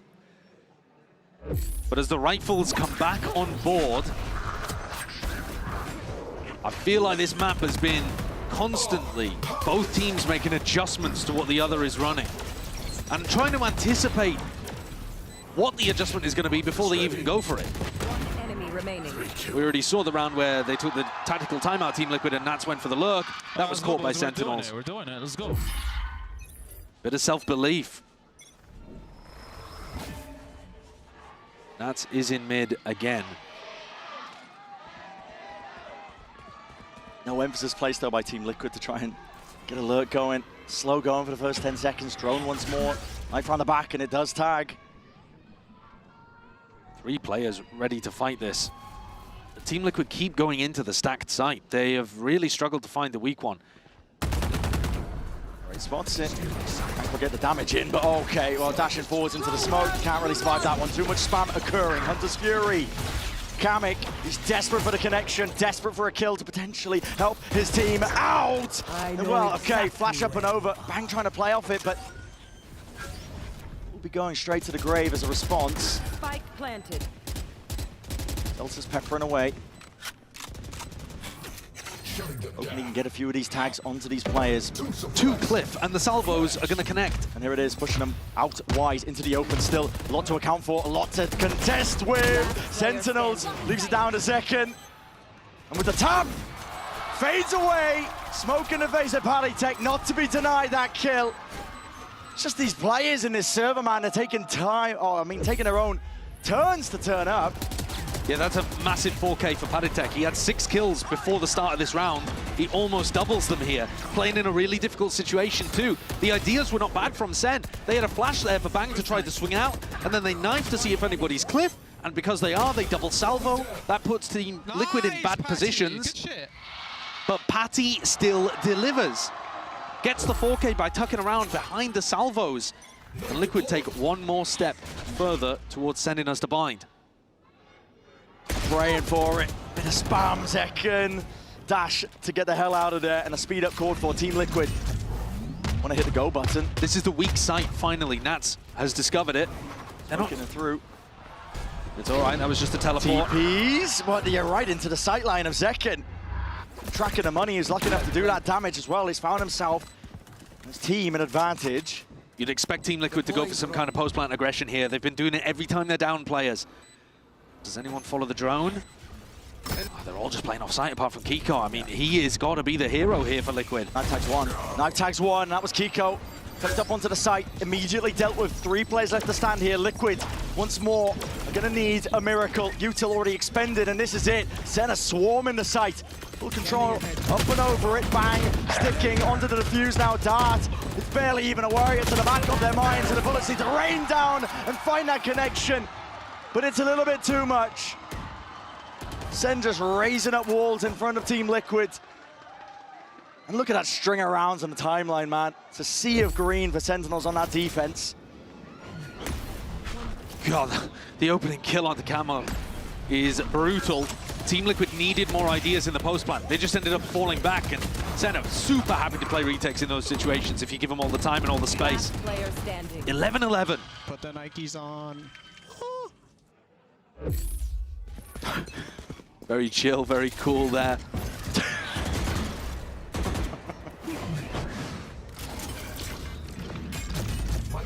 Nats and Paddy have only got classics, Sheriff to be able to work with, and they're finally doing something through mid. Team Liquid have not done very many of these slow, defaulty kind of rounds. I'm not exactly sure why. Bang. Because it's working. It's caught in transition there. He's hoping to retreat back over towards Heaven, so open and pick for the way of Team Liquid. Drone. Paranoid up! You're taking a peek and a wonder. Narrate. Very much alone. I mean, this is going to be a thrifty here. I mean, it definitely is. Zeltis now He's entirely isolated and he's going to be squeezed at a moment's notice. They've picked apart the defense. This was too easy. As soon as Team Liquid put a couple of bodies in mid and tried to split, they've destroyed Sentinels. Stop doing the execs, guys. Almost comes back to, maybe you should just play mid. Yeah, that's what I'm saying. That is what I'm saying. It brings them to 12.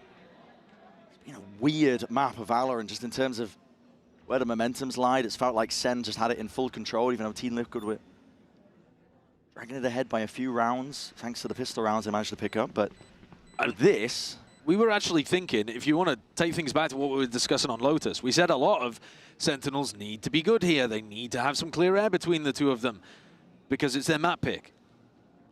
I think the same could be said here. The fact that Team Liquid are getting pushed so close on a map that they're 4-0 at, and Yinsu was talking on the desk about how Team Liquid look like the best team in EMEA on Abyss. Well, there's only one round in it right now, and we're in the final round of regulation. We might be going OT, and Sen have a chance to 2-0 this. Most important one to play for. 12-11.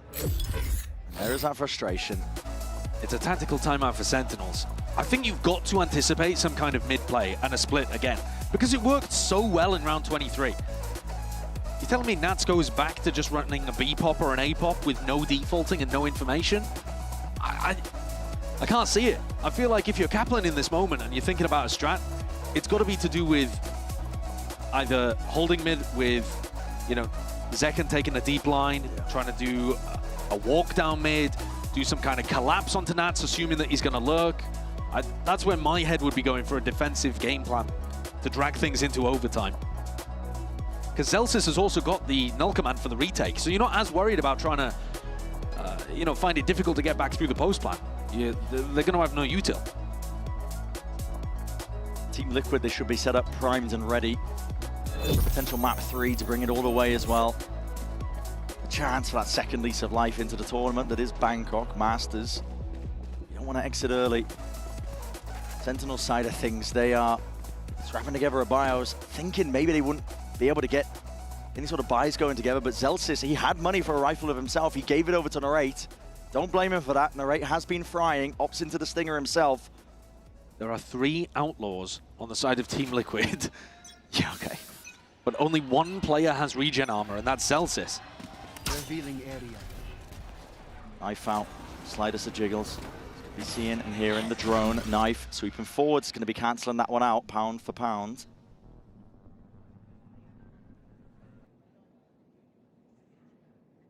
I didn't quite see, but I got to assume that Team Liquid also have rifles that they can go back to here, right? It was just the start of the round.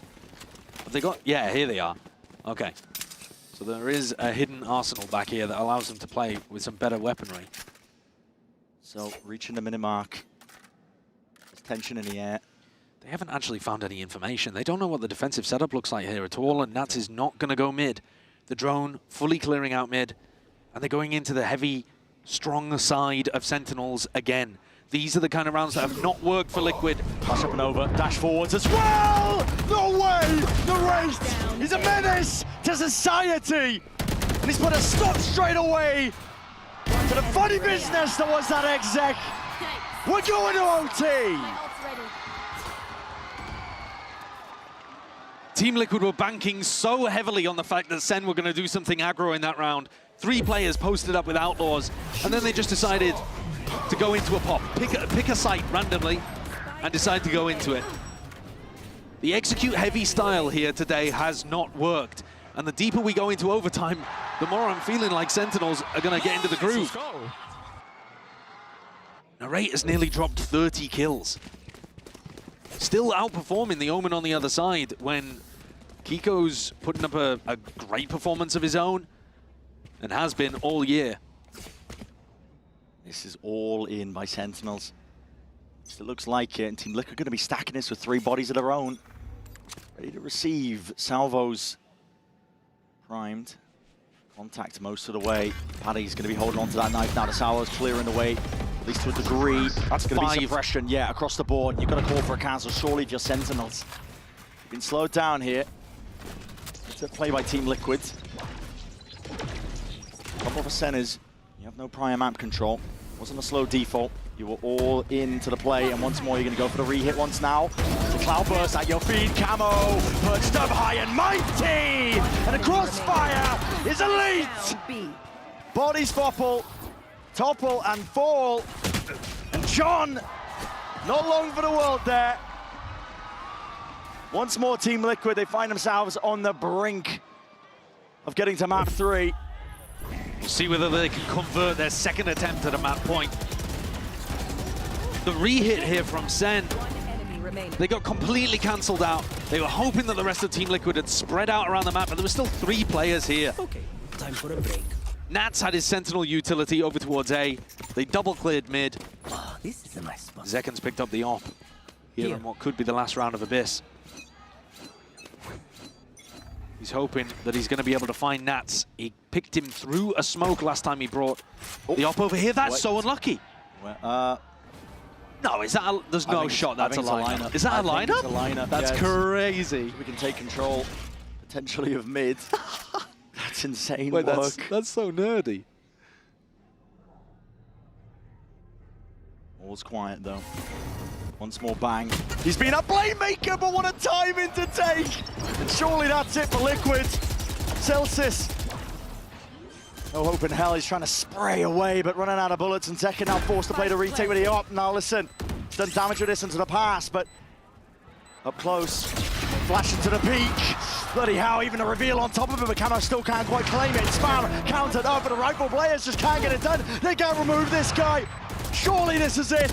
Tapping away, rifle aim on point for Team Liquid. And they've dominated all the appropriate angles. Kiko falls though, taken out. Heaven still not dealt with.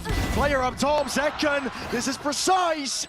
Dashes forward to escape that ire. Camo spamming away up on top of the ropes. He knows the damage has been done with a shorty, but time ticking, needs to be held. John! I don't think they have it, Bren! Oh! I got panicked there for a moment. But they still had nearly a second on the clock. I thought that was about to be a dagger to the heart of Sen. But they did an amazing job there on the retake. Camo was so difficult to root out of these spots. But the rest of Sentinels came swarming forwards and picked up all the rest of the support staff. How's John managed to get these final 2? Paddy was shooting him in the side of the head. Couldn't get it. John's on his feet.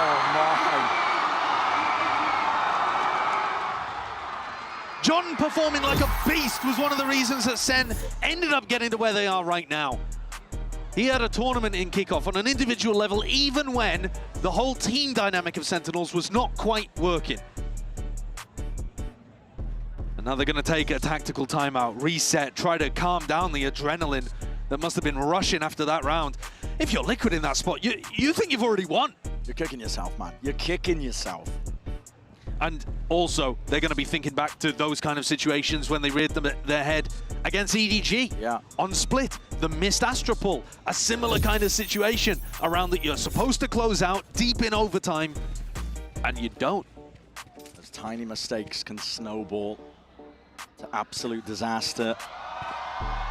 Team Liquid pushed and pressured. I mean, both teams on their map picks, but honestly, it's a bit of a difference here because we're talking up Liquid like they should be heavy favorites when we headed over to Abyss. It's 13-13.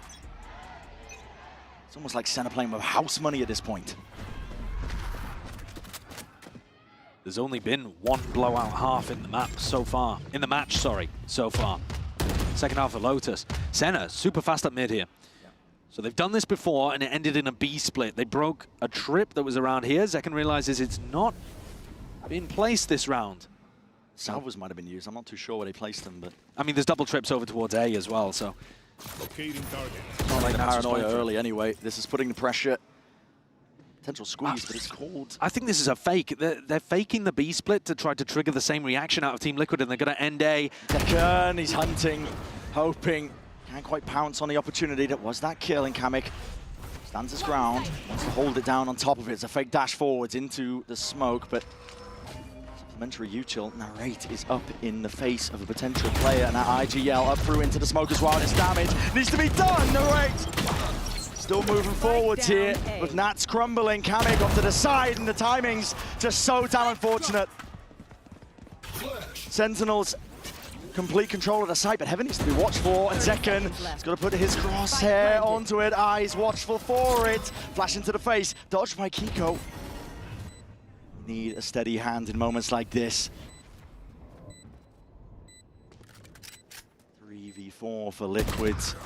Pushing forwards. Make it 3v3.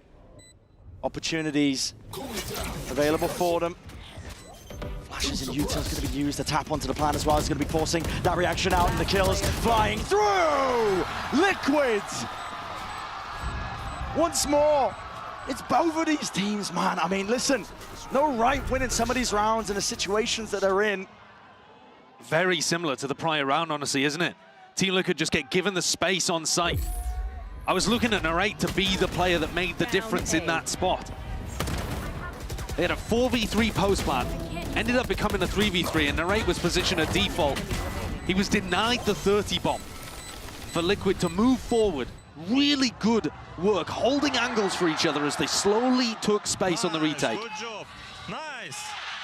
And you got to see there in the coach cam, Lohan calling the tactical timeout. He's like, all right, we won, that's great, but this is also our third opportunity to close out Abyss, and I'm going to make sure that they have the strat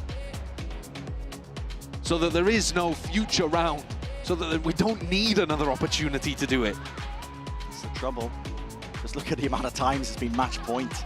Yeah, like I said, this is the third opportunity for Team Liquid, and they have to grab it. They should have won the previous one, but somewhat bottled it. There was a couple of moments where it felt like Paddy should have been able to trade out John, but at the same time, the Sen players were on fire. Zekken and John hitting beautiful shots when they came through for the retake, down numbers. That's always the case in big moments like this. It's not normally just one team choking. It's a combination of factors. You get step-ups in performance from somebody, nerves on the other side. Difficult to control emotions in spots like this. Players are not robots.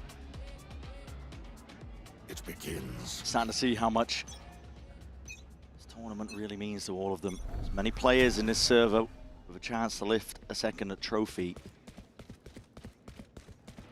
Liquid, though, one goal at a time, I suppose. Staying alive seems to be the first priority. They're doing a good job of it, but they got to convert here and now. It's a high-low setup. A lot of damage done here to Zekken, and now turning up the heat. Straight away forwards, the raid! Sky not willing to give up that space still. The trade is intact. That's just spam straight through. Flash even connecting. Zekken has got a lot to do. 9 HP though. Narrowly avoiding depth. Slight dodge maneuver. Players maintaining control of all of this, and that's been cleaned up. Spotted out through mid. Crosshair placement. It's perfection from Zekken. He's just played a difficult situation so perfectly. Kamek, he won a 1v4 earlier. If he could get a 1v3 to complete Abyss, his team would be sitting pretty. Already, the net tightening, and Zekken just plays the round to perfection. That's masterfully done. He's on such low health. 9 HP the whole time, playing around this spot. Narrate also has been in every anchor position, playing a beautiful game. But the amount that Zekken was on an island once the other two fell makes it particularly impressive. 14. Notice how Nats is actually taking super late timings if he is going through mid. Yes, sir. Yes, sir. Because he's worried about being cleared, as he has been in previous rounds. And then when he takes a super late timing, he's got to win the fight. And he just doesn't quite there. It really hasn't been the value on their attack side that I was expecting. As Sentinels pulled out a really beautiful mid-take into the B fake, into the A split, the last time we saw them on the attack in round 27. They just couldn't quite close it out. Sound was again used by John.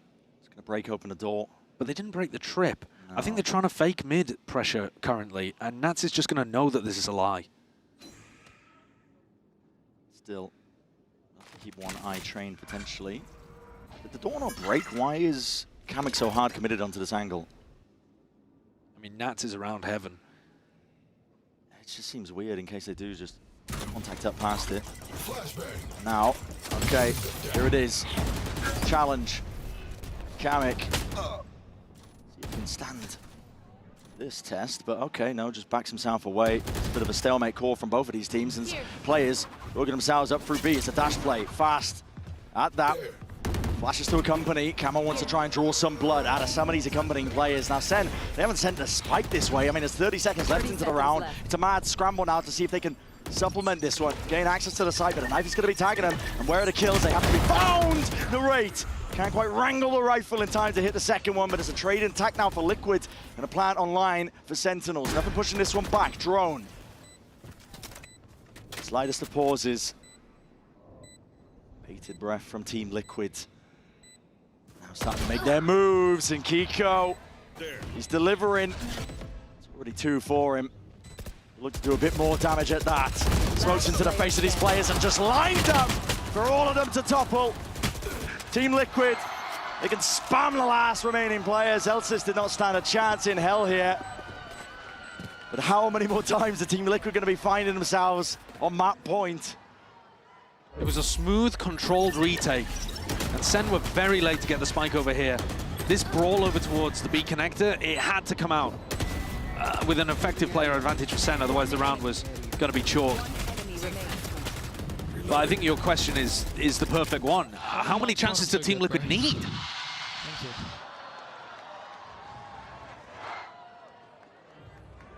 Yeah, nerves in the air.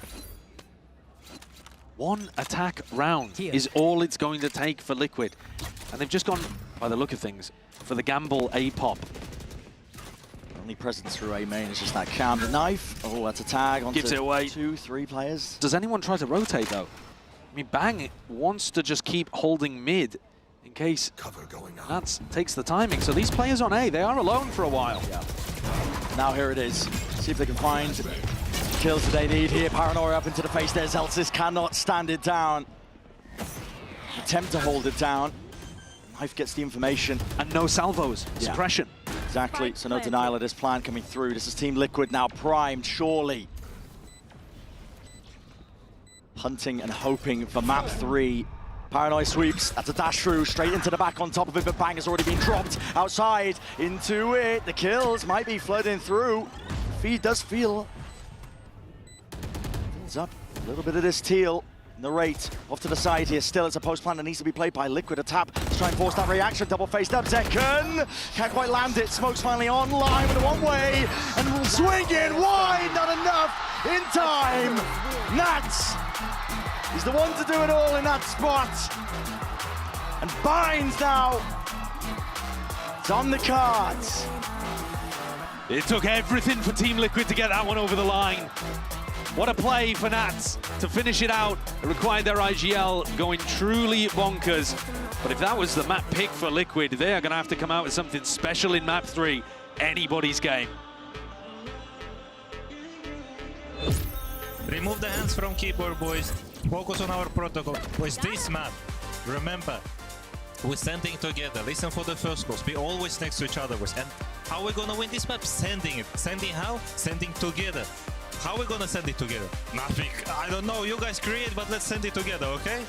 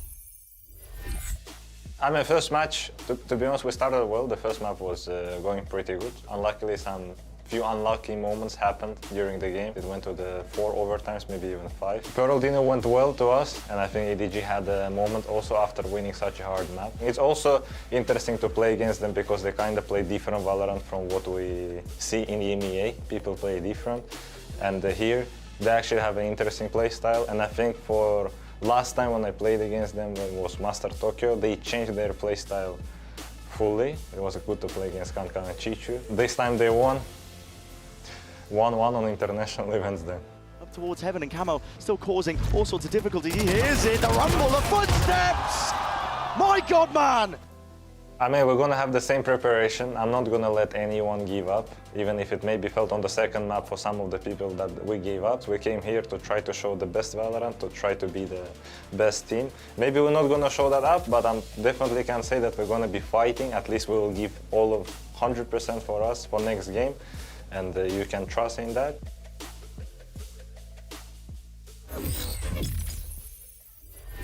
As I said, full trusting Team Liquid to win Abyss. Yeah. It wasn't even close. Yeah, one of the cleanest games of Abyss I've ever watched, personally. One of the longest, that's for sure. That was crazy. Like, how do we get to that point in multiple OTs where the defense side is the one that's winning every single time?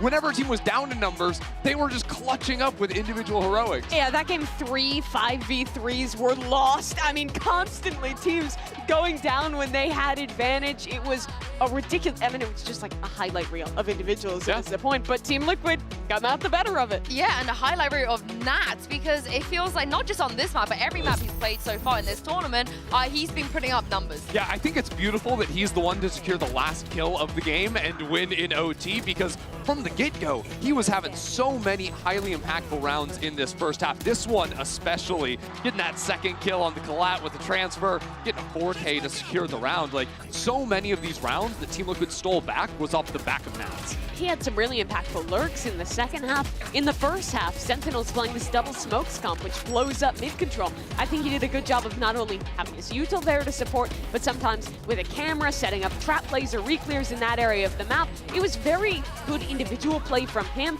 and, well, the overtime was extremely sloppy from both teams, very individualistic. I thought the calling was pretty solid, especially on the defensive side for Team Liquid earlier on into that game. I would like to see something else on the attack, especially when we go on to bind, maybe something new that they prepped. But also we have to, you know, laugh a little bit at some of the more whimsical mini boo-boos that we saw on the side from the side of Sentinels. Well, my question is, there's a certain round where two players fall off the map, jumping and bouncing into each other.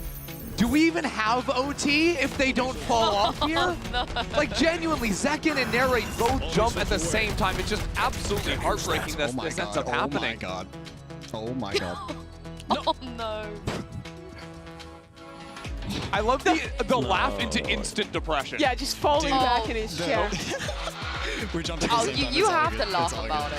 Yeah, you can't do anything else but laugh that off. But yeah, honestly, if Sentinels had won that round, they could have snowballed that attack side a lot more, and little mistake. They also, by the way, it's all coming back to me after the long overtime. Slow down, one at a time. They almost won that round after 2 players They fell did off almost win that round. They did. Every round that looked like it wasn't winnable, they somehow managed to win, and it was vice versa for Liquid as well. But as we head to bind, this is where I get a little bit worried for Liquid. I have a lot of faith in Kaplan's prep when it comes to, you know, these kind of situations. It's a weird one, right? Because we've seen Team Liquid play the bind, but the only time we've seen Sentinels play bind was in their very first match of kickoff versus 100 Thieves. That was a win for them. They had Narrate on a Gecko. They were still playing some Teo. You know, not too revolutionary, but really it's been ages since we've seen this locked in for them. I have no idea what to expect from Sen, and this is definitely not a map that is like at the top of the map pool for Team Liquid either.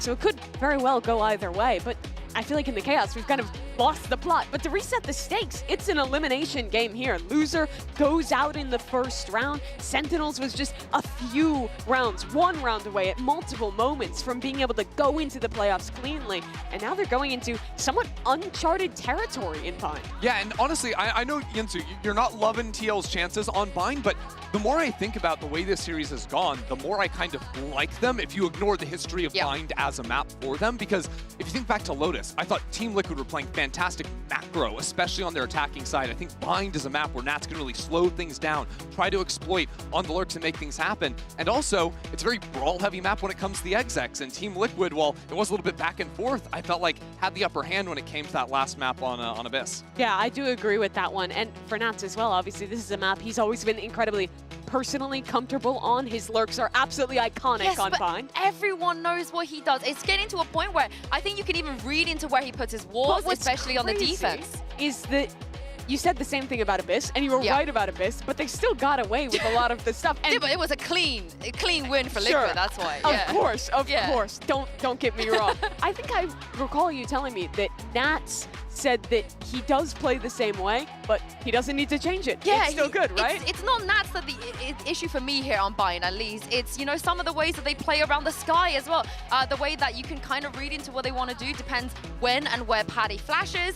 They like to do the 1-4 a lot of the times, and also, like I said, on the defense, they like to play around that Viper wall. And a lot of the times, if you just watch their VOD, you do the prep the way the Kaplan should be doing, you can probably come up with a lot of really good antis, which we already saw on Abyss.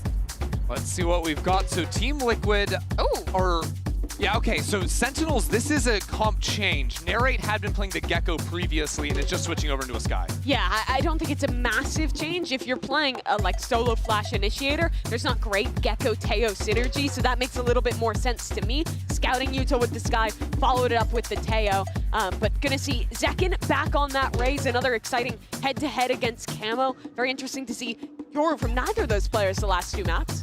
Yeah, because we'd been seeing like all the Jet and those types of things. So honestly, it comes to me again about the brawling of these two teams when it comes into the side hits. So actually really effective retakes from both teams on the last map. Bind, notoriously hard to retake. And I cannot believe it comes down to this map as well, because elimination is on the line. The winner will get a chance to make playoffs tomorrow one last time. Here is Bren and Sideshirt. This is it. It's going to be the last time we see one of these two teams here in Bangkok. Elimination. It's all on the line. And Team Liquid, listen, hard pressed, but they did manage to drag it to this third map of Bind. And there are some unknowns. Sentinels, it's a map they like to second stage ban, float occasionally, but who the hell knows here? In this Sentinels core, they've never known elimination in the group stage, preliminary stage, excuse me, of the global event. Well, here, take a look at the pistol round from Team Liquid. They're going to stack 4 players over towards B, anticipating this. They've got the right read. They certainly do. Zen running a very familiar pistol round. I'm going to fight us with flashes. Gecko flash over the top, Sky flash as well alongside it, but they are walked all the way up. They might just miss the timing here. Team Liquid flash up into the face. Yeah, Paddy, it's not long for this ward. Kamek swinging round and wide. He needs to return that fire. Camo over the shoulder. Bit of stray bullets and spam as the smokes are just dropped down. Advantage here for Liquid, they found it. I've got to assume that Paditek there got killed by a player that was full blind. Nat's going to pop the wall. He's playing the weak side of the map almost all the time for them on the defensive bind. He's got this orb up at default as well that makes it pretty difficult to get nice plants. 3 players up through heaven here. Team Liquid just trying to barge their way back into the side as well, and the fight is going their way. John, drop down to just 11 HP. Bang up and over. Clean shots necessary for Sentinels to stand a chance. They slow it down with the salvos, but everybody's positions accounted for. Team Liquid start off strong here on Bind. That pistol round win. And what a lovely pistol strat it is too. You're going to see a lot of this from Liquid. Watch out for where Kamek and Paditek are playing. If they're playing on the same side of the map together, they're probably going to try to set up some kind of either trap play like this or a flash re-clear. I think Liquid currently, I'm actually a big fan of their bind. I've been watching a lot of it. I think they're probably the best team that isn't running a Vice on this map. Now the results have not necessarily borne that out. But here they've got a chance to pull out a win in a big moment. Bringing the ankles ever so slightly here, but yeah. All good.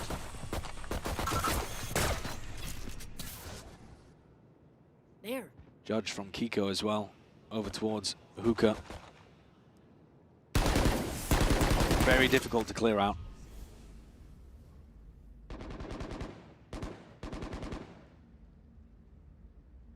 All quiet for now. Bang has that showers control. The rest of his team, Sentinels, probably going to be calling for a B long take. No, they're changing their mind. Or they were going to be looking for TP options. Coming back over towards A. Don't know whether Bang's going to anticipate that Kamik's got his number here.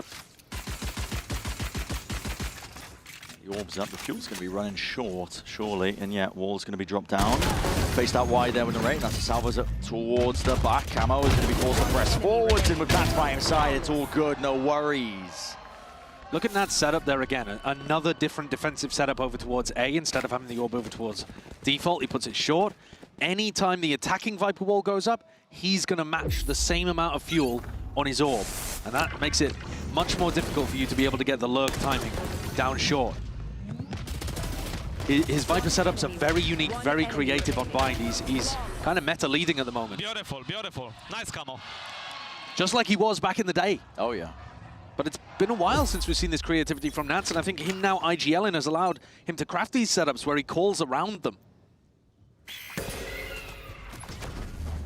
Sentinels have got to figure out what the defense looks like. He's got a wall again here, Nats, for Camo to try to take a fight. Oh, Bulldog, damage done, kill found. That's a brutal opener for Sentinels. Yeah. One of their drones has gone missing. Got the spike. One of their top-performing players in the series so far has gone missing. And it's so easy for ult cycles to start forming on Bind. It's probably the #1 map for that kind of stuff to get out of control. Snowballing away from you. Play it down now. Forcing his contact plays once more. Look at Nats, he's already there with a setup, as you mentioned. An exchange when it comes to the fuel timings. Just up and down they go. Nade to the floor. Bang. Just get the one kill, but Nats, okay. Just can't quite retreat there, but there's a molly at the feet, and John, yeah, very ready for that one. So good util from Sen, flushing out these players. And a bit of a mistake from Camo as well. Does Kamik try to find a timing here? He has. Got away in. He's worked in way further forward than they're going to think. They flash through. This is a beautiful timing, and yes, Elsis none the wiser. Bullet to the side there. It's weaker weaponry from Team Liquid, but they're doing decent work with it nevertheless here with man after the back as well. Through the 4 kills. Need to be found. Bang. Trying to maintain control and composure in through the round. And swinging wide. What? It's a molly to the chest and a ghost to the face. I mean, Kiko launches a projectile like he's using the snowball weapon. And then he hits him with a ghost headshot. Yeah. That should be a clutch that Bang is winning every day of the week, I think. The peak timing, there's nothing to fault him on. Then he headbutts a molly. I want to see the final kill from Kiko. How is he so precise? Oh, he just tiny little sidestep. Maybe the molly did extra damage. Yeah. That's brutal, though, for Sentinels. Utterly brutal. They lost Narrate at the very beginning of the round and couldn't close things out there. The timing from Kamik, the right risk taken at the right time. Sen are taking a tactical timeout after losing the bonus. After round 3. Yeah. Now, one of the things I've loved about having Mini on the broadcast in EMEA, goated coach from Fnatic, is that you get the insight on these kind of timings. And I remember Mini saying at one point, you are never calling this for a tactical reason. You're calling it for some kind of, you've heard something in the comms that's gone wrong, you've heard your team's got like a bad mentality or a bad approach to things, something's gone skew with early. One reason why that might not be the case this round, it might be more tactical, is that Sen actually have enough money that they can force here. So you might be trying to give them an extra round. Idea from the strat book that they can pull out to just stop Team Liquid's snowball developing. As soon as Camo and Kamik get ults online, this could get out of control so fast. Might already be the case.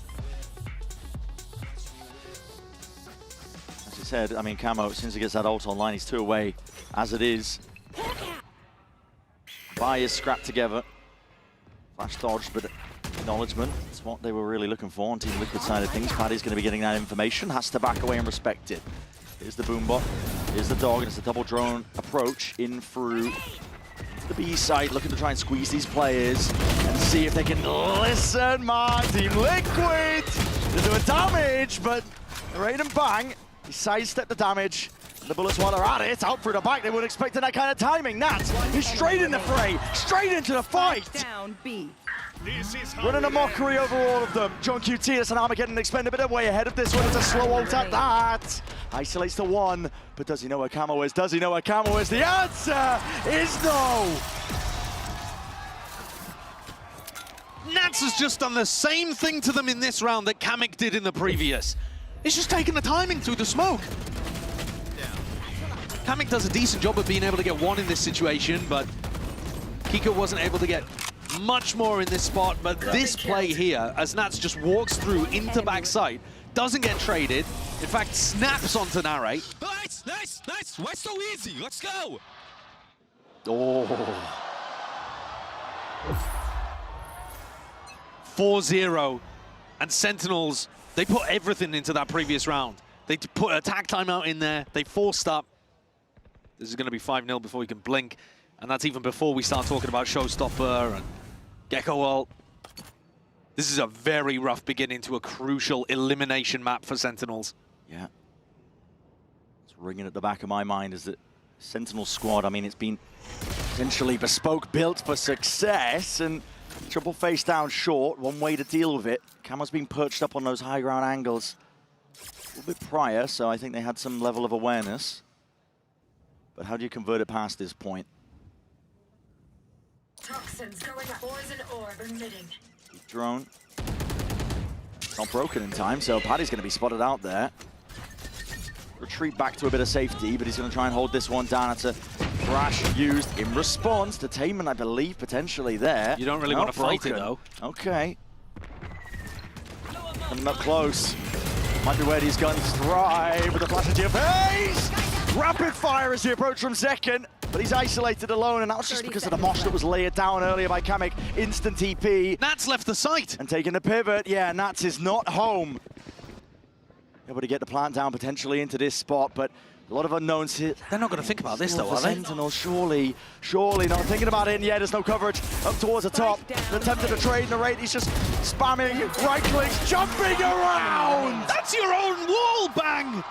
They're swinging through their own Viper wall to try to fight him in the chaos. And that just puts an end to any chances of Sentinels there in round 5. It's getting tallied up here for Team Liquid after a tenuous, hotly contested Abyss. And Nats is having so much value. He's the player that closed it out on Abyss. Yeah. That got them the attack round when nothing else was working, and his setups and his individual ability are taking them through to a 5-0 scorching lead in the decider. Pit drop down, going to be blocking off a portion. And one-way showers, a really standard setup here.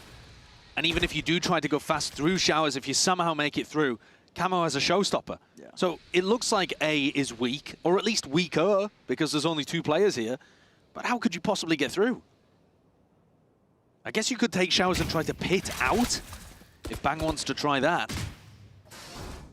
But I think Camo would just have a field day there with his nade and with his showstopper. Yeah, look at him. I mean, he's just holding util into his hands. It's walking, contacting, called by Sen, but how the hell do you navigate this one? Snake bite drop down as well. It's going to be a nade. They're going to try and get all the way past this. Showstopper going wide as well. And bullets are flying, exchange, the handshake across the site. 4 versus 4 in through the smokes. Drop down, Shorty in play. Bang. Just spraying down with pellets, Camo. Drop down, sent straight back to that spectator seat. It's 3 versus 4. Creeping through onto the flank though. Shoulder to shoulder. It's a pit drop down as well, but this might just give them more ins. Kiko moving forwards in second. He doesn't anticipate this whatsoever.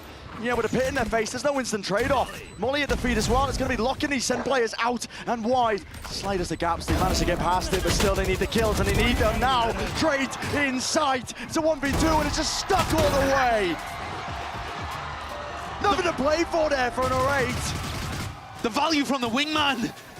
He's hopped on it at the end there. Little buddy getting him the 6th. The flank. Same position that Nats won the prior round from, by the way. And Sen did a great job of getting through these ults. A great coordinated play and a sick satchel outplay from Zekken to completely bait the showstopper from Camo. But then a nightmare, like you talked about. The Viper's Pit almost gave them a bit more of an in because the player Lamps couldn't cover short. Zekken's head's on a swivel, the pit doesn't cover his position, and he's timing essentially. He was looking at short only about 3 or 4 seconds earlier. Senna getting outclassed. Second timeout by Sentinels. Outclassed is the right word to describe it, man. 6 rounds in a row. And even when they get part of the puzzle correct, even when they're able to navigate that really tricky ult setup from Nats and Camo, they fall at what should be, if anything, a bit more of a basic idea of just covering the flank retakes. You know that Team Liquid have been pushing out on defense, or at least trying to quite a bit, because that's how Nats ended up behind you in the previous round. Sentinels need a turnaround, and they need it now. It's going to be so tough, though. This is the issue with the bind ult cycles. Kamik's nearly got another wingman online. Kiko still has orbital strike. Paditek's about to get up to his Seekers. There's no point here, really, until the end of the first half where Sen are going to have an ult advantage. Here. And they're running the same strategy that they pulled out in the pistol. Teho drone over towards Hookah, and a bit more of a fight towards B long. Deep flash, swing on top of it. Oh, wow, ADS up with a Bulldog. Listen, it's not great, even on the best of days. Sentinels Over here. made out on the better side of that engagement there. Now you're going to see the Seeker trying to pave the way. Kiko very much alone when he's trying to make this play here. But John, do you take that peak timing? Oh my god, oh my goodness! Hit a barrel, just poked through and gave him that perfect timing. Slowed all the way down and it's pulled rotations, and Paddy and Nats, a lot to overcome. It's a TP pivot. They had no control of showers when they made this play here, Sen. There's danger. They could have got caught out, and having to use the drone now to clear out through short. Still, you can't lose this to Nats. You can't lose this to Nats. But he is the definition of a ratty player. He defined it, man. Made it popular. No coverage inside. Nats! God damn! No access to the A site. No access at all. How has he done that? They flashed, they knew there was a player over towards triple, they had the info about it. Why is nobody covering the plant? So many gaps in the way to set a play in, and no more timeouts. No chance for Cap to hit the panic button. Nats is 13-4, Zels is spitting out frustrated commands to the rest of them. Sen are going to need a miracle. They need divine intervention to be able to win here, because everything Team Liquid touches turns to gold.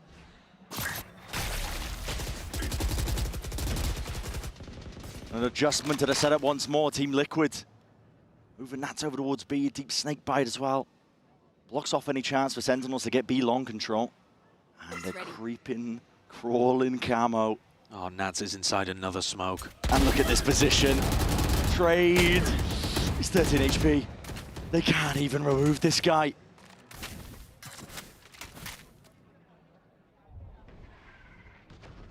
Hooked tight to the corner, another smoke to replenish. Did they expect him to be gone at this point? The answer. Listen, they're going to be getting the answer soon enough, potentially. Here's a Trailblazer used by Paddy out towards the back, and that's all respect a bit of that space as well, as the smoke will be going down soon enough. Salvos going to be used. With the orbital strike, they still have an opportunity to scorch the earth of B. Sen going to be trying to cut this one up now. It's all about partitioning up the sites and winning the fights up, but how the hell? The Team Liquid getting away, but still orbital strike does the job, does it well. Kamik comes up close into the corner, and Celsius had to be the playmaker. He was that case still. He's brought into that 2v2, and they're not out. Danger yet. You just gave Nats a smoke to play around. Oh dear, 14 seconds. There's no clearance into the site. You can see it. They're fighting demons at this point, and his name is Nats. Creeping round, and my God, he will not be denied. It's a vintage performance from Nats. Poison's off. Kept in the cellar for a couple of years, but once you cork it, oh, beautiful. An absolute beautiful Nats vintage. And he's home, isn't he? This is, if you think back to maps that you would associate with Nats in his prime, it's Bind. It's the Bind Viper. And like I said, he's back up there. He's creative. He's finding his timings. He's calling the team around his setups and becoming a superstar IGL Sentinel, the likes of which we have no comparison to at Bangkok. And it's all tempo, it's all pace. Sentinels, my God, Nats! This guy is relentless! They're already dead at this point! The Team Liquid, they don't give him a chance! Book him a flight! Book them the flight! Team Liquid are sending Sen home, packing a goose egg on the side of Sentinels currently. They can't get anything to go right. 18-5, the scoreline for Nats. Double the next top fragger, Kao sitting at 9. There are 4 players in this match who were hoping, hunting for a chance of a second trophy lift. 3 of them on Sentinels, John, Zelsis second. 1 on Liquid, Nats. 1 little Nats. Versus the entirety of Sen Society. So far, he's putting them to bed. Team Liquid, Camo perched, he sees the barrel, and it's just poking out as well. Mistakes are piling up at this point. Miracle, nothing short of divine intervention is what's needed and necessary. He's in the walls, man! He's in the walls! Good luck toppling him. The damage is done! 10 rounds on the board for Team Liquid. 20 kills in the bank for Nats. He's got a KPR of 2. Every single round he's given you 2. Unbelievable. And he's taking these fights, taking these timings. Lohan can't believe what he's seeing. What a gift to have a guy like this on the team. By the way, if you're an IGL, it means you don't really need to frag that heavy. Yeah. Low frag and IGLs quivering at the sight of this game. Nats doing it all as an outlier. The only Sentinel IGL at this event. It's domination. There's no room to breathe at this point for Sentinels, honestly. I don't even want to talk about chances and ins for them to even come back into this series because... They haven't looked close. No. The timings are getting missed. Trades are off. And they can't get a handle on Nats himself. As you mentioned earlier, I mean, it's looking like he's in prime form. Rolling back the years to the Gambit times. Team Liquid have realized that if they went for a push like that, it's exactly what Sentinels are waiting for, but at some point the clock is going to become an issue.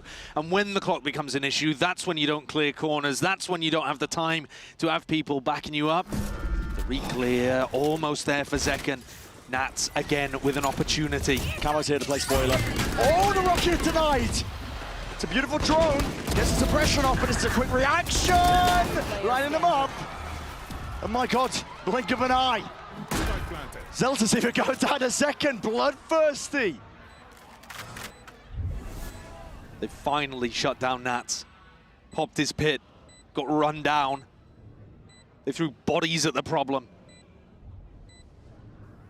Kiko, I beg you don't win this. No, I mean, surely, Sen, there's got to be no gaps here. There's got to be no gaps, and the swing comes through off of the sound cues, but Josh, I ain't going to sell you a distant dream, mate. No. I mean, the most huffed up Sentinels cope in the world couldn't give you faith in any level of a comeback here. Because also, once Team Liquid go to the attack side, Nats' setups are just as good, by the way. Just as creative. Running attacking walls that nobody else really is. There. Zelsis, you saw in the replay, he's trying to be that emotional anchor for the team, but dire straits. Despair here for Sen. They've left Nats to cover the A site on his own. Straight to the side here, the flash does not connect. As you said, they've left Nats alone. He's practically a one-man army at this point. Team Liquid still getting really active. Oh, no way. Really aggressive. They thought about going for a sun push in the previous round and decided that's exactly what Sentinels were waiting for. But Kiko, posted up here, is giving them full information. Do they clear this? Because he could get one. They do. I think it was the smoke that kind of spelled it out there. Well, now, as soon as there's a player pushed up like that, you expect the rest of B to be free. Nats does his fast TP play. Brady just can't win out the duel there, facing too many players. Tango with Plant. Has to go down here by John. No contestation, but it's a rapid play at that. Look at it, footsteps maneuvering. Team Liquid, they want to get straight back into the fight, and the fray in second is eager. Drawing blood earlier to set the tone of this round at least. Round 12, okay, Nats should not be favored there. Hopping up, and the playmaker himself, listen, backs to all sorts of these players. Senna just not ready for it right now. Wingman scatters forwards, and look at the squeeze they put on him. Nats again. 2 big kills in that spot. Kamek also controlling the flank. Team Liquid have every angle shut down, every moment. Liquid, with Nats at the helm, dropping 22, have just put a wrecking ball through Sen City.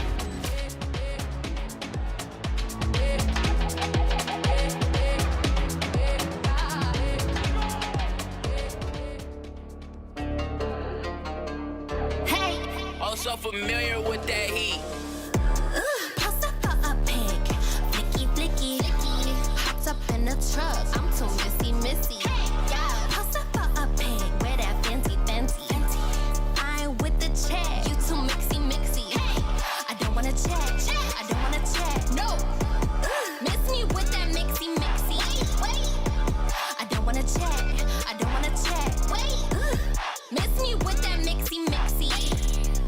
Chat, you chatting too much. I had enough word. I'm on a slide swerve. Enough of the racket serve. Throw it up, go get a glass. Pour it up, I ain't bought a new weed. Showing up, let me stop capping you growing up. Roll with a winner, baddies mean a sprinter. Ice my neck out like the winner, hot like a summer. Do what I say like a runner. Sabi gon' do what she wanna. Hop on a jet, I keep shining baguettes. Fall in New York like the Nets. Hop on a jet, I keep shining baguettes. Fall in New York like the Nets. The Sentinel side of things, listen, the halftime will offer a critical opportunity for a bit of input on the coaching side of things, but as we said prior, the damage at this point is already done. It's 11-1. Elimination on the line here for Sentinels. Team Liquid are the ones who are delivering it. I misspoke, actually. It's Nats who single-handedly delivered it. Yeah, 22 kills in the first half. It's got to be one of the best performances I've ever seen in a single half. Yeah. Utterly dominant. And Sentinels, they're on the verge, on the very tipping point, the edge of the abyss. And they are 99.9% going home here. They're still going to try to put one foot in front of the other. But for the 3 players on Sentinels, the core that's going for that second trophy, that started so strong last year, it's got to be gutting to look at the scoreboard and realize this is almost certainly your last moment to have any impact in Bangkok. What a performance from Liquid. They don't want to slow down. There's a bit of pace behind this with Liquid. They will be going into a variety of players. There's Util into the hands of Narrate. They've run this pistol round before, double flash through Nat's wall. And he's trying to go for this one here. And Zekken caught to the corner, back against the wall. It's a bloodbath. The paint in the A site in it. Beautiful setup. Sentinels not ready. They looked like they had some kind of idea that there was going to be a short push going on. Well, they couldn't stop the double flash play. 2 versus 4. But John just can't quite whip the ghost around in time. This is Liquid on the verge.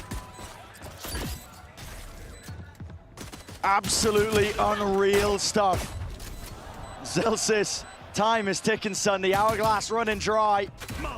It is do or die.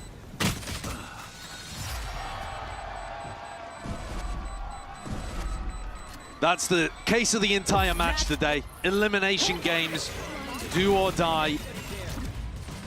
And it's not with a bang, but with, I don't even want to say a whimper, a flattening that Sentinels are exiting here. Liquid look immaculate on bind. Every idea that they've had, every timing they've taken has worked to perfection. Sen are going to force. What else can you do in a spot like this? But Liquid are going to be aware of it. Absolutely have to. Going back to the normal wall here for Nats. Allowing them to go for double swings and take the fight with a flash. They're so aware. Putting the wall up as well, just spotting these players out, tucked to the corner. Instantaneous smoke there from Zelsis. Liquid set their sights over to a different direction. Bang jump spotting, doesn't see anything, and the walking from Team Liquid might be finding the weaker side. We know that Team Liquid love to contact. Are they just going to try to go all the way up here? Catch, They bang? hit a jump spot. They're pre-aiming it. Beautiful. Not long for the world. And this might be it, the impetus. The first death blow of many. Wingman sent in, Salvos to deny this one, but the plan will go off without a hitch anyway. Kiko follows through, star player removed. Team Liquid able to send City home. Narrate swinging wide, but he's just one man. And it's all Nuts leading Team Liquid forwards. What a beast of a performance, an all-timer. Classic Nats delivering on bind with the rest of Team Liquid to support. 455 ACS from the Sentinel IGL. He is back. I don't think he's happy having Chishu steal his thunder. No. He wanted to show that he can still be the master. Chishu's probably watching this game like, yeah, that's my GOAT. Go on, son. Have a chance here for Sentinels. We will be saying goodbye to them, but for Team Liquid, it's that second lease of life. They're not out of the danger zone just yet, but with a win like that, they put out a statement. They certainly do. I think teams are going to be scared of them on bind.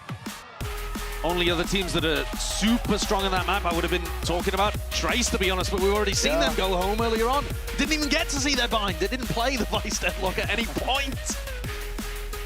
But Liquid showcasing depth to the map pool. Yeah. Definitely, because even the Lotus and Pearl that are at the absolute bottom of the map pool, they've stolen some good compositions, and at least in one half on each of the maps, they've been competent. The more work they put in, the more time they have, the better and better this squad gets. A reminder that this is the 10th match of this year for Team Liquid. They played the maximum possible amount of matches during kickoff. And here, they're going to play the maximum amount again because they've won and then they've lost. I've heard that storyline before. But Sentinels on the other side. Yeah. And maybe the narrative was just the opposite way around. A lot of the Sentinels fans looking at their squad and thinking, all right, we're the lower bracket team, we heat up, we get revenge matches. Liquid have been quietly doing it all year. Yep, certainly have. But Liquid don't remind me of Sentinels from last year because they don't have the big names necessarily. Obviously, Nats is the outlier. They remind me of Heretics. Yeah. A couple of unknowns thrown into the mix with this team, but they have kind of their own identity, I think, as well so far. In terms of styles, there's no team that does it like them. No, the contact in plays, the pushes on defense, the timing, the way that Nats calls around his setups. There's no map where you get better calling around Nats setups than here on Bind. And they put full faith in him, full trust, and he's delivered. Delivered a masterclass. 25 kills at the end of that. 13-1. Not going to see dominance like that every time. But my God. And Lohan might be right. He might be the best. We're going to be having a look at other players going up against him, seeing if they can match this kind of performance. But what a day for Liquid. Certainly is. It's such an unknown who they'll end up facing next. That's what we're going to be finding out as well, I think soon enough as well. We're getting the Verizon post-match interview ready and waiting. Not quite yet. Got some signing to do. They've got to meet some fans, kiss some babies. It's a great venue. If you're not able to make it, it's a wonderful venue here for the fans to be able to interact with the players. They're so close compared to some of our previous events. The fans very much feeling like they're a part of the show out here. And Liquid, these players can't have thought at the beginning of the year that they had a great chance of being able to make it to these events and put on such a show. Considering the start at kickoff that they displayed, yeah, probably not, but they had that turning point, a resurgence. And honestly, the big question, I think, for a lot of people watching them was, when was it going to run out? When we were going to see the old Liquid, but there is no old Liquid anymore. No, I think at this point, if you don't believe that Liquid have made some serious permanent improvements and developments, you're just coping and seething. You are just coping and seething. This team is genuinely good. Yes, a lot of what they're doing is based on form, because it has to be when you play Contacty. Yes, a lot of it has to do with pushes on defense. Well, let's send it down to the floor for the Verizon post-match interview.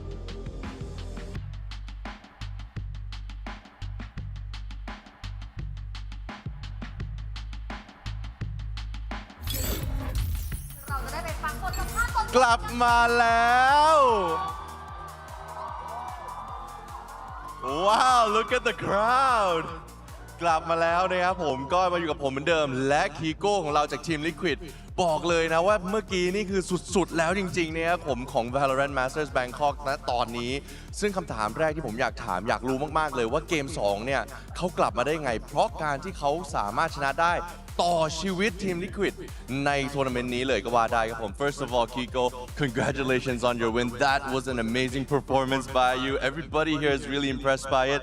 I really want to know, because your performance in Game 2, Map 2, really extended the life of Team Liquid in this tournament. So I would just love to know what game plan did you had and what key decisions were there during the intense overtime leading to Game 3? The game plan that we had was just to play our own game. We knew our Abyss is one of our strongest map picks, so we didn't really do too much anti, and with the overtime, it was more to do with Nats and Lohan's amazing eye gelling. Eyes had a really good read on the game. We just threw so many clutches and so many post plants that, I mean, it was a bit hard, but we pulled through. Got it. Great answer. สำหรับคำตอบนะครับบอกว่าก็ต้องบอกเลยนะว่าตอน overtime เนี่ยขึ้นอยู่กับ Nats กับโลฮานเป็นหลักด้วยความที่เขาอ่านเกมกันออกแล้วช่วยกันทำให้เรามีคลัชได้เยอะมากๆนะครับผมทำให้เรากลับมาได้เท่านั้นเองก็บอกเลยนะว่าได้กำลังใจไปเยอะมากๆเลยจริงๆสำหรับตัวของคิโก้เองและตัวของทีม Liquid ซึ่งมาคำถามต่อมาซึ่งผมเองเนี่ยก็มองว่าแฟนๆชาวไทยหลายๆคนน่าจะชอบนะครับผมก็คือว่าเขาก็เป็นลูกครึ่งไทยอยากรู้ว่าการที่เขามาเล่นรายการ Masters ที่ประเทศไทยเนี่ยส่งผลยังไงต่อเขาบ้าง and next question I mean we all know that you are half Thai right and there are so many Thai fans supporting you all the way through and look at all of them look at that can you hear that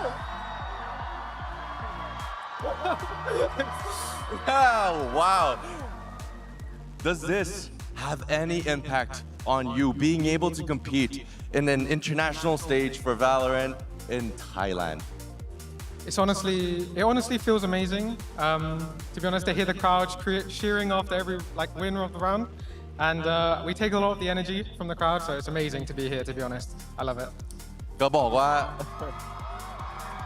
เหมือนจะไม่ต้องแปลเลยนะครับผมแต่สำหรับคีโก้เองนะก็บอกว่าคือชอบ energy มากของทุกคนนะครับพลังงานที่ส่งมาให้ระหว่างแข่งหลังจากที่เขาสามารถชนะได้ทุกเกมขอบคุณมากๆแล้วรู้สึกตื่นเต้นมากๆจริงๆครับที่มาเล่นที่นี่โอ้โหก็บอกเลยนะว่าสุดยอดจริงๆสำหรับเกมเมื่อกี้นี้นะครับผม and Kiko of course as you can see all the fans are supporting you but I think that will be it I will leave you to the fans I see all of them are taking off their cameras and they're so ready to just congratulate you as well but this will be it for now. Congratulations again. Best of luck in the next round. I will leave you to your fans.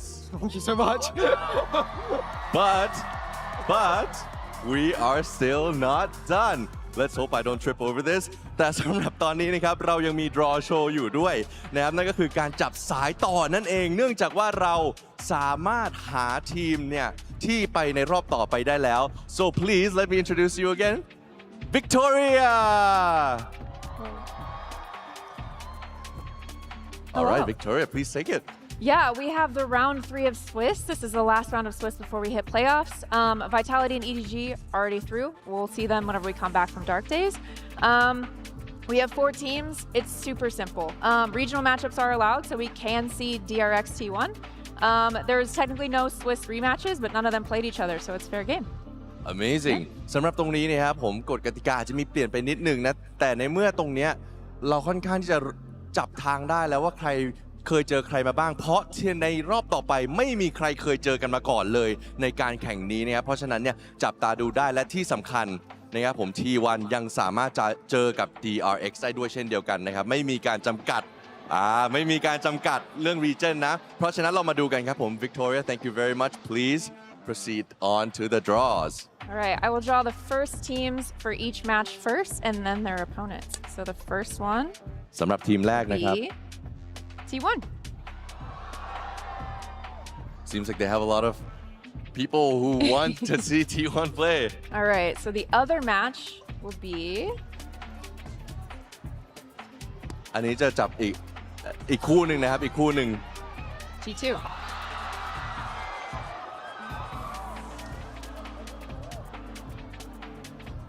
All right.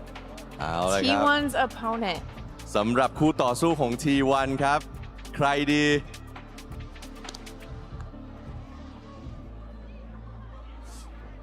โอ้ Victoria I think you jinxed it I know. I did. All right. So last but not least, we will see G2 TL. โอ้ G2 ทีม Liquid นะครับสำหรับรอบต่อไปใน Swiss Stage นั่นเองนะฮะโอ้โหบอกเลยว่าเดือดแน่นอน Thank you so much Victoria for this super exciting matchups and of course the fans will be super excited as well but again guys this will be it from the stage and I'll pass it back to all of you It is. Yeah, absolutely. And we'll see TL in the second match tomorrow because they played second today. So that's the order for tomorrow. Okay นะ สำหรับตรงนี้ก็เป็นตารางนะครับผมก็เดี๋ยวเราส่งกลับไปทางนักพากย์นะครับผม and again sorry for that but I'll throw it back to all of you bye bye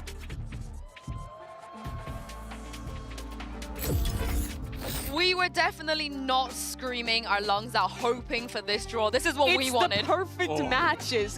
I mean, a Pacific final rematch, which should be sick. And then you get to have a Team Liquid who just obliterated America's #2 seed play against G2.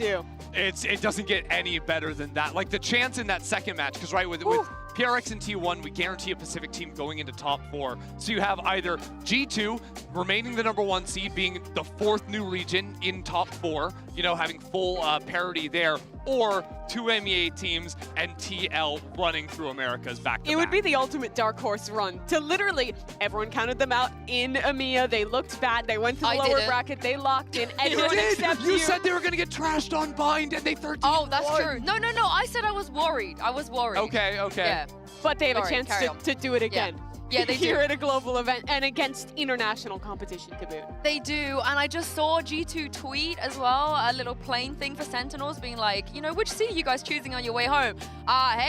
Hey, G2, they might be sent home alongside them tomorrow, but we do have to say goodbye to Trace. Oh my god, that game felt like so long ago. It did. Do you remember that one? This was a really tough tournament for Trace. They impressed everyone at Champions. Seoul had a really good showing in China kickoff, but this tournament was really rough for them. They only won, 20 rounds across the tournament? It's the least rounds anyone's won in a global event before. So definitely a big disappointment for these boys that they're going to look to rally back in stage 1 for China. Yeah, you know, it just goes to show how punishing the format can be, right? If you don't figure it out early, like 2 days ago they debuted, now they're sent home. Very similar stories for Sentinels on the other side, right? Yeah, yes, they won that first map, and they could have 2-0'd today. That's the craziest part. If a few rounds in OT go their way, maybe if they don't double fall off the map, but no one's going to remember that. All anyone's going to remember is the shellacking that happened on map 3. Yeah, and of course, this was a team that won in Madrid as well. So for me, this is a very big shock. It absolutely is. Sentinels, despite being the #2 seed from Americas, had some very high expectations, especially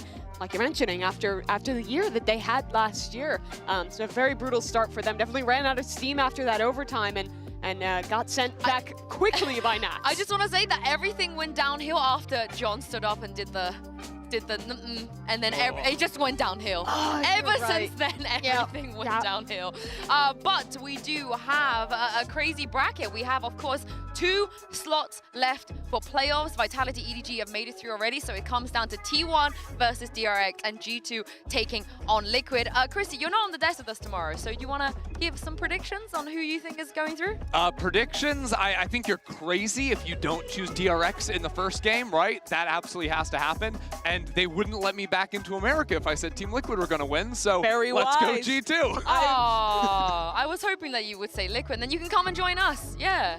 Well, right, Mimi, you're here tomorrow, so we can wait for your prediction live. We can do it live. But let us know what you guys thought of all the action today as well, of course. I can't believe the day that we've had. I think a game 1 that went as we thought it would, and then a game 2 with a bit of an upset. Honestly, it didn't even, like, I didn't think it would be a stomp for T1. T1 looked way better than I thought they would look, but still, like, that second game was just ridiculous. The T1 Trace game, it feels like it was years ago. Oh, and also, of course, Carpe didn't play today. Again, that felt like so long ago. They when bring we him talked back about next that. round. Do you think? No. Oh, no. I mean, Autumn kind of alluded to, like, we'll know more as the tournament goes on. He was talking to Mika about how he's willing to give us a bit more info. Sure. Very But the thing is, in order for the tournament to go on, they have to keep winning. So, and that requires beating DRX, who they haven't beaten. Well, I was just going to say, if you keep winning, does it make sense to switch the roster around if you're winning? I don't know. How big of a percentage for either side do you think it will be for T1 DRX? Are we going overwhelming DRX taking down T1? 60-40 Balla TW rule. There's always a 40% chance of any team to win. Shout out Balla. Missed that guy. Balla must be so happy for Nats right now as the #1 Gambit fan. #1 mech fan in the world, #1 Gambit fan. It really did feel like I was watching a Gambit game again. Literally, Viper, yeah. Bind, 20 kills and a half. Almost 13-0. Yeah. 5 years later, still the same Nats. Is that 5 years ago? No, 2021, 4 years ago. Okay, what's the difference? Don't even know how to do math, huh? Okay, I'm not even going to call her out for the... For what? You know what? Percentage she DRX looked T1. up on Google, what is 12 kilometers in USD? As a bit from my friend. Uh-huh. Which you thought was funny. Uh-huh. Well, what's the answer? I want to know. Yeah. That's what I'm saying, Yinsu. That's what I'm What saying. did Google say? It was about 54 US cents. Oh, okay. Now everybody knows. I feel like we've all learned something. We've all learned something. These people are ridiculous. These people? These people. What, Americans? Wait, what? I'm not involved. What? I'm not involved. No, just you two. I think, considering that we still need a little bit of time, you should give us your best British accent. No! That's a crazy call out. We're stalling. So you're stuck. like, We're why just should I be stuck. British? Yeah, yeah. What should I say? Give me a line, Please Brit. close the show. What if Mimi. you do the toss? Please close the show. As Yinsu? Yeah, as Yeah. me. Move Go on. on. Okay. Wait, I this move is out of the awesome. way. I move out of the way. Go on. Do your thing. Thank you so much for watching. We'll see you tomorrow from Bangkok. Good night and cheerio.